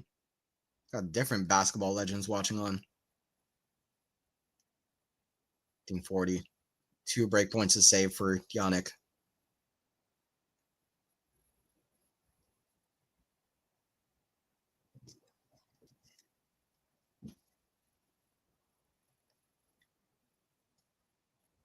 Forehand, Carlos. Forehand of Yannick. Forehand of Carlos. Big down the line.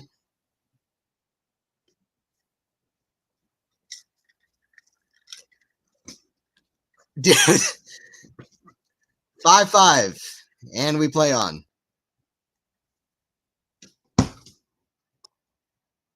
Come on, man. What a comment. Jeez, Louise.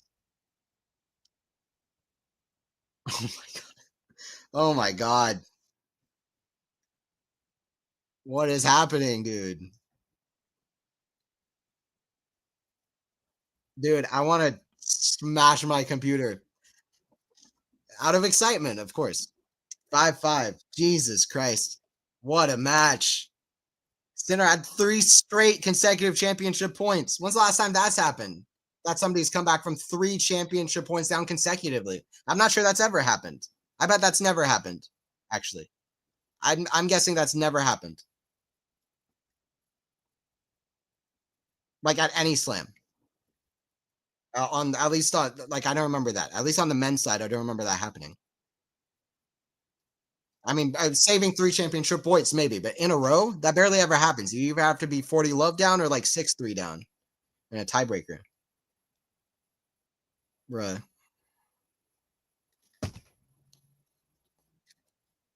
Backhand. Cross court. The back in the center. Back into Alcaraz. This is falling apart so quickly. It's gonna be 7-5, 6-0 Alcaraz. Oh God.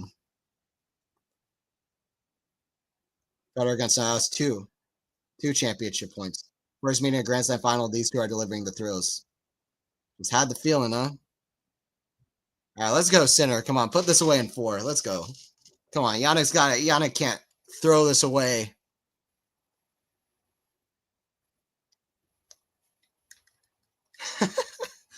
Come on.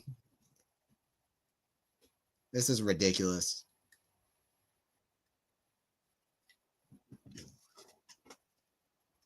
Forehand. It's called out. It was very close. Yannick says it's good. Good sportsmanship from him. Yannick says the ball was good. Always great sportsmanship between these two. Yannick also goes to the next side. He's not even asking for a replay. Oh, it was out. Wow. The ball was actually out, and Yannick said it was good. Had that way out. It wasn't even within the margin of error. Yannick is kind of falling apart here. Forehand's going to go out. I mean, what is this? It's going to be like a career-ending loss after he just was the most dominant player of all time. It was like a career-ending heartbreak right after he was just the most dominant player ever. He might not ever win this tournament. Alcaraz is always going to have the mental edge over him at Roland Garros finals. Yo, this is crazy, dude. Carlito's winning for sure. The tides turn quick. Bruh, I'm hyperbolizing. I don't think this is career ending, but let me emote, okay? Let me emote. Let a guy emote. All right. Let a guy emote. Forehand. Back in a center. Forehand cross court to forehand to center. That's in the net. 6-5.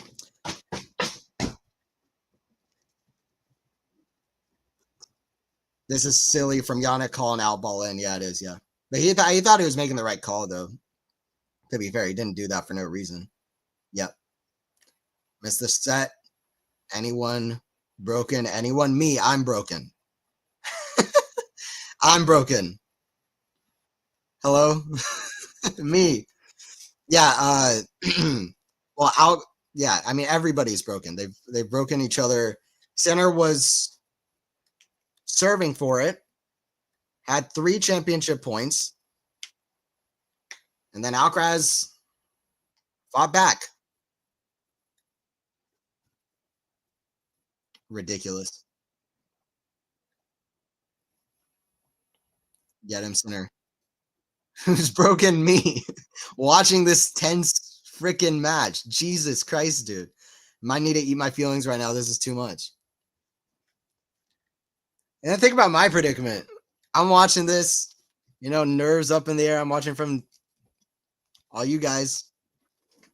That's a good one, though. It's a good match. I'm joking around, except I'm not. I'm about to freaking watch this with my eyes shut. Alcaraz pulling a Tyrese Halliburton. Freaking 1 minute left in the fourth quarter. He said, it's not over yet. Showing up at the last minute. Alcaraz is a Pacers fan.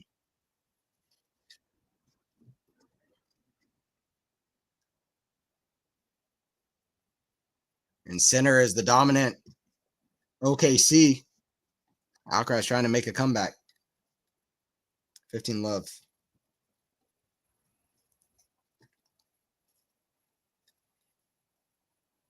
I would love to hear you call this match with your eyes shut. That would be hilarious. Every shot I would be wrong. Tweener from Alcaraz. Forehand from Center. I'd just be guessing. I would much rather do that right now. That would be fun. I'd get creative with it. Center on his 15th match point. Puts it away. It wasn't on his serve though, right? Carlos was serving. Yeah, he was down triple break point. That's right. And then Yannick served for it. Oh God.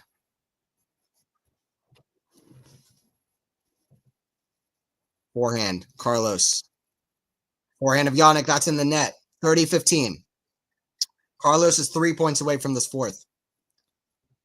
If we go 5, this is going to be the longest Roland Garros final ever. There's almost no way around it. An absolute thriller. I think we all had the feeling it was going to be. But the first Center Alcaraz Grand Slam final, an absolute thriller. An absolute thriller. The first time that they made in the Grand Slam final. 4 hours on the clock. Fourth set. Deep into it now. Backhand. Cross court to the backhand of Center. Backhand of Alcaraz. Backhand Center. Backhand of Alcaraz. Backhand forehand now. That's going to be missed. Center, 40-15. 5-6. Yannick. Too strong. All right, we got over 250 people watching. Let's keep it growing. Don't forget to like. Don't forget to subscribe, guys. Appreciate you guys watching this one. 40-15. Serve Center.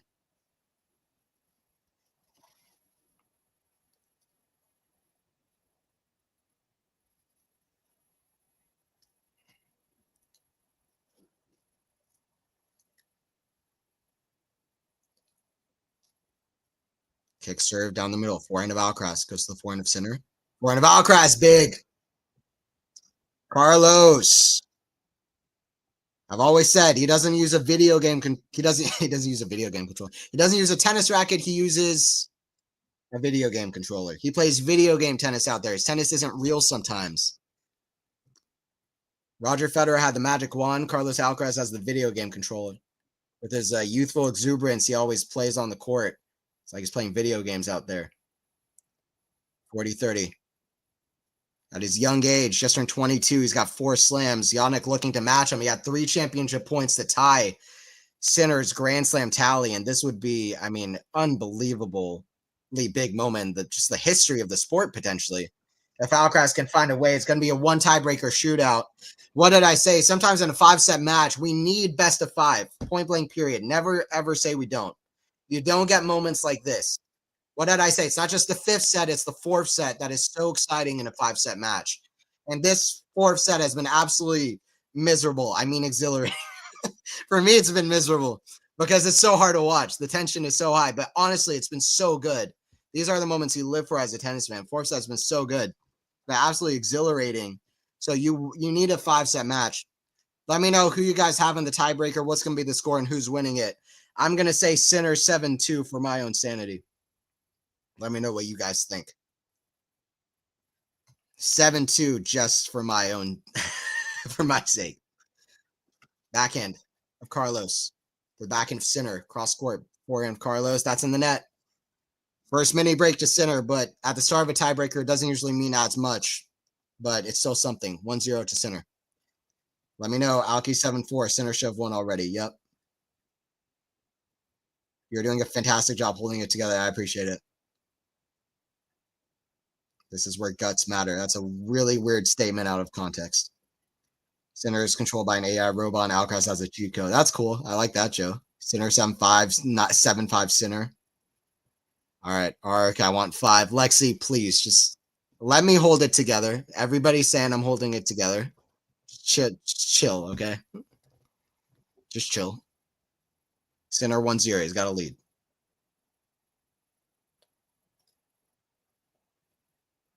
Backhand, Carlos. Backhand of Sinner. Backhand of Alcaraz. It's the backhand of Sinner. It's going to be out. Sinner 2-0. Alcaraz, as always, shown what an unreal fighter and player he is. One tiebreaker shootout to see who gets the trophy. Once again, guys, don't forget to subscribe. If you are new. Should not happen? Yes, I agree. Now, 5-set would be crazy, though. That would be like Borg versus McEnroe, what I was just saying, especially if Sinner could find a way through anyway. That's what I was talking about earlier. First time Borg and McEnroe met. But anyway, listen, we don't need Borg McEnroe right now. Let's just get this over with. This is crazy. Thrilling match. Thrilling match. Seriously. Sinner Alcaraz matches are always stressful, man, but they are amazing. 38 minutes from the longest Roland Garros final, by the way. But probably would need, I mean, we definitely need a 5th set. Backhand, cross court, backhand of Sinner. Backhand of Alcaraz down the line, forehand of Sinner. Forehand of Alcaraz, big. 1 mini break back. Carlos Alcaraz, too strong, too big.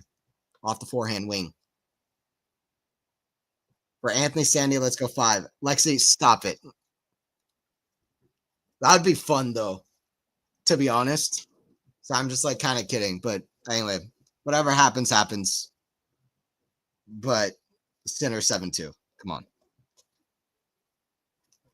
1-2 Alcaraz serving. Sinner Alcaraz stepping up. Huge moment. They are both playing high level when it counts. Wow. Quick serve looked very close. Sinner going to check the mark. It was very close. Called in. And Hawkeye agrees.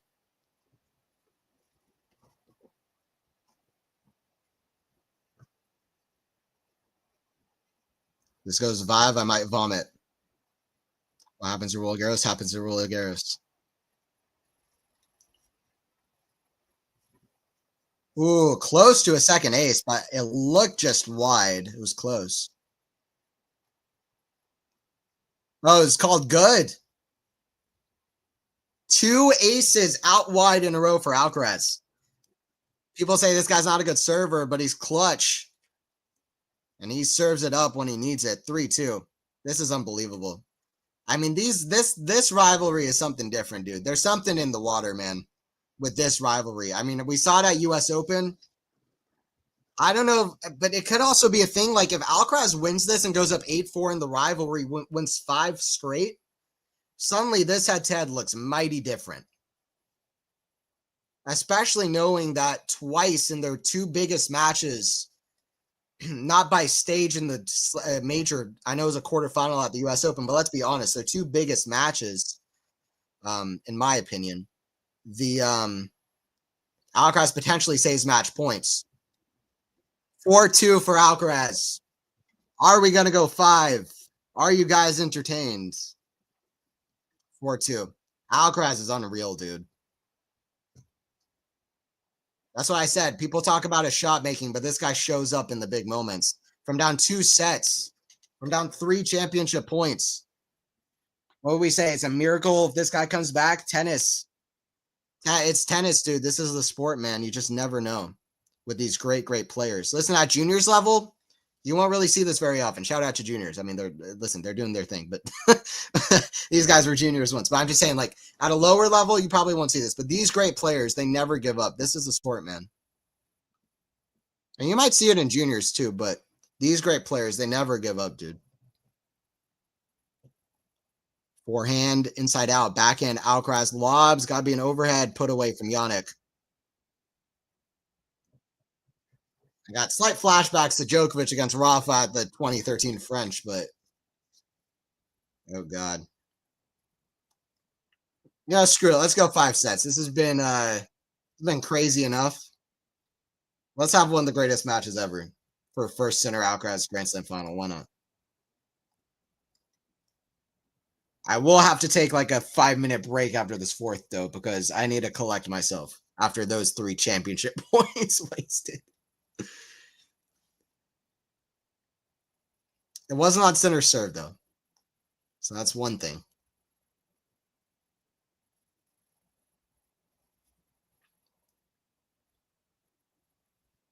The center is falling apart. It's 5-3 for Alcaraz. These are very uncharacteristic errors. But listen, these guys are human. We pretend that they're not, but how can you possibly not have in the back of your mind those 3 championship points? Like, it's impossible. Hey, newsflash, it's impossible. It's impossible. I mean, the best tennis players should just like train themselves to never learn how the scoring system works. Then maybe they would be the true greatest of all time. Backhand cross court, that's gonna be out. This is so crazy, dude. I can't believe this right now. This is an epic of epics. Alcaraz at 6-3. Oh my god. So many 2-set comebacks in Grand Slam finals recently. 3 points to do it. Welcome to the new era.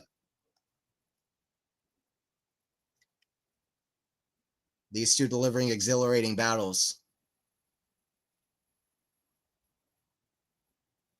Forehand, big return, squash shot, Alcaraz forehand the other way. 5. We're going 5 sets. Alcaraz saves 3 championship points in one of the biggest matches of the decade yet.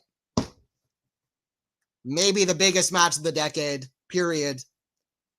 We're going 5. Carlos Alcaraz trying to get the crowd involved as well, trying to get a crowd on his side because he knows now he's in the lead. Who knows who the crowd is going to root for? This is what the crowd was rooting for. Wow, the first Grand Slam final between these two, and we have something this crazy. This is the U.S. Open all over again, man. One's a clutch, one's a bottler. I mean, Yannick's been clutch, but not, yeah, in those 3 points, he was not. Sinner has never won a 5-setter this long in time. Yes, Sinner's never won a 4-hour-plus match. Holy cow. All right, guys, stay tuned. I'm going to take a 5-minute break. I'll be back for this 5th set. Or not a 5. I'll be back whenever they start, but I'll be back.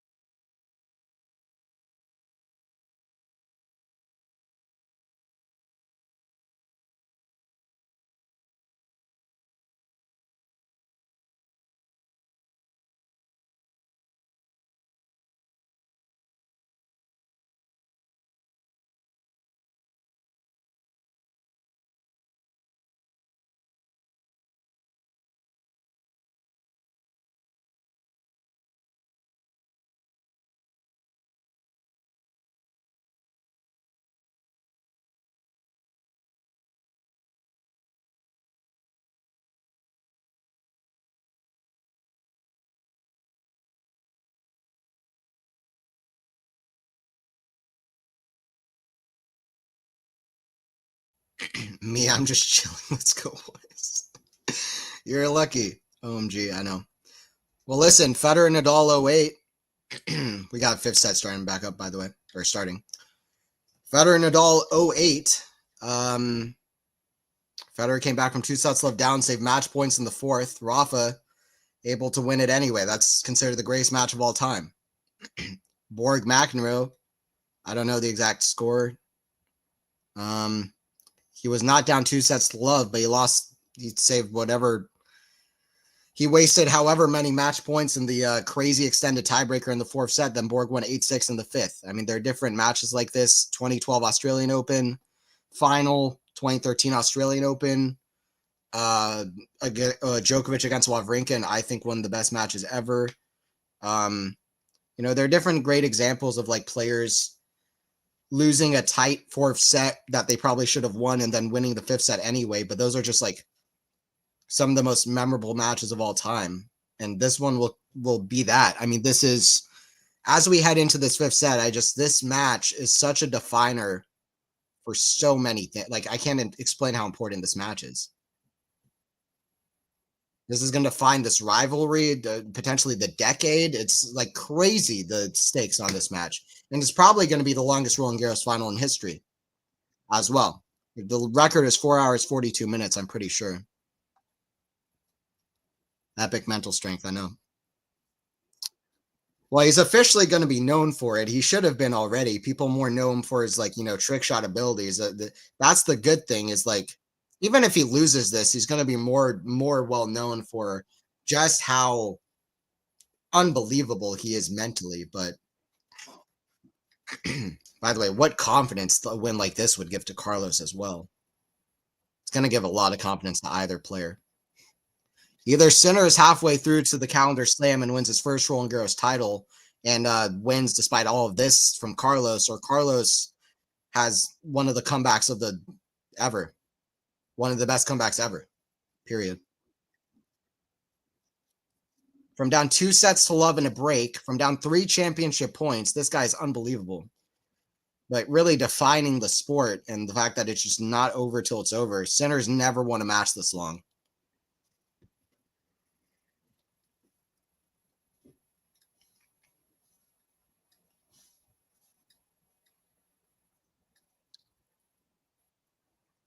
It started falling apart here at the end, so that's not a good sign for Jannik.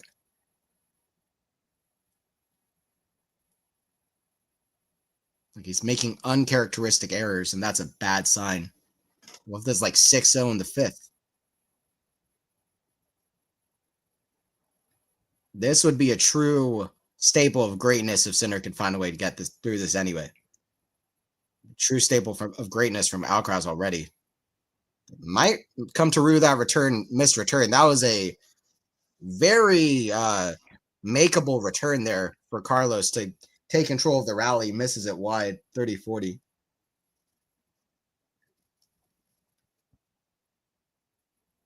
Sinner is looking calm. I mean, he's not smashing rackets out there, although I don't know if I've ever seen him smash a racket. Has Sinner smashed a racket? It just occurred to me. I really don't remember him doing that.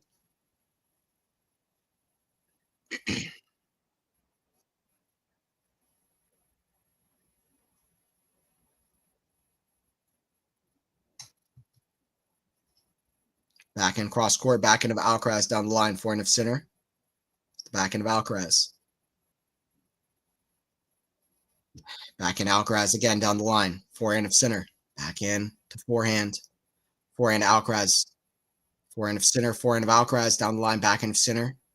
Back into Alcaraz down the line, forehand of Sinner. What a rally. Back. Oh my God. Drop shot. Oh, it's so. Oh, no, Sinner. No. No.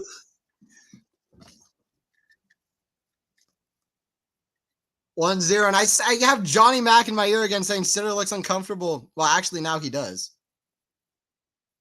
Sinner's looking like he might be cramping. Now it's the John McEnroe might actually be onto something for the first time this year. Oh, God. 1-0. Why did Sinner do that? He had a play on it. But I think he really is cramping. 4 hours and 18 minutes. Oh God. What a play by by Alcaraz. This is crazy. Yannick is not beating Carlos in the 5th set.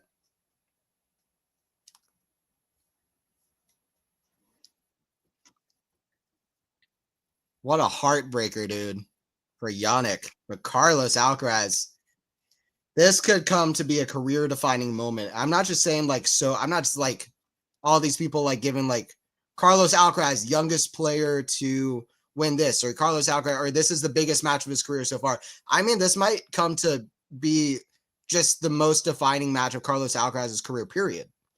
He might get so much confidence from this. He just goes on an absolute run of it. I feel like Yannick definitely bottled the championship points as much as Carlos saved them to a degree. I want to rewatch them.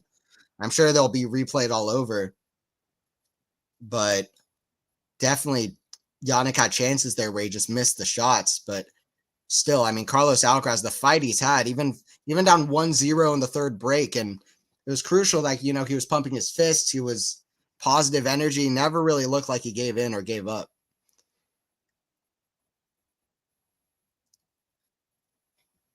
Yeah, Carlos Alcaraz showing why he's up to legendary status. Google says yes, Yannick can smash on 3rd rack before, but don't say specifically when. Yeah, I don't know. The set just started. Anthony, have faith. Faith is difficult in moments like this, Lexi.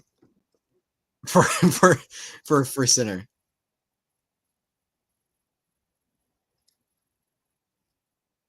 I mean, it kind of reminds me of Bjorn Borg against McEnroe Sinner, just the way he does it. He's not really freaking out at all. He's staying calm, but I don't know, man.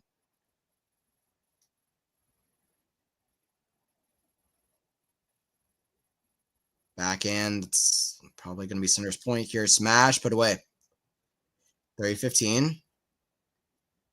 Listen, you're going to cramp up if you lose 3 championship points. Like, if you lose 3 championship points, you waste 3 championship points, you're going to start cramping. Because listen, the body and the mind are so connected.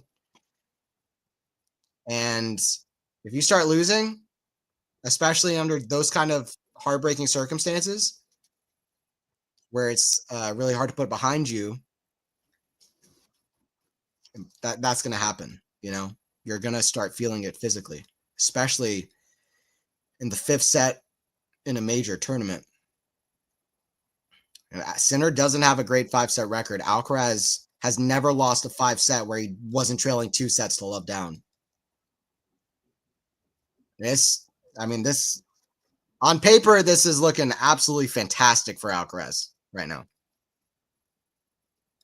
I will say, people will compare this to the U.S. Open match. I will say I'll get ahead of the curve. I think the U.S. Open match was much higher level, even though I do think it's been a great match. I think that they're going to say, people are going to start equating the clutchness that Sinner showed in the 4th set to the clutchness in the U.S. Open match. I think, to me, that's not the case. I think Sinner was more clutch in the U.S. Open match, maybe, if he just in terms of those 3 championship points. So I don't want these 2 matches to be too closely equated, but it is interesting that there are similarities there. And this has been an epic match anyway. Yes, Carlos. That's it, Carlos. Come on. Yeah. I agree. Carlos, way too casual. Match points almost look like too confident, served out. Exactly. Couldn't agree more. 100%. This is very well said. He looked like even if he didn't, he looked like he was thinking like, even if I don't break, I can serve this out. That's not the right way. To me, that's what it seemed like. He was way too casual anyway. Like, he need to focus. Like, I need to put this away.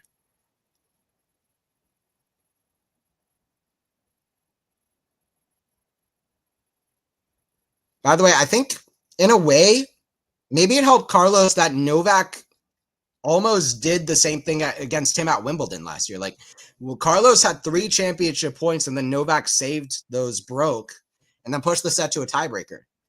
So Carlos at least like, hey, well, at least it can happen that, person comes back from that kind of a situation.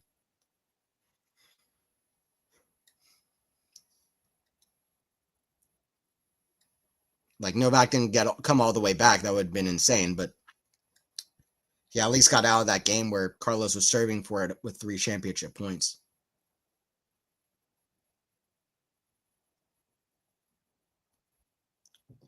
Backhand, cross court, forehand of Alcaraz, forehand squash shot. Alcaraz cross court, forehand of Sinner. Back to the backhand of Alcaraz. That's on the line. Very, very, very late call. It's called out. What does the umpire say? Yeah, it was called out by the umpire. Sinner and Alcaraz both believed it to be that way.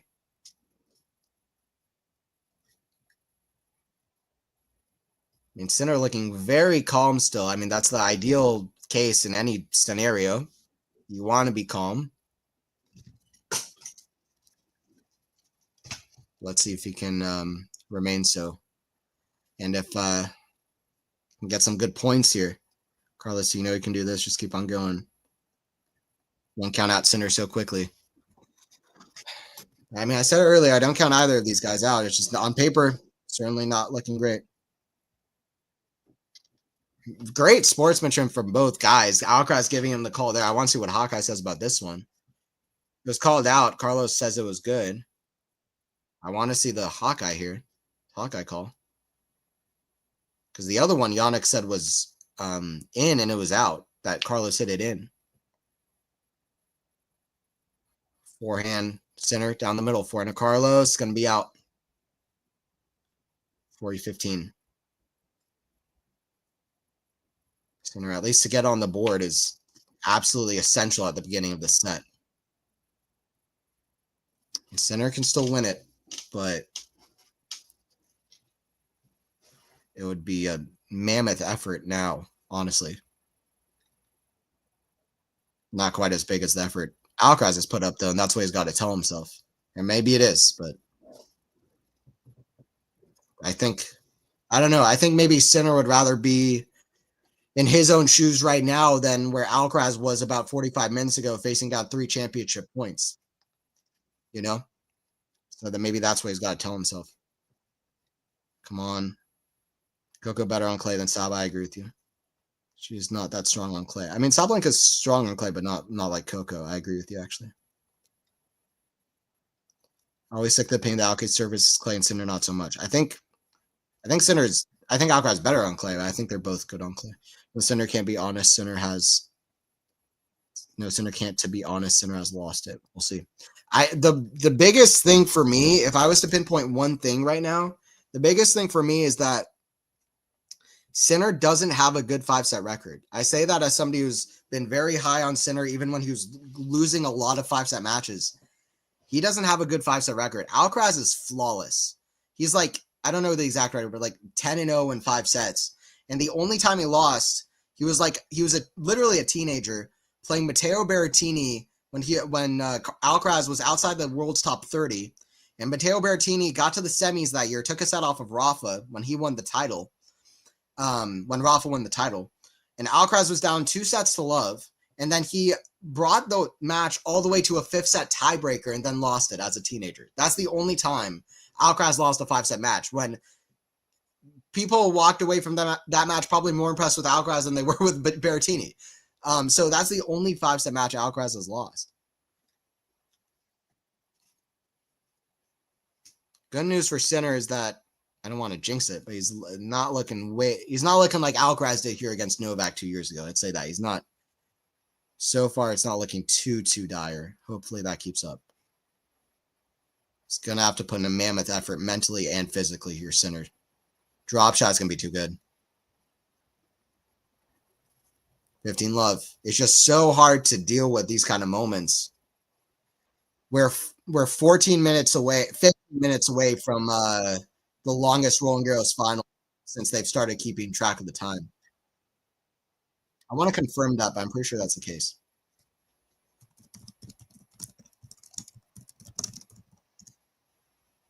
Yeah, 4 hours and 42 minutes. So yeah, they're 15 minutes away.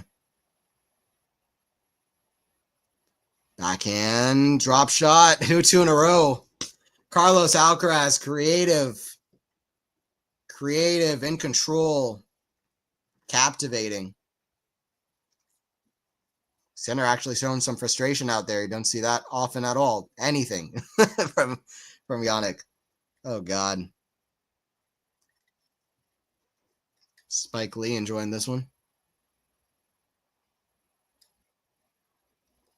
Forehand big, return, backhand center. Still in this match. Backhand big from Carlos, backhand slice, forehand. Carlos, it's going to be long. 30-15. Center still in this one. Anthony, do you like both of them? Yes.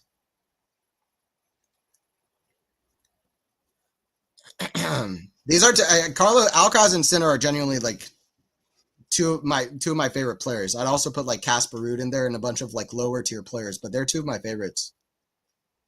So I like both.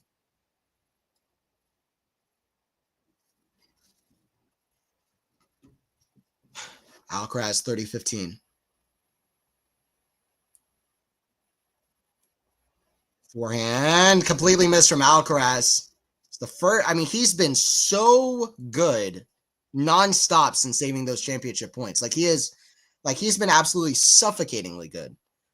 He's been like Sinner for the last just so solid for the last little bit of time. I said it at the start of the match, but I said if this gets as crazy as we think it might, then this could very well end up being the longest Roland Garros final. I think now it's going to be pretty much 12 minutes from tying it, and we're at 2-1, so it's got to be.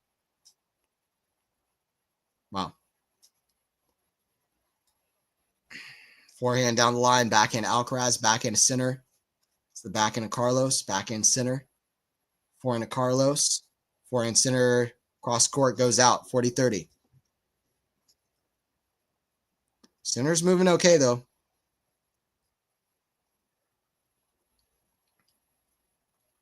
Come on, Carlos. Mammoth effort from him.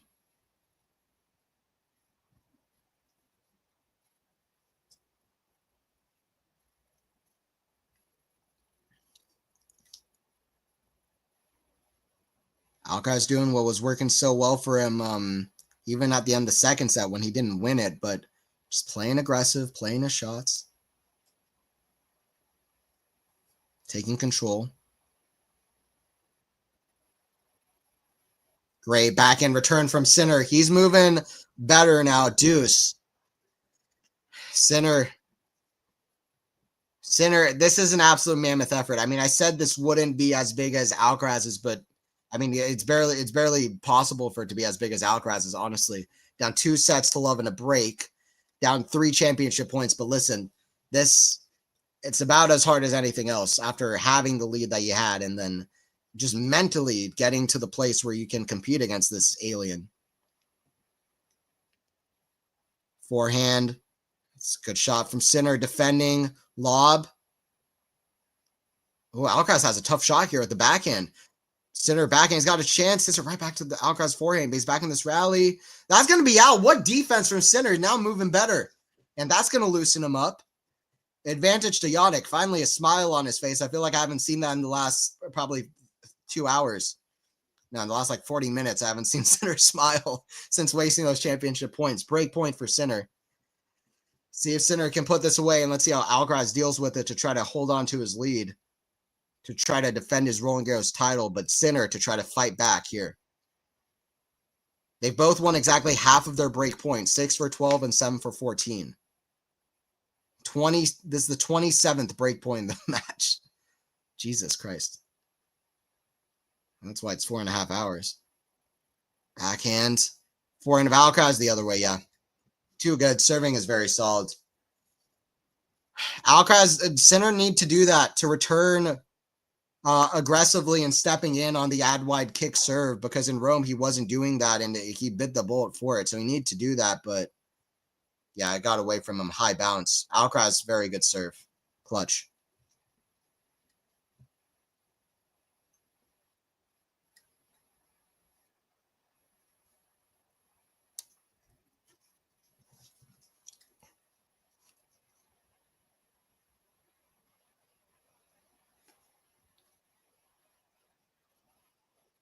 Forehand.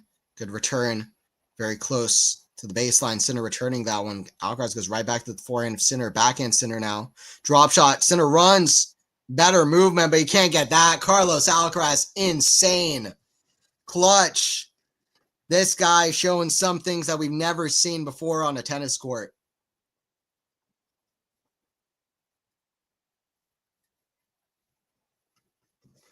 Advantage to Alcaraz. I mean, by the way, Alcaraz is never going to lose a Grand Slam final in his life.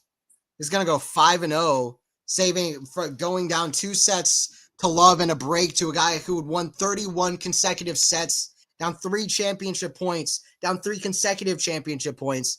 This guy says it's immune. He says the finals aren't about winning, aren't about winning. Finals aren't about playing, it's about winning. What can Sinner do? He's got an advantage here. That's too good. Whew. Deuce. Come on. Come on, Yannick. Fight back. Fight back. Fight. Jeez. Come on, Yannick. There you go. Come on. Deuce.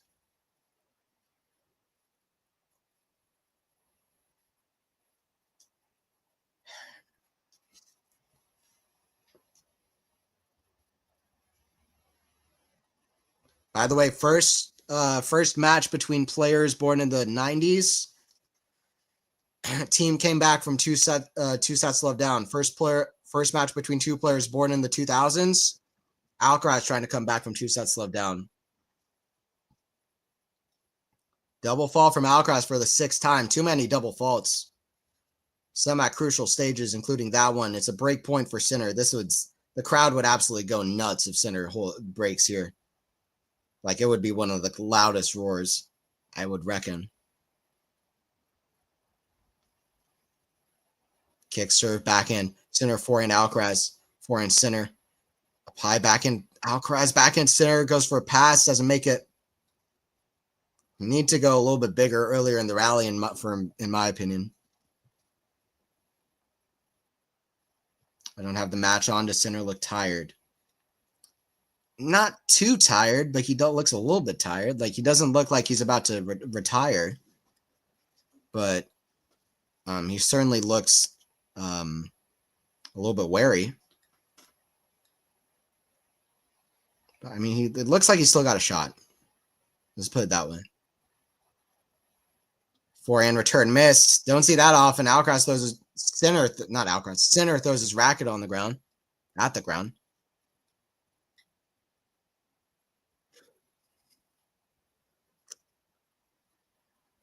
Longest Roland Garros final in history since they've started timing Roland Garros finals in about 5 minutes. Alcaraz to hold for 3-1.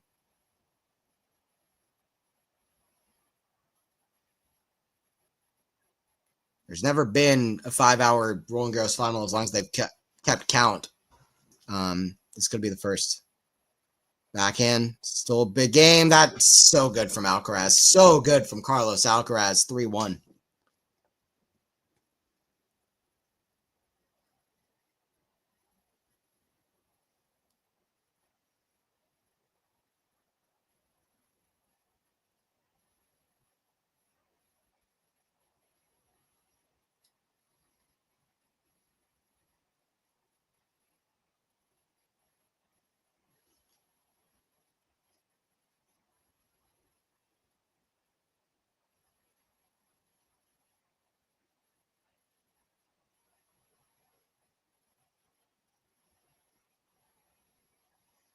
It's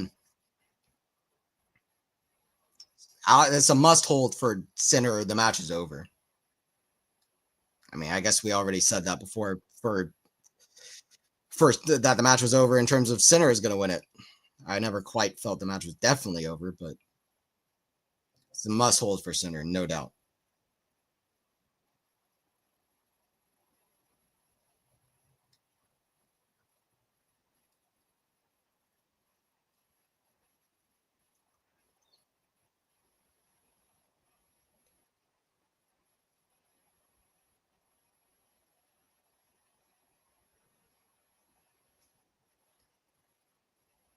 Backhand, cross court, backhand.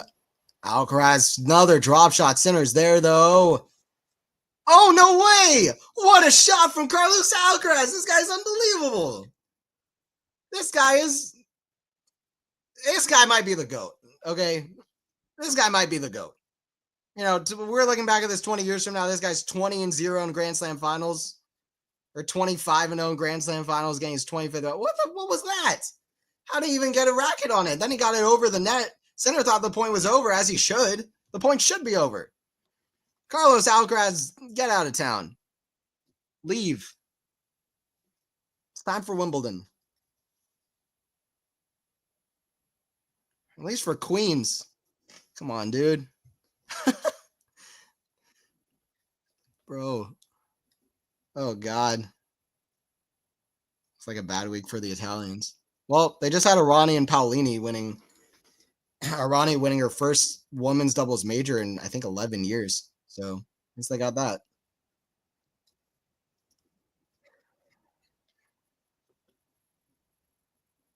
30-15. Could this be the longest French Open in history? It's the longest French Open final in history, I think, officially. What is it now?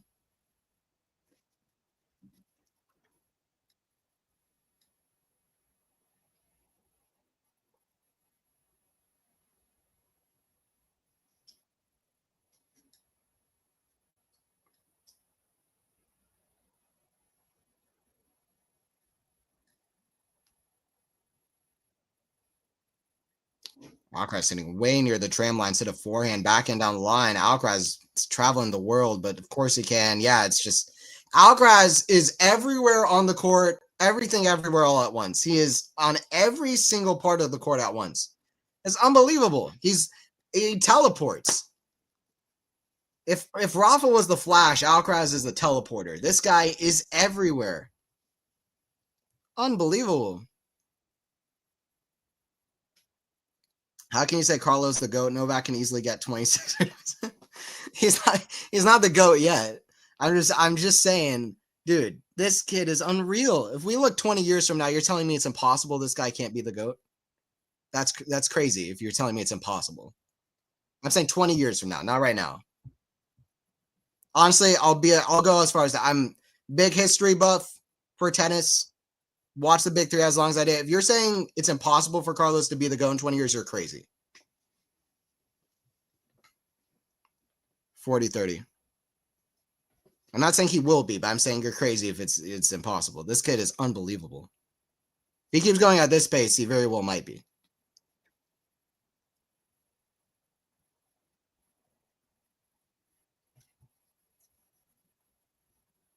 But he needs to prove a lot of things. He needs to have a longevity like the big three, yada, yada, yada, yada. Anyway, 40-30. Backhand's in the net, 3-2. Alcaraz still up one break. Sinner still holding on. That's true. My tennis goes Rafa, of course. Everybody's got their favorite. Kolonionic. I don't see Novak's number. I know he's the GOAT. He's the GOAT right now, for sure. We'll see. Yeah, it's a big thing. It might be the biggest thing. Well, Sinner was up 3-2 serving in the fifth set of the U.S. Open, and Alcaraz broke back before making it 6-3. Sinner needs to channel that right now. He almost broke in the last game. He had to look. It's going to be hard. It's going to be very hard.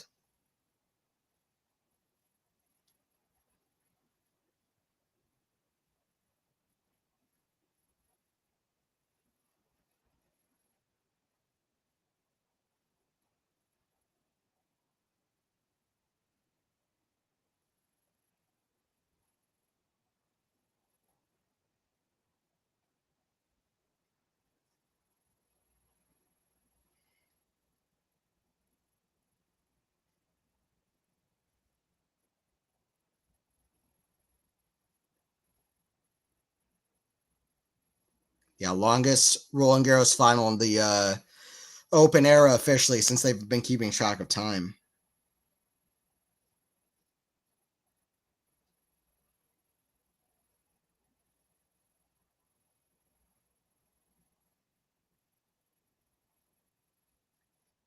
Backhand center. What a shot. What a shot from Alcaraz. This guy is the real deal. This guy's unbelievable.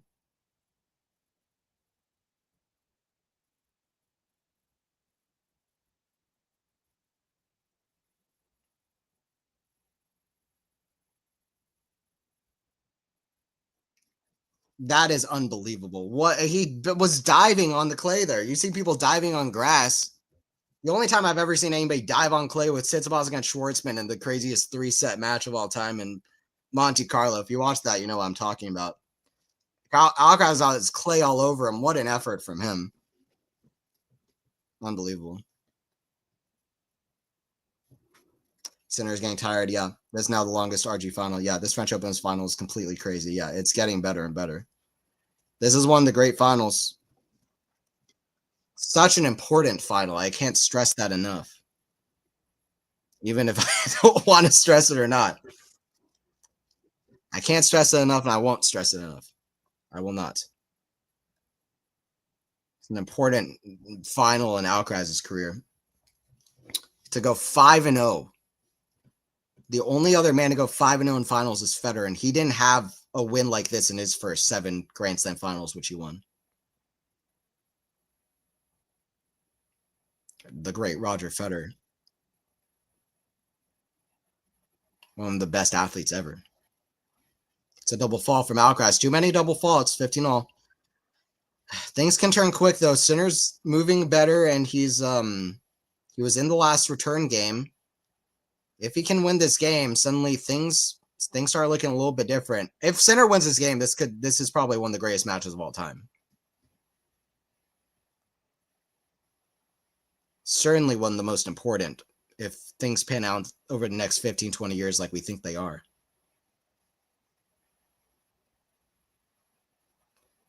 Forehand chip. Forehand to Carlos. Backhand Sinner. What a pass from Jannik Sinner. Come on.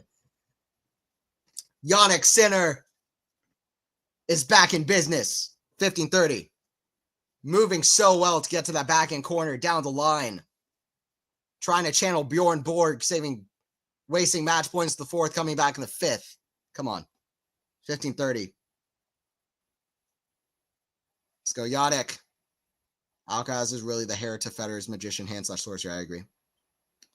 That's his boss. Dive was bonkers, yes. Of course, I know that back when I still support Stefanos. Fair enough. Forehand too big from Carlos. The serve +1 has been great. 30-all. Another big point for the 1,000th time in this match. How many points have they played, by the way? They've played so many points in this match. They got to be nearing on Isner Mahou by now.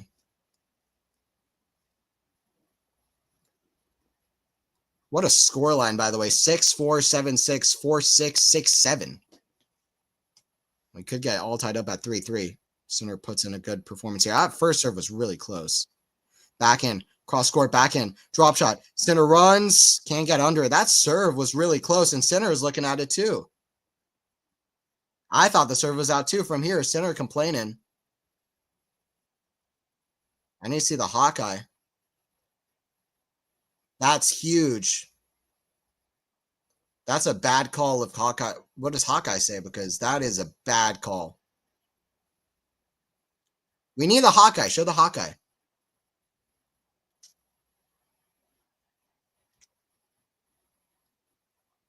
Yeah, that's a bad call. That is a bad call. That doesn't even look particularly within Hawkeye's margin of error. That is a bad call at a crucial moment. How does the umpire not see that? It's out all day. Yeah, Sinner hesitated. I saw that too. That is a bad call. Sinner still had on the mind. Sinner just hit the most unbelievable shot out of frustration, by the way. He just hit a backspin forehand off the frame that went on Alcaraz's side and then back on his. But anyway, that was unbelievable. What a bad call in a crucial moment. Sinner is the only one who wouldn't be fuming his mind off. I think Sinner, this is pure hypothesizing, or pure theorizing, but I think Sinner was slow to get to the drop shot because he still had on the mind about the line call on the serve. It looked like he was hesitating. Terrible call in a crucial moment. Umpire can't change it. He should not be happy. That is a horrible call. I saw it as soon as it bounced. I was like, that's out. McEnroe in my ear saying the same thing. Happier that Alcaraz winning center doesn't deserve it anyway. Okay. Anyway. Carlos, you can do this, man. Keep going. It's a terrible call. Listen, the umpire is barely doing anything nowadays. Like, she's got to call that. They're still playing with line calls on this court, but listen, you have to call that. These guys are doing an amazing job. What's their job? Maybe that puts a little bit of fire in Yannick. Maybe a bit of much needed fire and adrenaline. I really hope so, honestly, for his sake. But a fantastic backhand. That was a big point. That was an opportunity for Sinner to fight his way back into the match, tied up 3-3. You never know at 30 all, really. And maybe give Sinner some needed fire. It reminds me of Tsitsipas match in Monte Carlo. A much worse call, but Tsitsipas served way out. Should have been double break for Sinner. If the officiating was done the right way. Isn't called. Tsitsipas comes back, wins that whole tournament.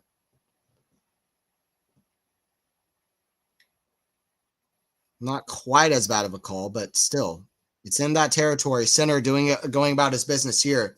It's good for Sinner with his mind on those championship points. If he can get his mind on something else and then use it in a positive way, that really is a good thing for him. Even if Sinner fights back at 3-2, 30 all, gets the 3-3. I mean, who knows? I mean, but with this, if Sinner can tie it up now, I'd give him an even better shot. Especially if he does have 4-3 towards the end of the set. But we'll see. Oh, what a shot from Sinner. That's the fire that call gave him. 4-3. I don't know, man. What a fight from Yannick Sinner. This is one of the greatest matches, potentially of the decade now. Of the year, at least. I don't know. It's such an important match. This match is nuts. I don't know. While I'm commentating, I have no grasp on where a match ranks. Because I have the adrenaline of commentating and also of watching. Like, while I'm watching, I don't know, and it's hard to know anyway where it ranks. Is like, I don't know, it might not even be the best match this year, but it's certainly an important one, and it's been great. It's chaotic. Yes, keep on going, Carlos. Let's go. Longaros doesn't use Hawkeye. Yeah, it's a bad call though.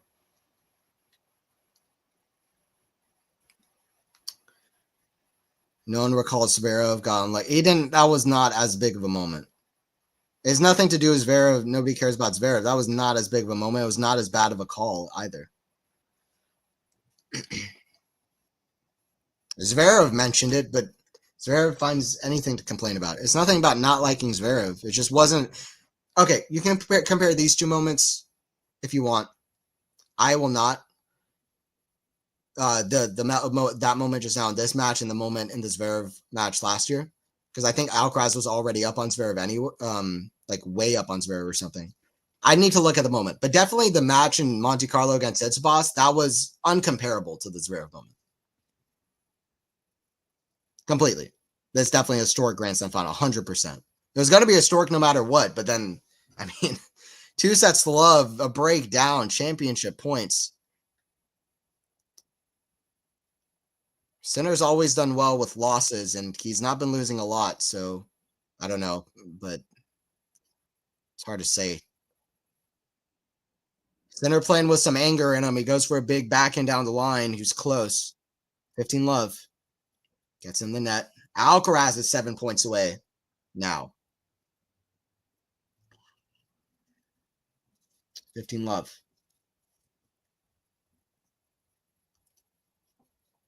Hawkeye is needed. I hope they add it next year. I agree. 100%. It's crazy that they only have one tournament all year that doesn't use it. Doesn't make any sense. Drop shot is so far from the net that it's closer to the service line than it is to the net from Alcaraz. Doesn't even hit the net. 15 all. Back to the drawing boards. Is Alcaraz starting to feel a little bit nervous crossing the finish line here? He's got to start feeling like, man, I actually have a chance of winning Roland Garros this year. He's been playing off of adrenaline. It could wear off.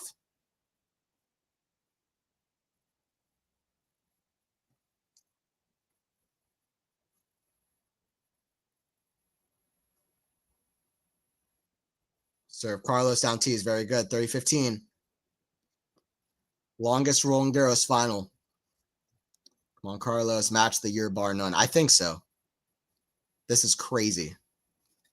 Yeah, it is. Because Carlos's level here is amazing, too. And the way Yannick's been fighting. Yeah, match of the year. I'm with you.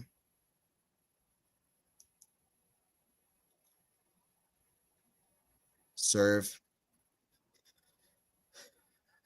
It's going to go out. Forehand of Sinner. Can Alcaraz cross the finish line at the end? 40-15. I just hate that line call at 3-2-30 all. I mean, shouldn't be any blemishes on the match. It's not as bad as the one in Monte Carlo, but it's still not great.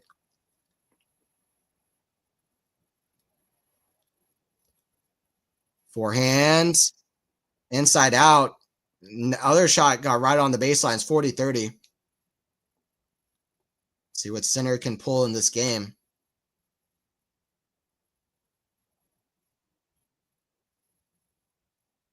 Two shots in a row that just hit right in front of the baseline. Chalk flew up on both. Or at least on the second one. What a first Sinner Alcaraz Grand Slam final, and very summarizing fashion of the set so far is the most stressful thing I've ever seen in my life. Had a look on the backhand. Sinner goes for it. Misses it wide. Just mishits it a little bit. Wasn't a bad attempt. He just mishit it. 5-3.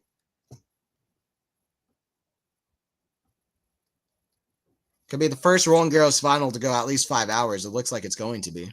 I mean, almost definitely will be. It will be, actually. Because with the changeover as well. 3-5.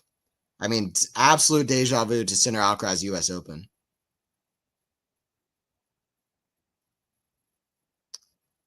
Hope Roland Garros has a decent replay. Can't watch live. I'm glad I've been able to do the play-by-play. Hopefully it's at least something. Keep you up to date, and yeah. People in the crowd cheering.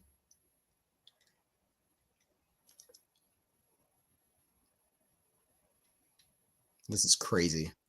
Serve out wide, forehand, Alcaraz, forehand of Sinner, big. 15 love. What is on Sinner's mind right now? It can't be, hey, let me hit a good forehand. Unless maybe he's not human. I mean, that's the goal. Just hit one forehand at a time. It's less about the effort, more about the effort, less about the result, right? But in moments like this, that becomes almost impossible. Forehand, very good inside out, 30 love. My Yannick, it ain't over yet. It's not. I mean, I said it earlier. I'd say the same thing about Carlos, same thing I'd say about Yannick. I never really count these two out. They have that big three thing about them.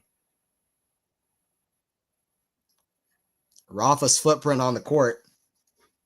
I don't always like the comparisons of Carlos to Rafa because I think Carlos plays a much more aggressive game that's maybe at times a bit more Federer-esque, but he's having the tenacity that only Rafa shows. What a forehand from Alcaraz, 30-15.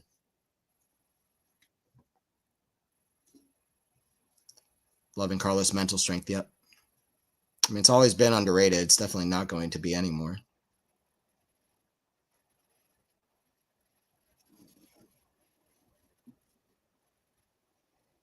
Well, I think this is now the third longest major final in the Open era.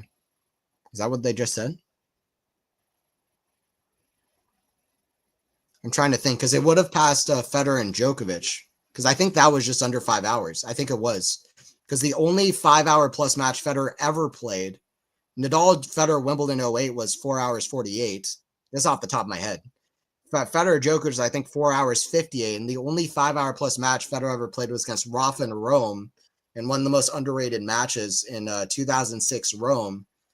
Federer won in 5 hours and 5 minutes. Off the top of my head. But pretty sure that's right. It's about to be the first 5-hour plus Roland Garros final. Forehand, center, the backhand of Carlos, backhand, center, down the line, forehand, Carlos missed, 5-4 at least. Look at these score lines of these sets, 6-4, 7-6, 4-6, 6-7, 4-5, 5-4 for Carlos, about to serve it out.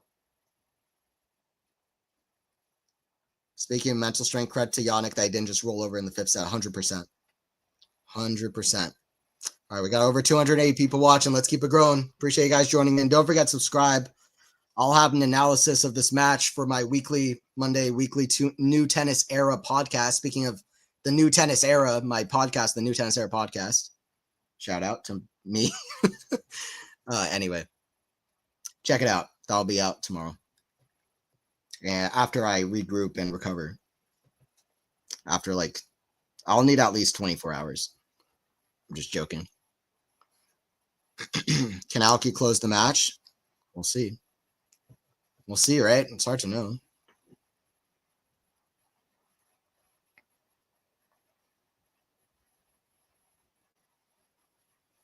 Was that Alcaraz serve for it in what was it, the third set? And then Sinner broke back? I think that's right.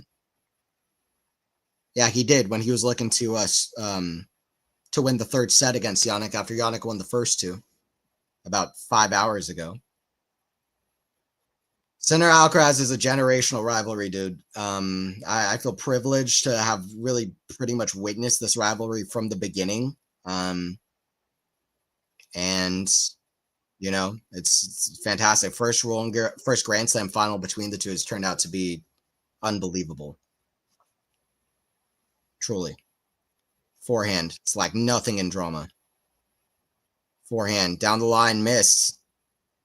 And I always say about crazy matches like this, there's something in the air with matches like this that there's always, even if a player doesn't, even if Sinner doesn't break back, there's always, he's always gets into this game. Usually that happens. Players don't go out quietly after an epic like this. High level on both sides, back and forth. And Alcaraz has got to be tight. If Sinner breaks, this is one of the greatest matches of all time. Back and down the line. What a return! Sinner with some fire, and I wouldn't be surprised if that line call actually helped him in a way. Just to get some fire in himself so he can think less about, his physical fitness or his the fact that he blew 2-11 to break 3 championship points. I mean, it's a million things that can be going in Sinner's head. Instead, he's going to be thinking, man, I got to play well so I can get to where I deserve to be if it wasn't for that line call. That's what the greats do. These are two young greats. Love 30. The Alcaraz can't make a first serve. Is he tight? He's got to be not hard. It's got to be hard to believe for him that he's so within range of a Grand Slam title here. Forehand that Sinner is going to be out. 3 points away, Carlos. That's it, Carlos. Good start.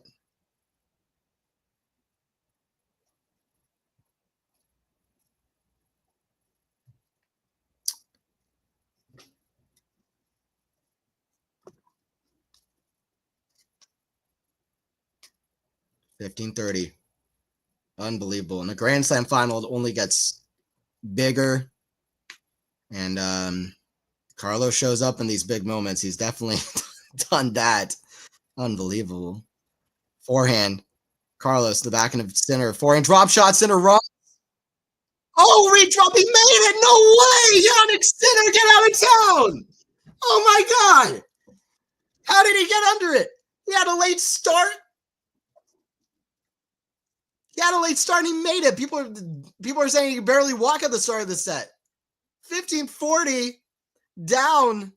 This is tennis, ladies and gentlemen. How did he get under that? That is an unbelievable shot. And then Carlos wasn't even running forward because he didn't expect it. Carlos looking at Yannick like this guy's an alien. If I'm an alien, this guy's also an alien. We've got two aliens playing each other. 1540. Unbelievable. Oh my God.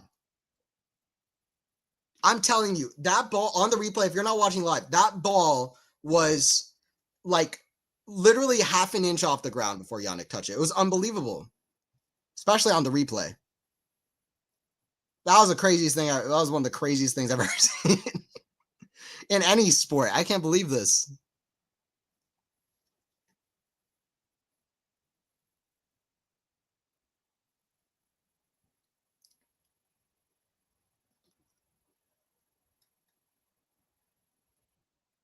Backhand, center.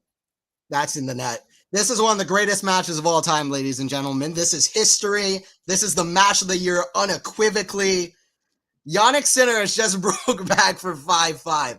Holy expletive. Oh my God, dude. This is one of the greatest matches of all time. Sinner-Alcaraz rivalry is generational. Now you can compare it to the U.S. Open.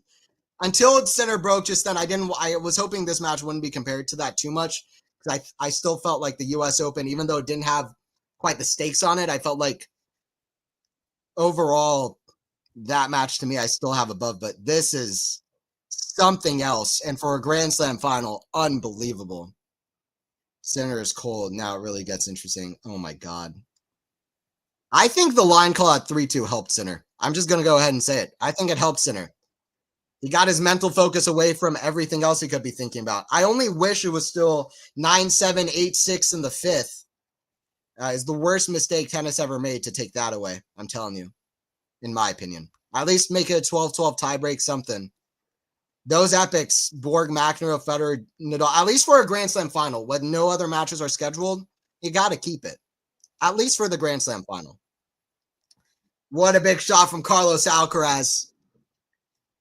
I feel blessed and privileged to be able to commentate live this historic match. Years from now, I'm going to be watching myself back and seeing me watching this live. Hello, future me and future people watching this back. This is history. Hello. Sinner Alcaraz, incredible rivalry. And it starts with absolute blazing drama. Sinner is serving and playing amazing now, 30-15. Yannick Sinner back in business. He's in the lead, by the way. There are no words this match. Yeah. This is one of the greatest matches of all time, period. I agree it should have been extended, yes. What did you say about Sinner, though, Snehil? You said the set's over. What are you saying now? Heartbreaker for Alcaraz. Heartbreaker for either player, but especially for Sinner, I still feel. Forehand, Alcaraz missed it. What a fight from Yannick. 40-15. I think that line call is a blessing in disguise, actually. But only because Sinner took it that way. I could be wrong. Maybe it didn't even matter. But I think Sinner used that as a fire to really get him motivated. And get his mind away from other things, I think, above anything else.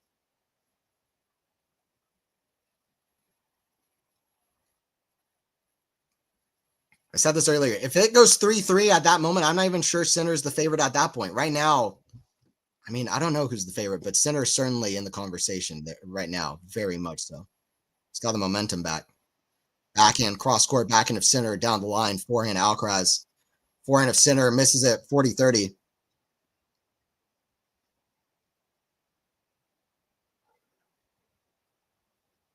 Okay, thank you.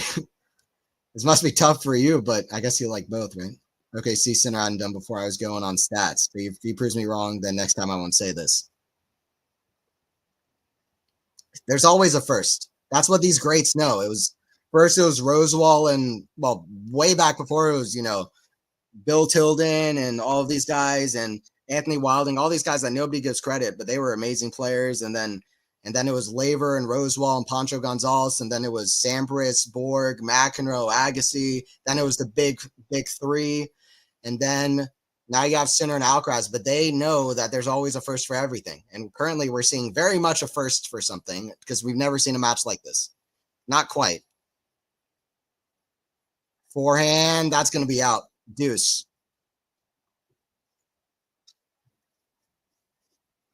I will never get over not seeing this match. That sucks, honestly. Tennis needs to have more accessible viewing.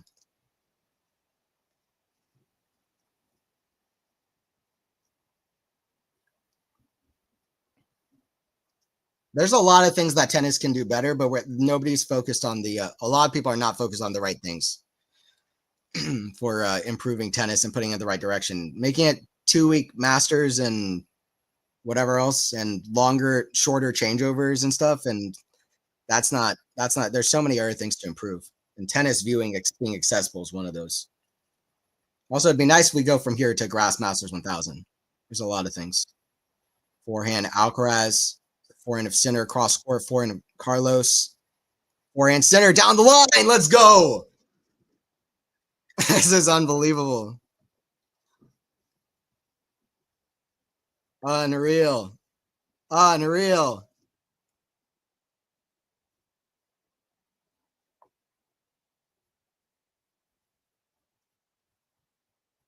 This is amazing. Unbelievable. This is like the US Open that late in the match, after like 5 hours and 15 minutes, both guys are playing still at the highest of the level.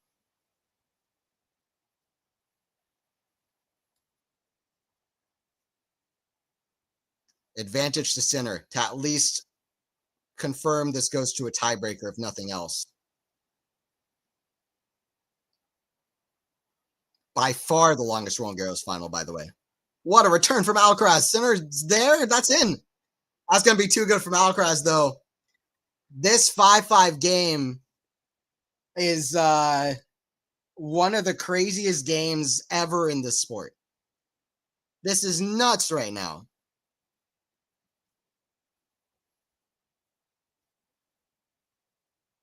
Carlos Alcaraz and Jannik Sinner. This is what happens when you pair up two guys who have never lost a Grand Slam final.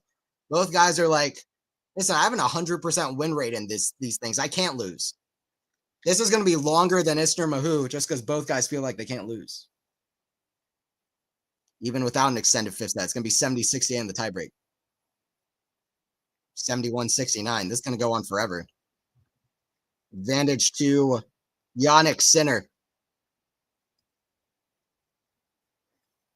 This is probably one of my favorite. It definitely is for me. And thank you guys for joining in.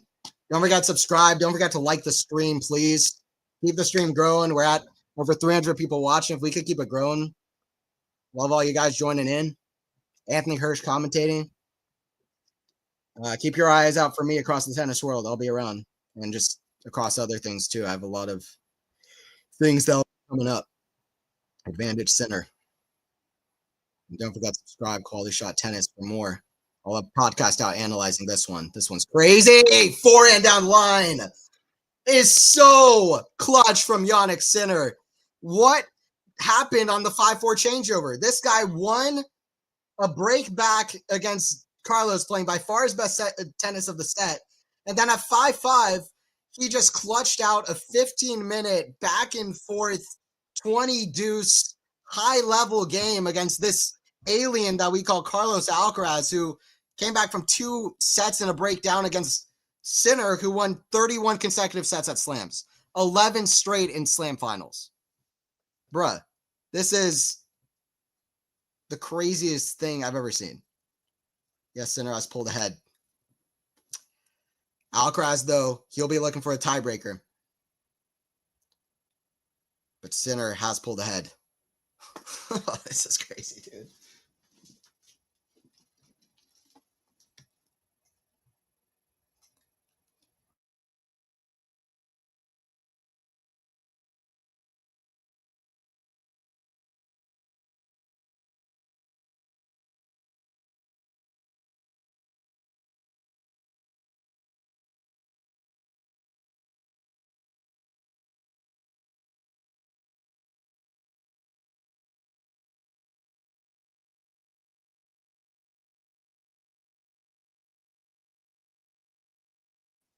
I'm just not sure what obviously Alcaraz's effort is more like in your face, unbelievable with all that he did, but Sinner to fight like this is also just unreal. Truly. Backhand center for a pass forehand volley. Forehand center. It's big. What a shot from Carlos. Points to be replayed for decades. 15 love. I have an announcement. Tennis is the greatest sport in the world, and it is a contender for the most brutal as well. These guys are playing by themselves. They can't opt in guys who are on the bench. These guys are playing one-on-one. These guys play a whole year, week in, week out, day in, day out, playing matches like this. 5 hours and 15 minutes.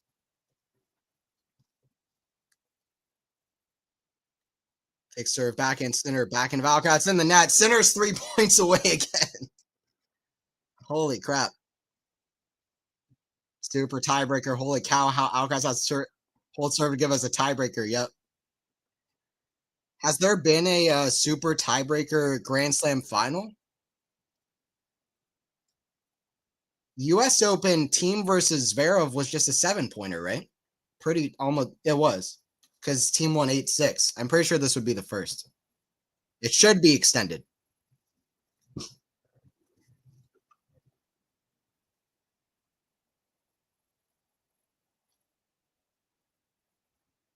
Backhand Alcaraz, chance for Sinner. Oh, what a get from Alcaraz. What a shot from Sinner. Alcaraz dead. Misses it. And, okay, now that is some of the best tennis we've ever seen. that is some of the best. Unbelievable. What a reaction from Yannick there. That might be the point in the match so far. At this stage. Sinner hits it behind him. He almost hits it behind the back. That is probably the point in the match so far. That was nuts. What a get from Alcaraz out of the corner.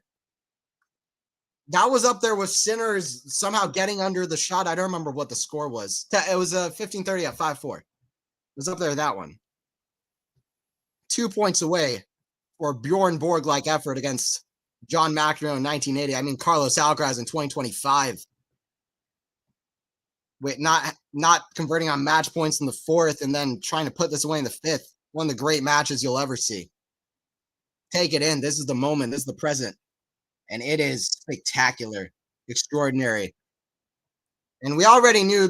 Okay, let's not pretend like this confirms the Sinner Alcaraz rivalry is generational. We knew that we were going to get Sinner Alcaraz finals that are kind of like this crazy, or at least crazy. I don't know if anybody could have expected this for their first one, but we had high hopes. If this is any kind of a sign of what their next matches are like, then I mean, come on. Serve Alcaraz, forehand center, big return. Fortune favors the bold. What a get from Alcaraz. Backhand cross court. They're pushing the sport to a new level. 40-30 Alcaraz. All 4 of the last shots were unbelievable. Don't know how Alcaraz managed to get so much depth on the last shot, learning from Novak, getting depth on defense.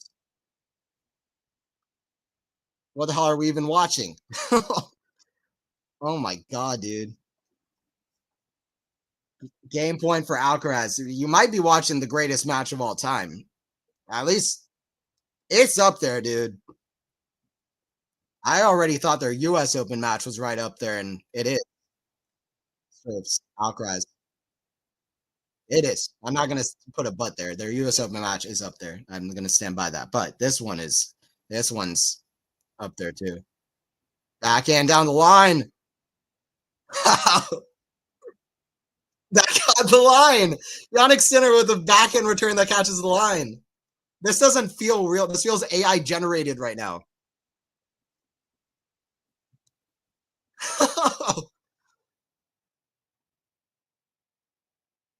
Oh, pure adrenaline from 2 of the greatest talents to ever play this sport.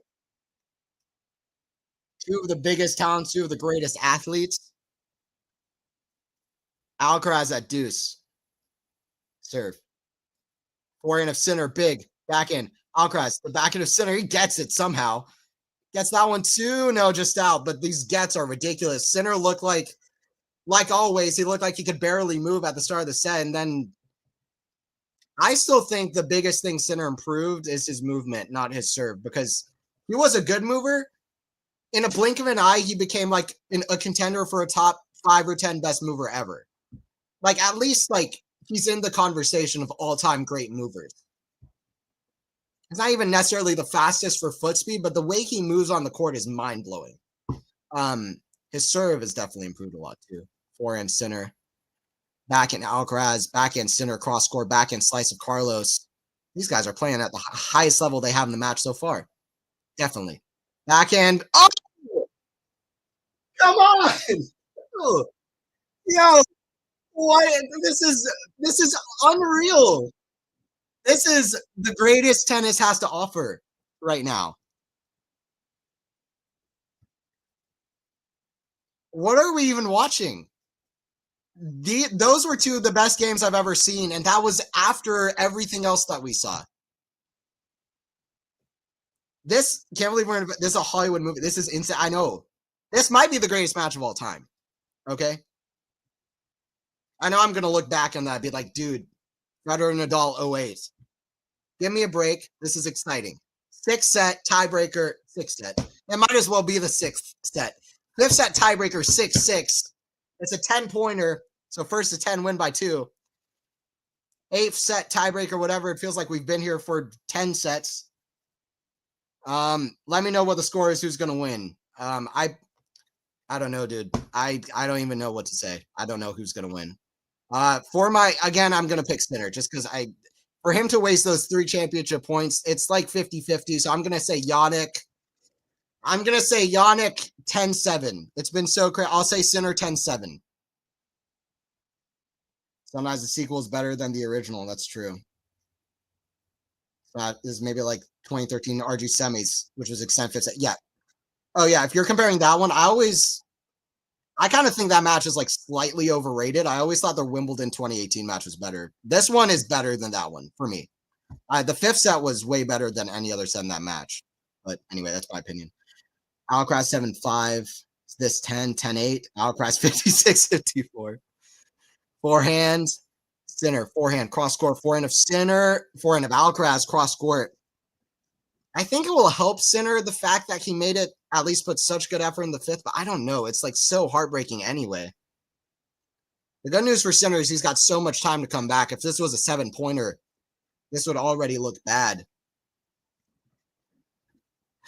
Obviously, in tiebreakers, you have score pressure and, you have gaps in the score where it's like, I don't know, 5-2, 1 mini break. And then suddenly if you just get one more mini break, you're serving at 6-3. But basically, I mean, Alcaraz needs to hold 8 more service points to win this set. That's going to be out from Sinner, 3-0. We got over 400 people on stream. Let me know who you guys think is going to win. And don't forget, subscribe. I have a weekly podcast, New Tennis Era Podcast. I feel the name is pretty timely for this match, New Tennis Era. And I'll have an analysis of this one. So check that out tomorrow morning. Don't forget, subscribe. Ring the notification bell. Check out more live streams on this channel. We'll be doing coverage for Wimbledon. I'll be at Wimbledon actually interviewing players. So, yeah, don't forget to subscribe if you're new. Serve here from Sinner. Down the tee. It's pretty, yeah, it was pretty attackable for Carlos. Sinner gets under it. Carlos is there. You know what that is? That's Carlos watching years and years of the big 3 and saying, listen, these great players like the big 3, like Yannick Sinner, they're not going to give up. He's ready for that, for something special from these big moments. Carlos Alcaraz, he was 5 years old watching Federer Nadal 08 and saying, listen, I knew that was coming.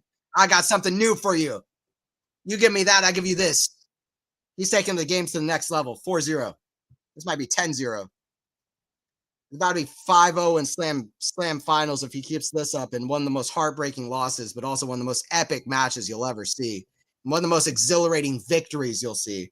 Carlos Alcaraz with a full smile on his face. These two are friends, but are they going to be friends after this? Dude, I don't know. Federer and Rafa are still friends. Forehand. Sinner goes to the forehand of Carlos. Backhand of Carlos down the line. Attacking. That's going to be out. It's 5-0, and Carlos has 3 mini breaks.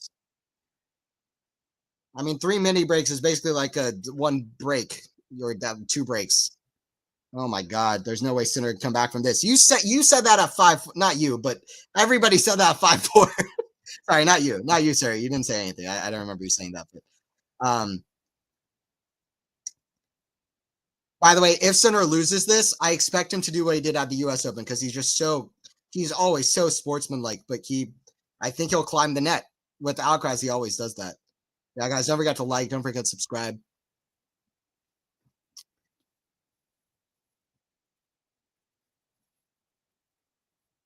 Backhand, Carlos into forehand of Sinner. That's in the net. 6-0. This would be 6 championship points for Carlos, but it's not. It is not. He's 4 points away from the win because it's first to 10. Rematch in Wimby, U.S. Open, AO, and French Open. I hope so. And then part 2 at Wimbledon, 100%. Oof. Yeah, guys, don't forget to like, don't forget to subscribe. It's a changeover here at 6-0. Carlos is 4 points away. This is the second longest major final. Only Djokovic and Rafa have played for longer, but bring out the chairs for both of these guys as soon as they get to the press, to the speeches. Don't make the same mistake as you did there. In other words, this could be the second major final to be 5.5 hours long. Just the second. They just passed Medvedev and Rafa in what I thought was the greatest comeback of all time. This is up there. It probably still is, but this is unbelievable.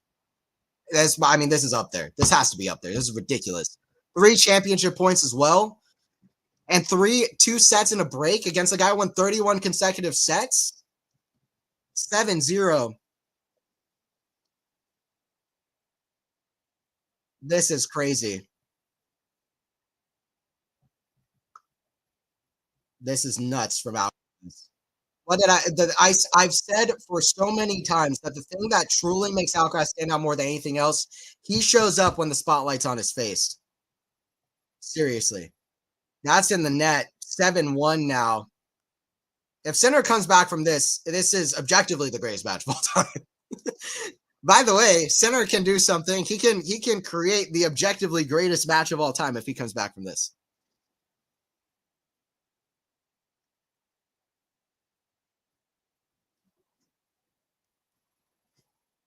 But it's Alcaraz who looks like he's ready to win it. Backhand. Goes to the forehand of Sinner. Inside out. Backhand Carlos. But you know Sinner's going to still be fighting. Forehand. That's going to be long from Carlos. 7-2.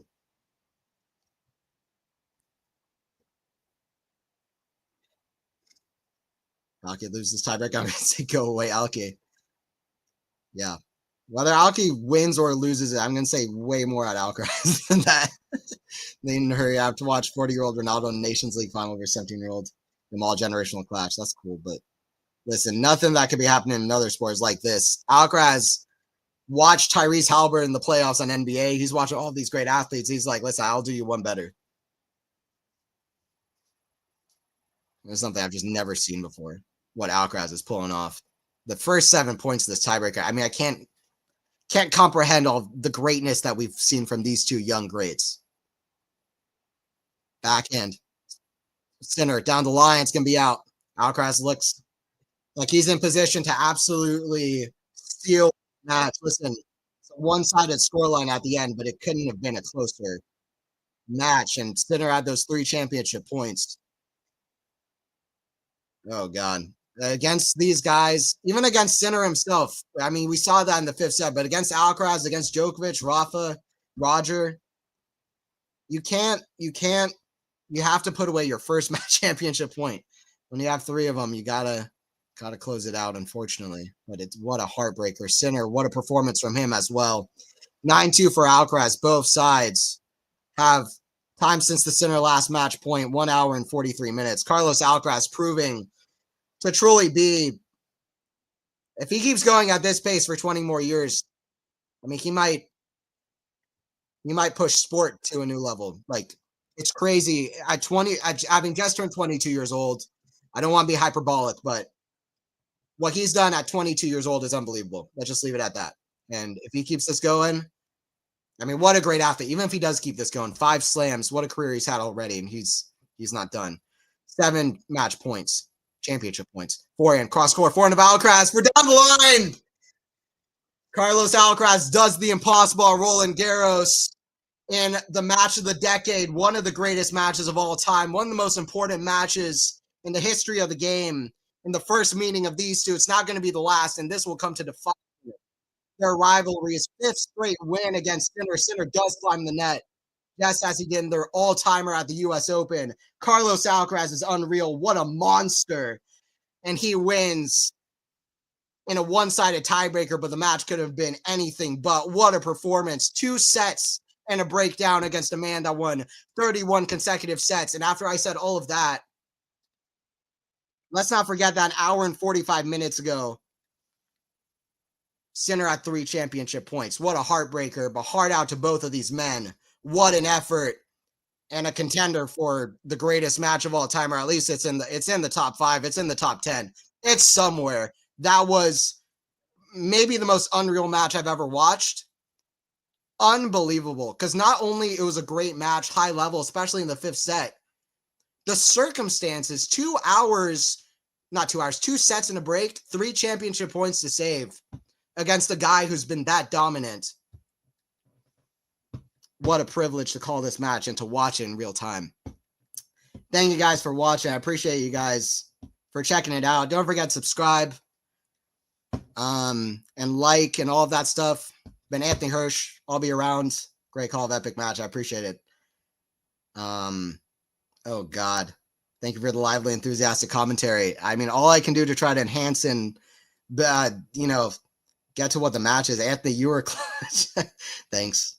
Thank you, Lexi. Appreciate the dono again. All the donations go to me, but anyway, I appreciate you guys if you're just watching, because is Anthony leaving? I don't know, dude. It's like I'm spent. Am I leaving? I've already left my soul's left my body. So fine ask, what's your career opportunity? Anthony, I wish the best for you. What do you mean, Max? This is definitely one of the best matches ever. 100%. No doubt. Thank you, Joe. How he won it with that point, ridiculous. One of the best championship points ever as well. In fact, I don't remember a better championship point, but Carlos, insane epic match, historic comeback for Alcaraz, 5th slam, tough loss for Sinner, but he'll be back. Great call. Unbelievable. Thank you, S-One. Career opportunity. Oh, coming up at Wimbledon. Yeah, I'll be interviewing players at Wimbledon, so that's what that is. I'll be interviewing players at Wimbledon, so don't forget to subscribe and ring the notification bell. You get notified for the live stream, so ring the bell so that you get the bell for all of the stuff that's coming up. Amazing, yes. You'll be happy. You're rooting for Carlos all the way. You're a real one. I'm not leaving Quality Shot, no. No. Career opportunity with Quality Shot at Wimbledon. I'm not leaving Quality Shot. Thank you, Marina, as well, for watching. I am not. I am still with Quality Shot Tennis. I'm still a Quality Shot, but I appreciate it. Thank you. I hope Sinner comes back at Wimby to make this rivalry interesting. Carlos' dominance would be so boring. It would not. I mean, if we witness greatness enough to dominate a sport that is as difficult as we just saw it is between these two guys, like that is greatness that you just have to admire. That's my opinion. And these two guys are going to push each other to the limit time and time again. I mean, by the way, these two have never played a match at a Grand Slam that wasn't epic. Wimbledon was epic. US Open was epic. Actually, Roland Garros last year was, it was 5 sets. It wasn't, I didn't think it was that epic, but it was 5 sets. This was way better than last year. One of the most unreal matches I've seen. All right, I'm exhausted. I'm going to head out. What do you think about the 3 match points? I need a rewatch. Hey, thank you, Max. I appreciate it. Thank you. Appreciate it. I survived too. Jesus Christ. I need to rewatch it. I don't really remember what happened, but I remember that I felt like Sinner was too lackadaisical about them, and it came back to bite him. Also, obviously at 1-0 in the third, even though Carlos, I felt like I came away feeling like Carlos played more of a good game than Jannik played a bad game, but I'm going to analyze and rewatch it. So tune into the podcast. But all right, thanks guys. I appreciate you guys. That was the most unreal match I've ever seen. And I watched the Big Three era. I've rewatched even like Laver versus Rosewall matches. I might come to disagree with what I'm saying. It's very possible that might even happen after the adrenaline wears off. But just saying, in a Grand Slam final, to save 3 consecutive championship points and the high level we saw at the end, the 7 points to start off the 5th set tiebreak, 2 sets and a break down. It doesn't get that much better than that. So definitely unreal. Great match and just an unreal scenario for Alcaraz to make the comeback. He's now ridiculous 5-0 in Slam finals. And Sinner and Alcaraz, what a great rivalry to have this kind of a match too. That's how I'll leave it out. This match wasn't a confirmation, or it didn't cement the Sinner Alcaraz rivalry. It was already cemented, but it lived up to the hype and it passed it. And that means more than anything else I could say. Like, unbelievable. Alcaraz with performance of a lifetime, comeback of a lifetime, and potentially a career-defining, rivalry-defining match, wins the match of the decade against Jannik Sinner. And I was privileged to watch in real time to see the greatness of these two guys at stake. We should appreciate all of the greats that we've seen over time that led up to this, but the game just, hopefully it keeps getting better and better. Definitely what we saw was outrageous. And thank you guys for watching. I'll see you guys at the next one.